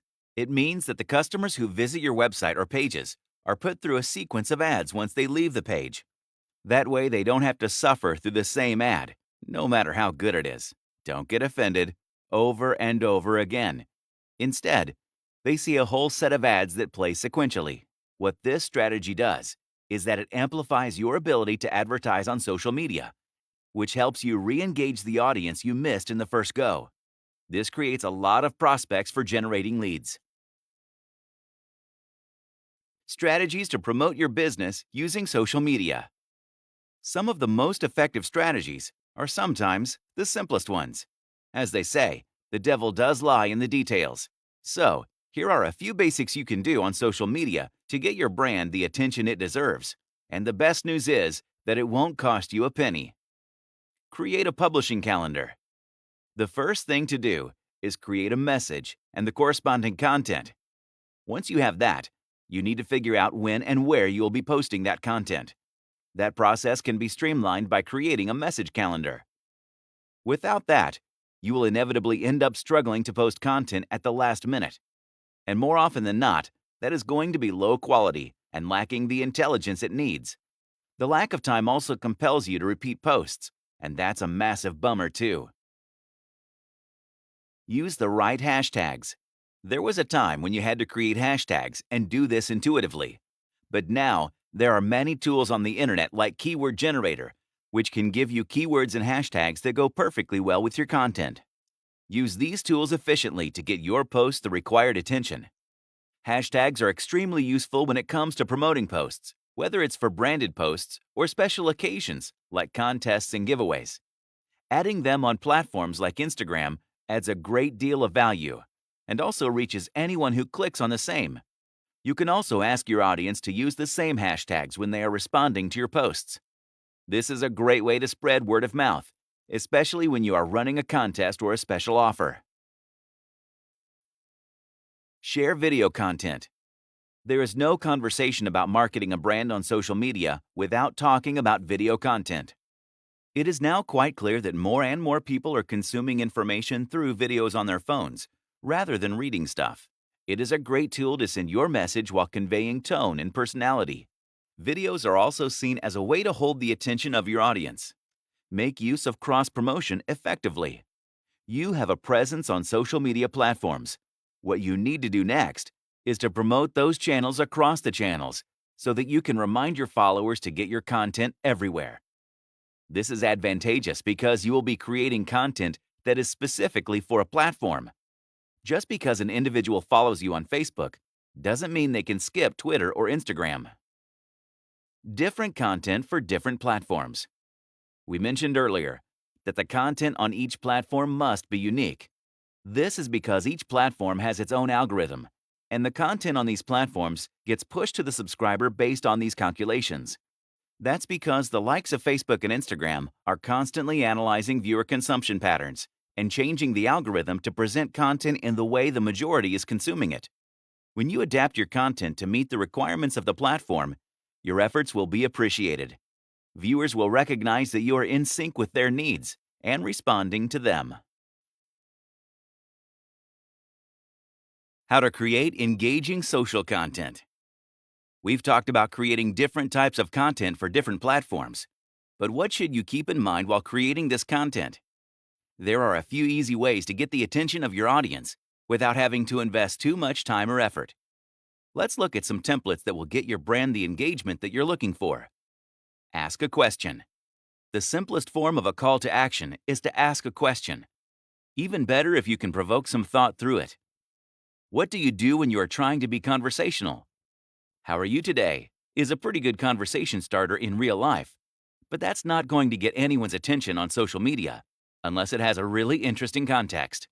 You can even suggest an answer to nudge them towards your brand if you are not a well-established name in the industry. What you need to do essentially is to get people thinking about your product or service. Humanizing your content. Billions of users are on any given social media platform every month. This has turned social media into a great place to share human interest stories. People are always looking for positive, uplifting stories. When it comes to sharing stories about your product or service, going with human interest hardly ever fails. It's a good story and one that everyone wants to hear. Tell them stories about your team members and what they consider to be a win. Usually, this is built around making a customer happy. Also, use the moment to tell them how your product or service bridges the gap between the other existing products and the problems customers are having with said products. Monitor audience behavior. Then it's time to keep an eye out for the responses. This is not just to understand the impact of your existing posts, but also to learn what works so that you can plan your future strategy. This, of course, is more applicable to brands that have been in the social media game for a while. All social media platforms give you analytics that tell you a lot of specific things about user behavior. And we know by now that quite easily, people engage more with visual posts.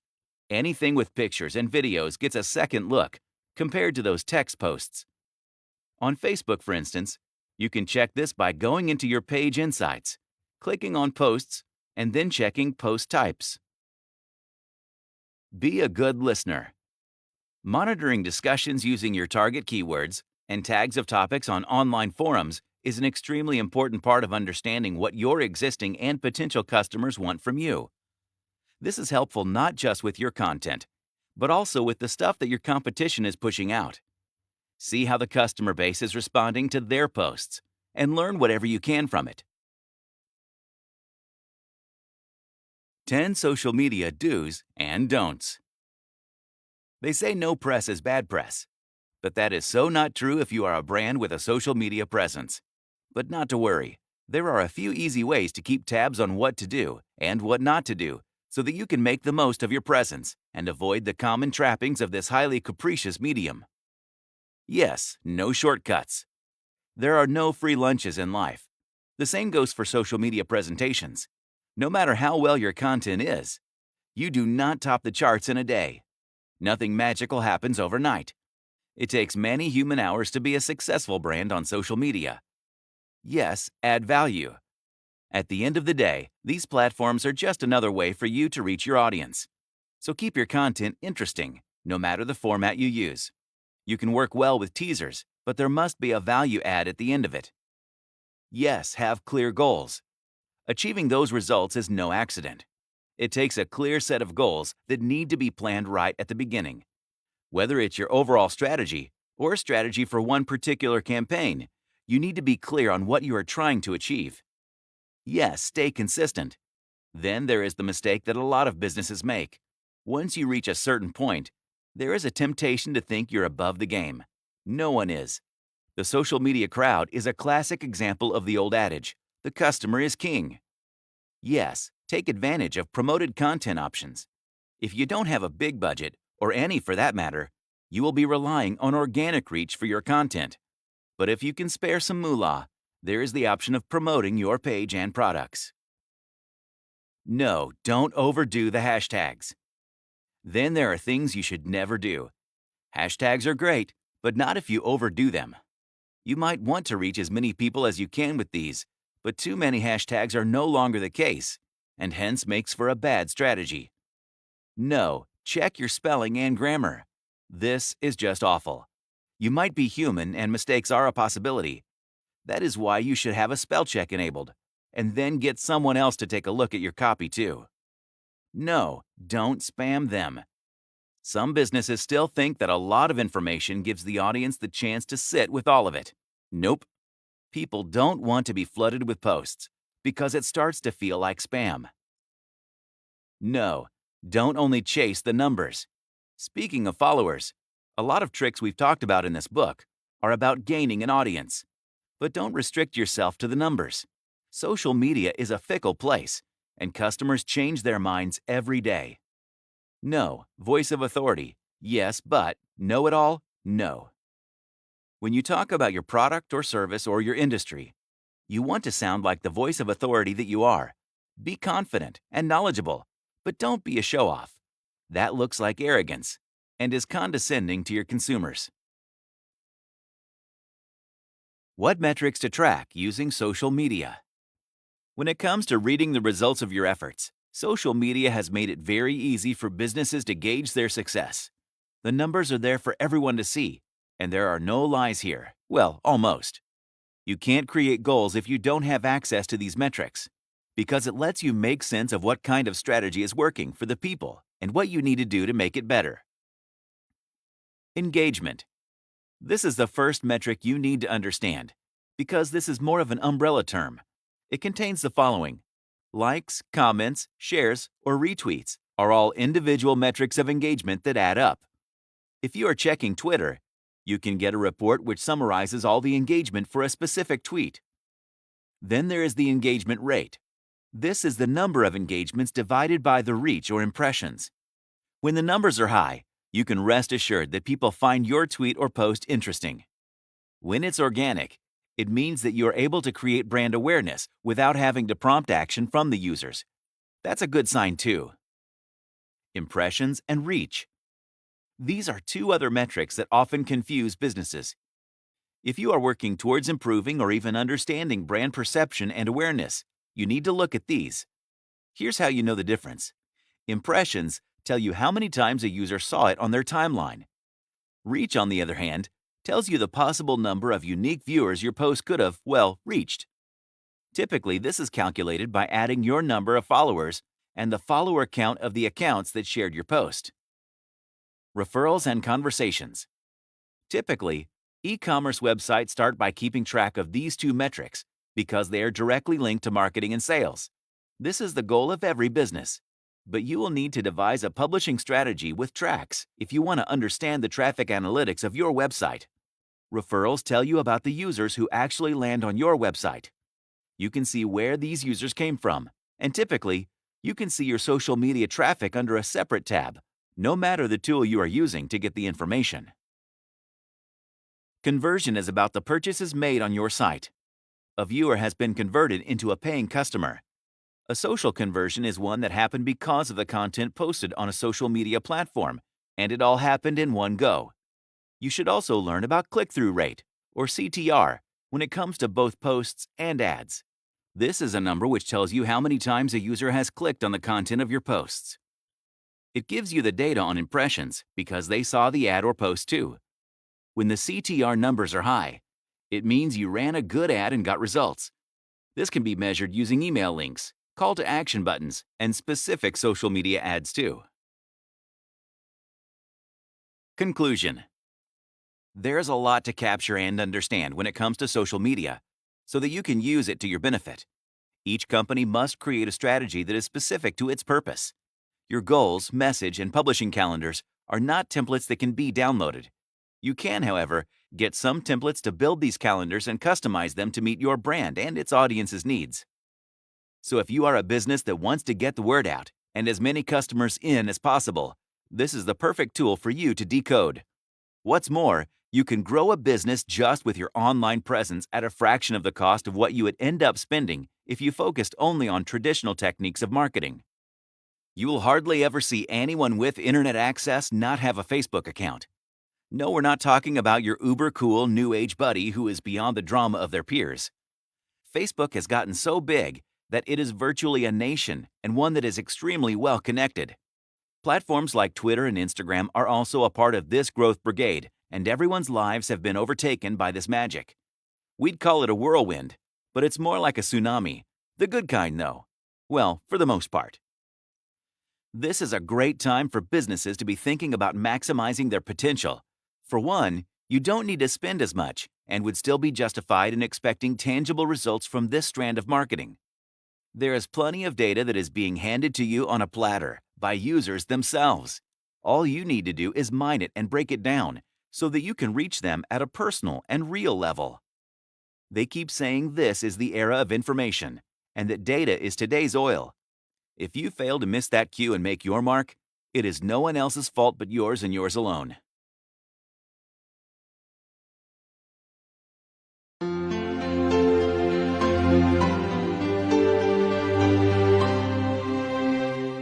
Welcome to TikTok Ad Training Kit Chapter 1. How to set up TikTok Ads account. In this video tutorial, we are going to take a look at how to set up TikTok Ads account. Step by step. So let's get started. Go to Google and type TikTok Ads, and click on the top result or access ads.tiktok.com. After that you can log in with your account, or click sign up to create an account.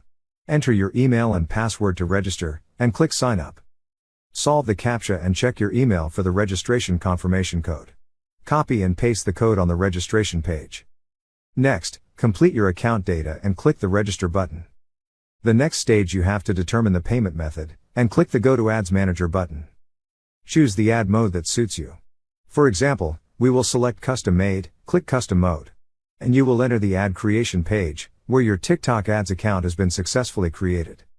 See you in the next tutorial.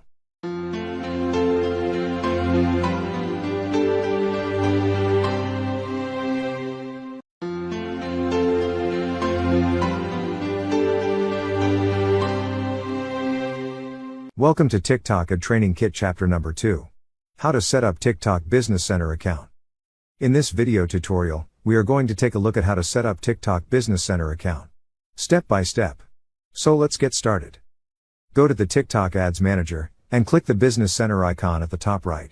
You will be directed to the Business Center. The next step is to complete data from your business account, such as Business Center name, time zone, business type, company name, your business industry and website.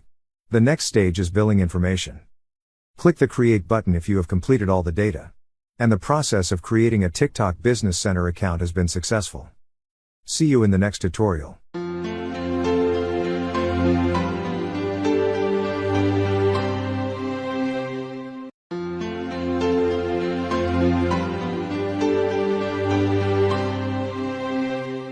Welcome to TikTok Ad Training Kit Chapter 3. How to activate two-step verification. In this video tutorial, we are going to take a look at how to activate two-step verification, step by step. So let's get started. Go to the TikTok Business Center, and at the top right, click your Business Center and click User Settings. Then on the left select Account Security, and select the two-step verification method you want to activate. In this example we will use two-step verification with email. Click Send Code to send a verification code to your email. And check your email, copy and paste the verification code and click the Next button. Done, you have activated two-step verification. See you in the next tutorial.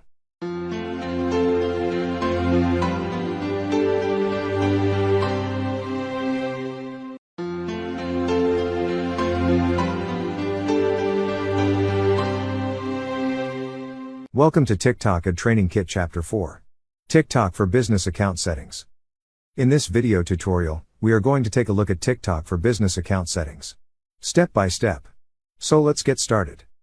In the TikTok Business Center, click Settings, and in this section you can see account information starting from the user ID and roles from the user ID. You can also make changes by clicking Edit. You can also activate two-step verification on certain accounts such as the admin account only or for all members. Done, thus the settings on the business account. See you in the next tutorial.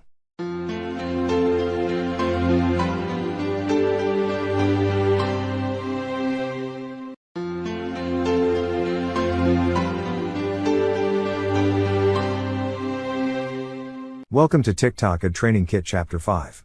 How to create schedule ad. In this video tutorial, we are going to take a look at how to create schedule ad. Step by step. So let's get started. In the TikTok Ads Manager, click the Create Ad button, and choose the ad generator mode that suits you. This time we select Simplified mode, and choose your advertising goals. We choose traffic.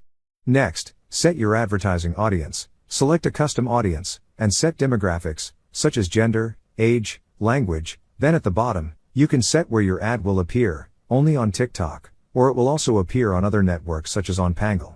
And click the Continue button. Next you determine your daily advertising budget, and determine your ad schedule, when it will start and when it will end. And click the Continue button. You have successfully created an ad schedule. The next step is to connect with your TikTok account and click the Submit button. That's how to create your ad schedule. See you in the next tutorial.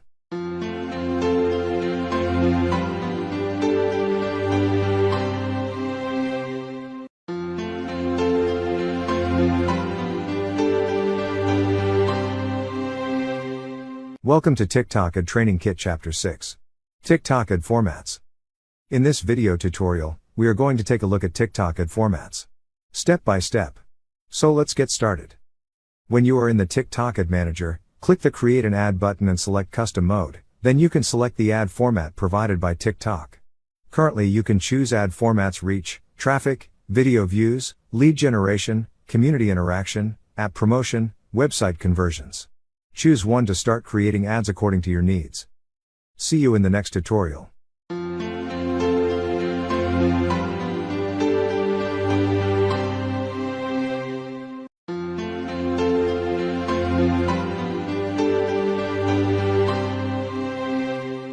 Welcome to TikTok Ad Training Kit Chapter 7.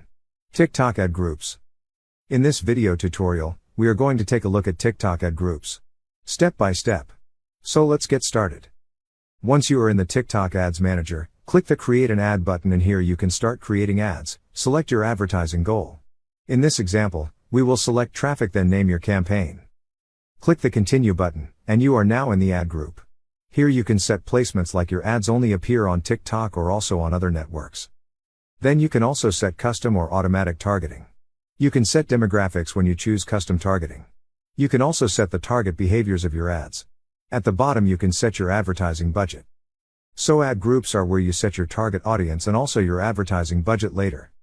See you in the next tutorial.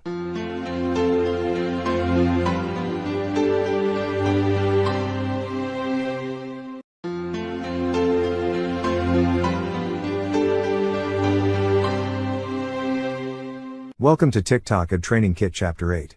TikTok Ad Copy. In this video tutorial, we are going to take a look at TikTok Ad Copy, step by step.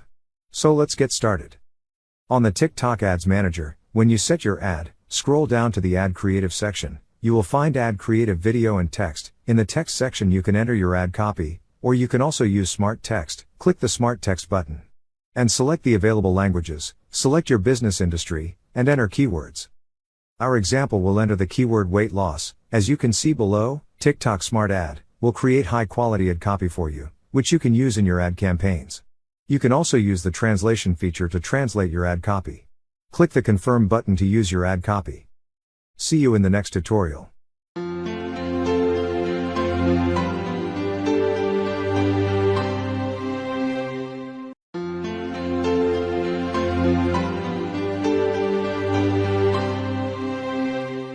Welcome to TikTok Ad Training Kit Chapter 9. How to create specific ad group. In this video tutorial, we are going to take a look at how to create specific ad group, step by step. So let's get started. On the TikTok Ads Manager, you can see on the right the summary and the audience availability for your ad are too broad. To create a specific ad group, you must define a specific audience. In the targeting section, select custom targeting, not automatic targeting. And it's time for you to complete the demographics of your ad's target audience, such as a specific country, and you can choose up to a certain province if you want to target a specific audience in a province. Next, select the language used by the target audience for your ad, specify the audience's gender and age. In the audience section, you can create specific audiences for each ad. You don't have a specific audience at this time, click this small icon to create a specific audience. You will enter on the audience page to start creating your specific audience. Click the Create Audience button. In this section you can choose your target audience type. Example of an audience that has interacted with your TikTok account. Complete all data and click Confirm. Back to your specific ad group settings. In the Interest and Behaviors section you must fill in according to your target audience. Please select the available drop-down. On the right, you can see your audience is more specific. If you specify a device from an audience that can view your ad, the available audience will be more specific. Complete all available settings such as the ad budget and click the Next button to start creating your ad copy. See you in the next tutorial.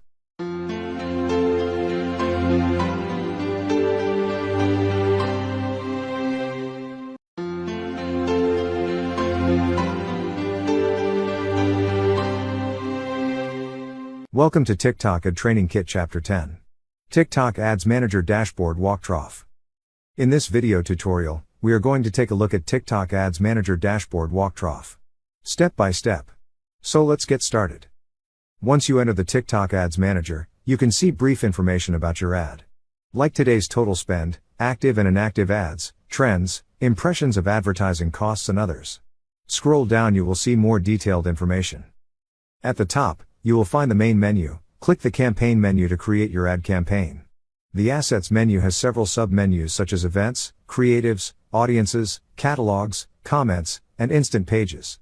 And next is the Reporting menu that you can use to create ad reports. There are Custom Reports sub-menus, Video Insights, Creative Inspiration, and Audience Insights. At the top right you will find several icons, such as a notification icon, a Business Manager icon, and your TikTok Ads Manager account icon. Click the Account icon. You will see several sub-menus, such as Account Information, Payment, and User Settings. Return to Dashboard page. And you can also create your ad via this page by clicking the Create an Ad button, or you can view a log of your account activity. This is an explanation of the TikTok Ads Manager dashboard. See you in the next tutorial.